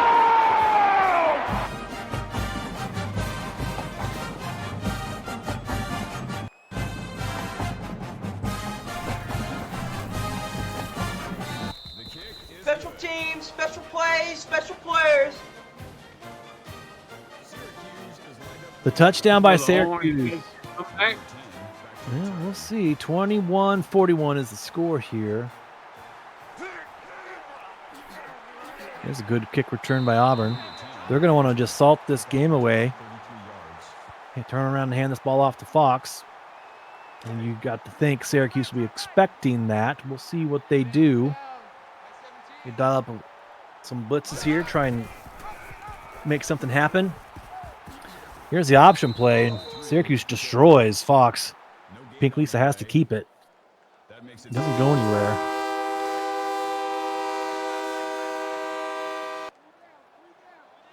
That's a heads-up play by that Syracuse defense. If they had taken that pitch man, or if they would have committed to Pink Lisa, or that pitch would have gone for at least a first down. Here's the keeper for Pink Lisa. Oh, smacked! Lisa, okay. Anyone get the number on that? Speeding bullet. I'll need to rush down to the field to get from mouth to mouth. Commissioner rushing down to the field. Is wrong Pink with Lisa you. is okay. Uh-oh. Whoa. Whoa, whoa, whoa, whoa, whoa. Denied.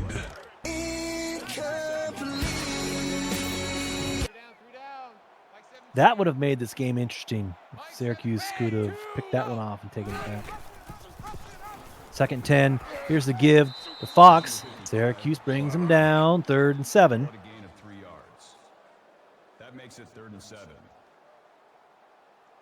There's a little drama here. 20-point lead. It's not insurmountable, but Syracuse has to. No question about it. I am ready to get hurt again.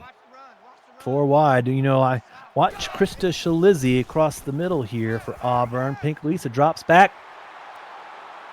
Wasn't Krista Shalizzi. Gavin Duke runs across the middle, picks up the first down. Called to play, just wrong player. Champ. Gavin Duke with the first down.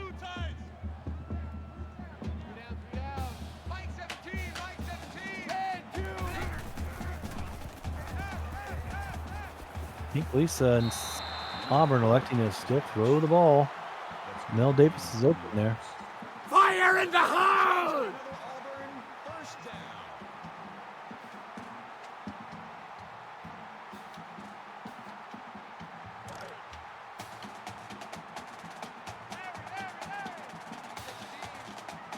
First and 10 for Auburn in the red zone. Being in the red zone a lot tonight. Here's the give. DJ Williams with 9 yards. He's over there. Whoop. Now he's over there. Whoop. That brings up 2nd and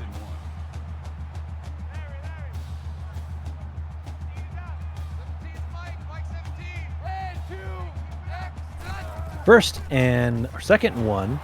Actually, not first and goal. Emotional damage. 3rd and 5 for Auburn.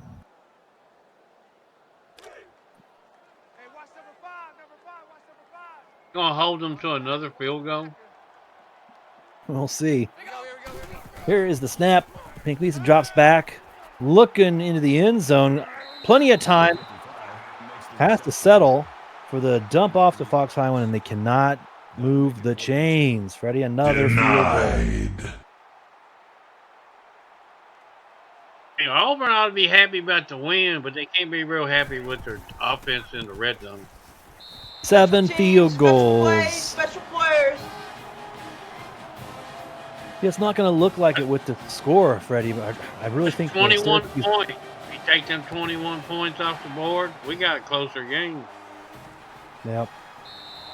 Auburn just had too many opportunities in scoring position tonight. It's 7 field goals.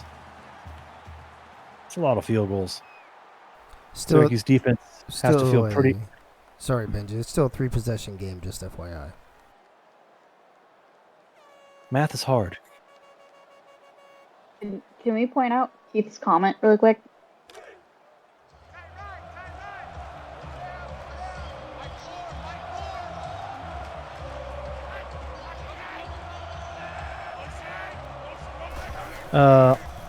Yes. It's first down for Syracuse. Here's the give across the middle. For those of you at home who like math, Auburn is 2 of 12 on 3rd down tonight.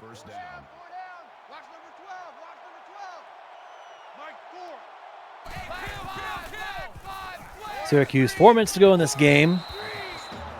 That was in the hands of Slurms McKenzie. Denied. Second and 10 for Taz in the orange. He drops back. He's got good time, steps up in the pocket, and is sandwiched. Emotional damage. Another sack, number 10. 10 sacks for the Auburn defense. Yeah, it seems AACL, we've given the Auburn coaching staff yet one more thing to gloat about here tonight.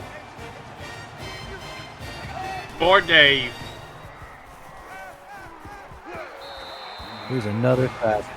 Hey, there's number 11. Emotional damage.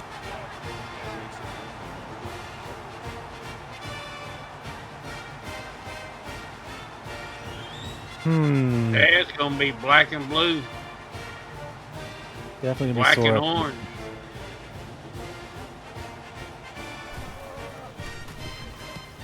They have to punt it away. –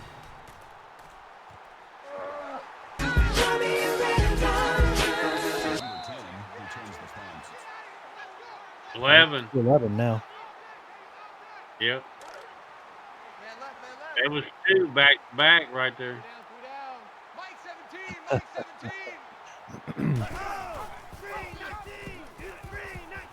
Taz Von Wolfswinkel now selling mattresses from Mattress Room. Good way to go, champ. He's over there. Whoop. Now he's over there. Whoop. Auburn's going to keep the foot on the gas here. 3 minutes and counting. Fine. Wait, I'll do it myself. some Syracuse defender got knocked on his ass.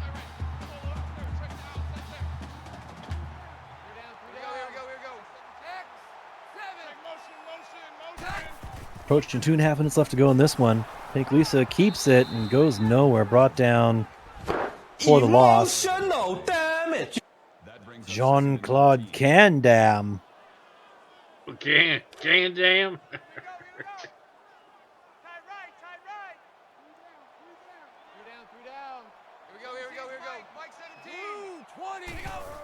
Second and 13 for Pink Lisa and the Tigers. Here's the give to Fox. He almost gets the first down. 27 rushes for a little over 100 yards for Fox. Not a bad day. Not a bad day at the office for Fox Highwind. Now Auburn's just content to On that clock. watch the clock melt away.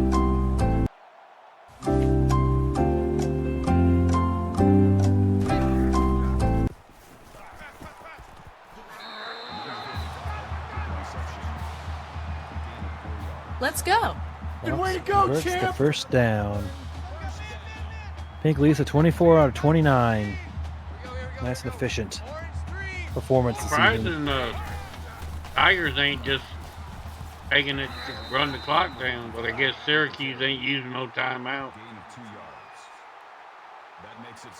At this point, That was the last play there, wasn't it? Yep. looks like it. Good game. And that's a wrap. Your Auburn Tigers are finally on the winning side of the ball game here in Syracuse AACL. football sucks. Your player of the game is the kicker.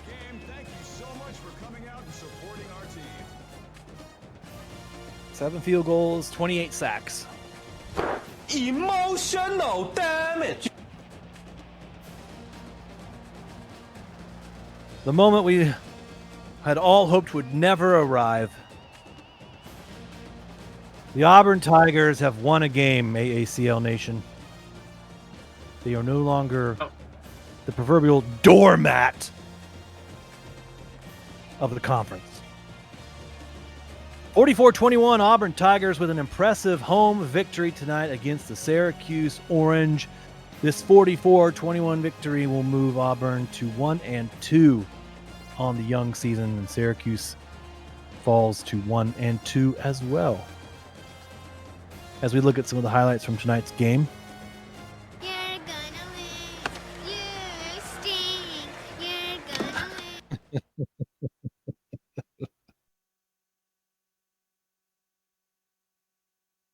win. Let's check some stats. Let's see here. Total offense, 514 yards for Auburn, just over 200 for Syracuse. 31 rushes for them. As we see, those numbers aren't good. Are those aren't good? Ladies and gentlemen, Syracuse did not convert any of their third downs tonight.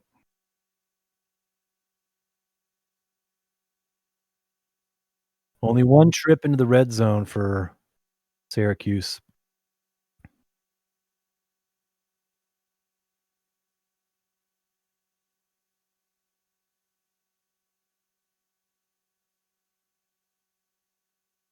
Yeah, it's 21 minutes of possession for Auburn. Usually means good things are happening for you.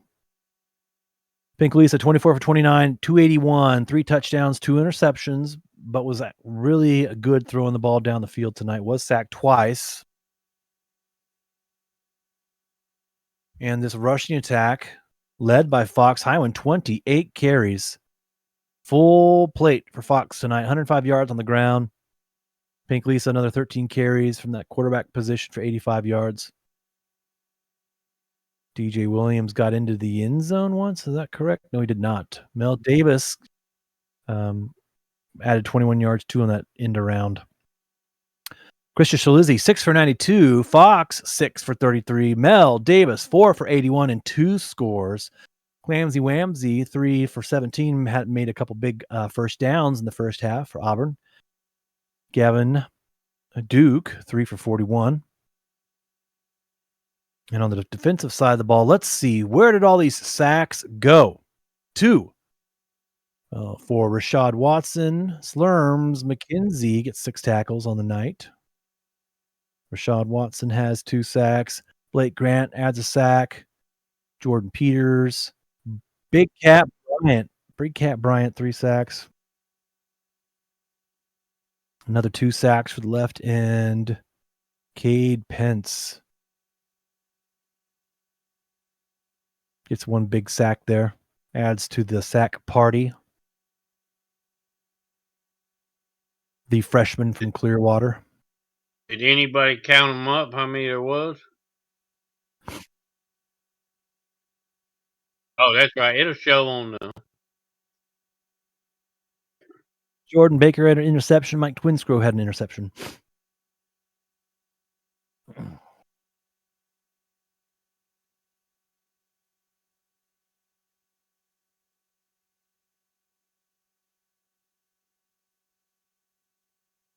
I think 11. 11 sacks. That's a lot. Anders Carlson, 7 field goals.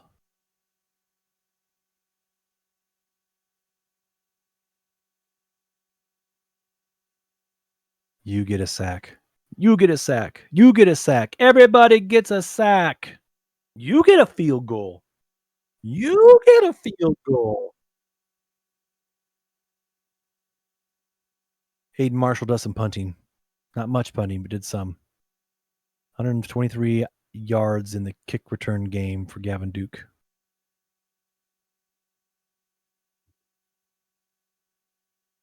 For Syracuse, Taz Von Wolfswinkel, 9 completions tonight on 15 attempts for just 124 yards. How many? Well, we'll get to it in just 1 sec. 2 touchdowns, 2 interceptions for Taz, and those 11 sacks. Just not good for the passing game tonight for Syracuse.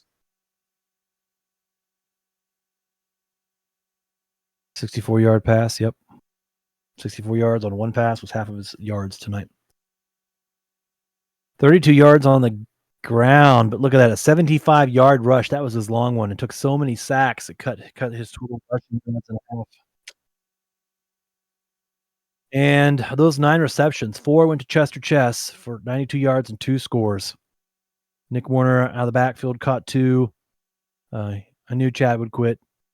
Well, had 1. Ronnie Shannon had just 1 reception. I thought Ronnie had more than 1. 20 yards. Joey Dakota. Just 1 reception for tight end Joey Dakota. Not much going in the passing game tonight. Bob Funk was all over the place. Killed a few people tonight. 1 interception. He was a busy man, Mr. Funk. 10 tackles. Yep. Butch Minner added 8 solo tackles and 1 interception. Ace Blade, 6 tackles. Oliver Klozoff, 5 solo tackles, 2 of them for loss. Luthberg, Fons Rugen, 5 tackles.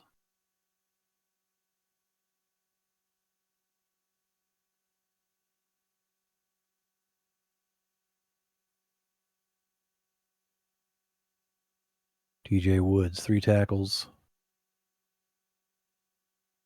Vinny Boombats, 1 tackle and a pass defense tonight.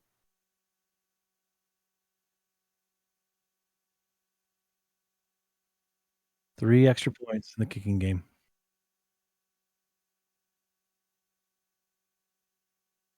I don't know.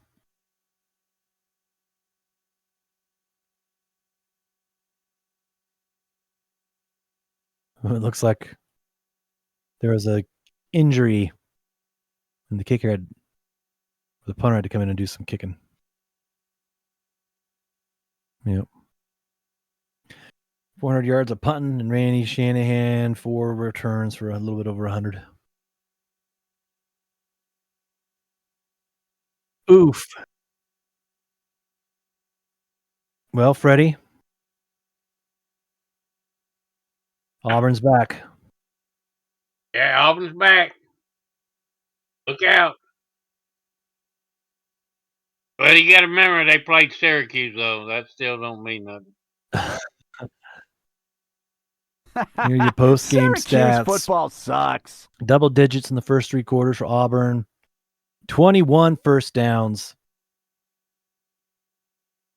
Over 500 total yards. Auburn can't be proud of this offensive performance. Even though they won by a lot, left a lot of points on the field. Yeah, they did. A win is a win in the AACL, and Auburn for sure will take it tonight. That will be a stat that the coaching staff might be looking at. Players of the game tonight. Big Cat Bryant for that Auburn Tigers defense with his 3 sacks. For offense. Check 1, 2. I think I just lost my mic. Maybe I'm back. You just.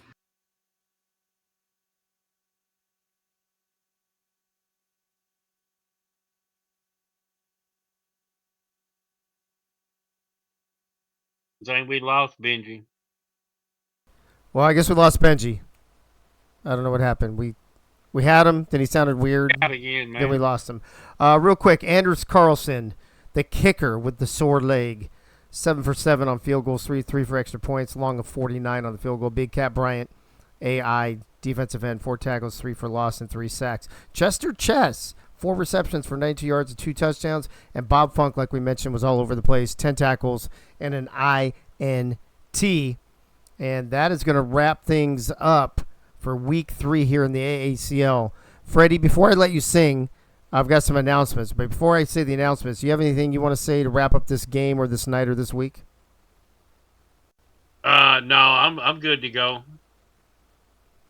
I'll let you do your thing. All right, folks. And then I'll do my thing. All right, so in case you missed it earlier tonight, in our very first game, the kickoff game here on the final night of week 3, Missouri outlasts Ohio State 41-38. Then we saw a nice overtime thriller out in the desert in Las Vegas. UNLV holds on 47-44 in overtime to take down the Nebraska Cornhuskers. And then you just saw some record-setting, possibly record-setting field goals. I'm not sure. Keith and I, we need to check on that. But definitely record-setting sacks by Auburn as they pretty much just dismantle Syracuse 44-21. Ray and I are going to work on the schedule to try to get it out as soon as possible, which means probably tomorrow. I will have a ping, my daily ping at noon tomorrow, like normal, unless I get it out a little early. But then you won't hear from me for the rest of tomorrow and probably on Friday, except for maybe popping in here and there. So I'm pretty much unavailable the next 2 days. That being said, I want to remind everybody on Friday, this Friday, is another week. It's week 3. There's only a couple of weeks left that you can actually join a team. You can only a couple of weeks left to enroll late in school and walk on to. Oh, thank you, Gunny. I got 30 minutes left, but 30 minutes and then it's my birthday. But I appreciate it, bud. I appreciate it.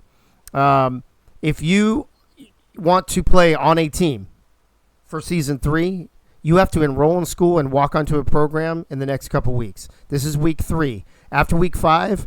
There's no more walk-ons. You have to just watch the rest of the season until next season.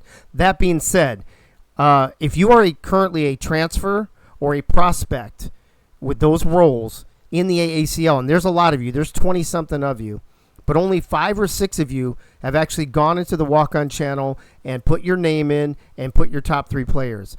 Come this weekend, if you're in the server with a transfer or a prospect role, and you do not have a name and 3 positions in the walk-on channel, I'm going to bounce you. You don't need to be – if you're just here to take up space, you don't need to be here. And you can say what you want, how I sound, if I'm being a dick, whatever. I don't fucking care. You don't understand how much work it is to do stuff in this league, behind the scenes, in the server. And if you're literally just here taking up space, you don't need to be here. So just be ready for another – I've already cleaned it – I cleaned it out after the preseason tournament. Before we start the regular season, I'm going to clean it out again here this weekend. So, final warning, if you are a transfer, mostly people left over from Indiana, or if you have a prospect role, and you are in the AACL server with either one of those roles, and you are not in the walk-on channel with a name and 3 positions, you will not be sticking around. I don't know how much clearer I can be. So, that being said, we are back on track with our normal schedule next week to Tuesday, Wednesday, Thursday. We were off this week. The following week, for week 5, we might be back on the Monday, Tuesday, Wednesday thing. It might actually end up being a Monday, Wednesday, Thursday thing. It's going to be tough. I have something possibly on that Tuesday, and I have something possibly on that Thursday. So I don't know. Maybe I'll run fucking 8 games on Wednesday. We'll see. I don't know what's going to happen. But just be prepared that next week's a normal week. The week after that will be different. And then after that, I think we're good for a while. I don't have anything else on the calendar for a while personally. So that's about it for me. Freddie, go ahead and sing us home. Take us home. Do your thing. All right, AACL. And, oh, yeah, I want to wish Dave an early happy birthday. Thank you, bro. But here we go. Turn out the lights. Party's over. They say that all good things must end. Let's call it a night.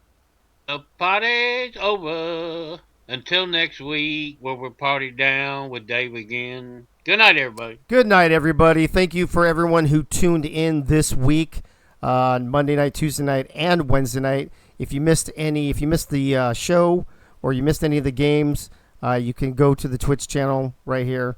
If you missed anything previously to this week, you can go to the YouTube channel and check things out there. In the meantime, enjoy your long weekend. I mean, this is the longest space, right? We had an early week this week. We're back normal next, so you've got several days off. Don't forget this Friday, classes start and another round of walk-ons, so be ready for that.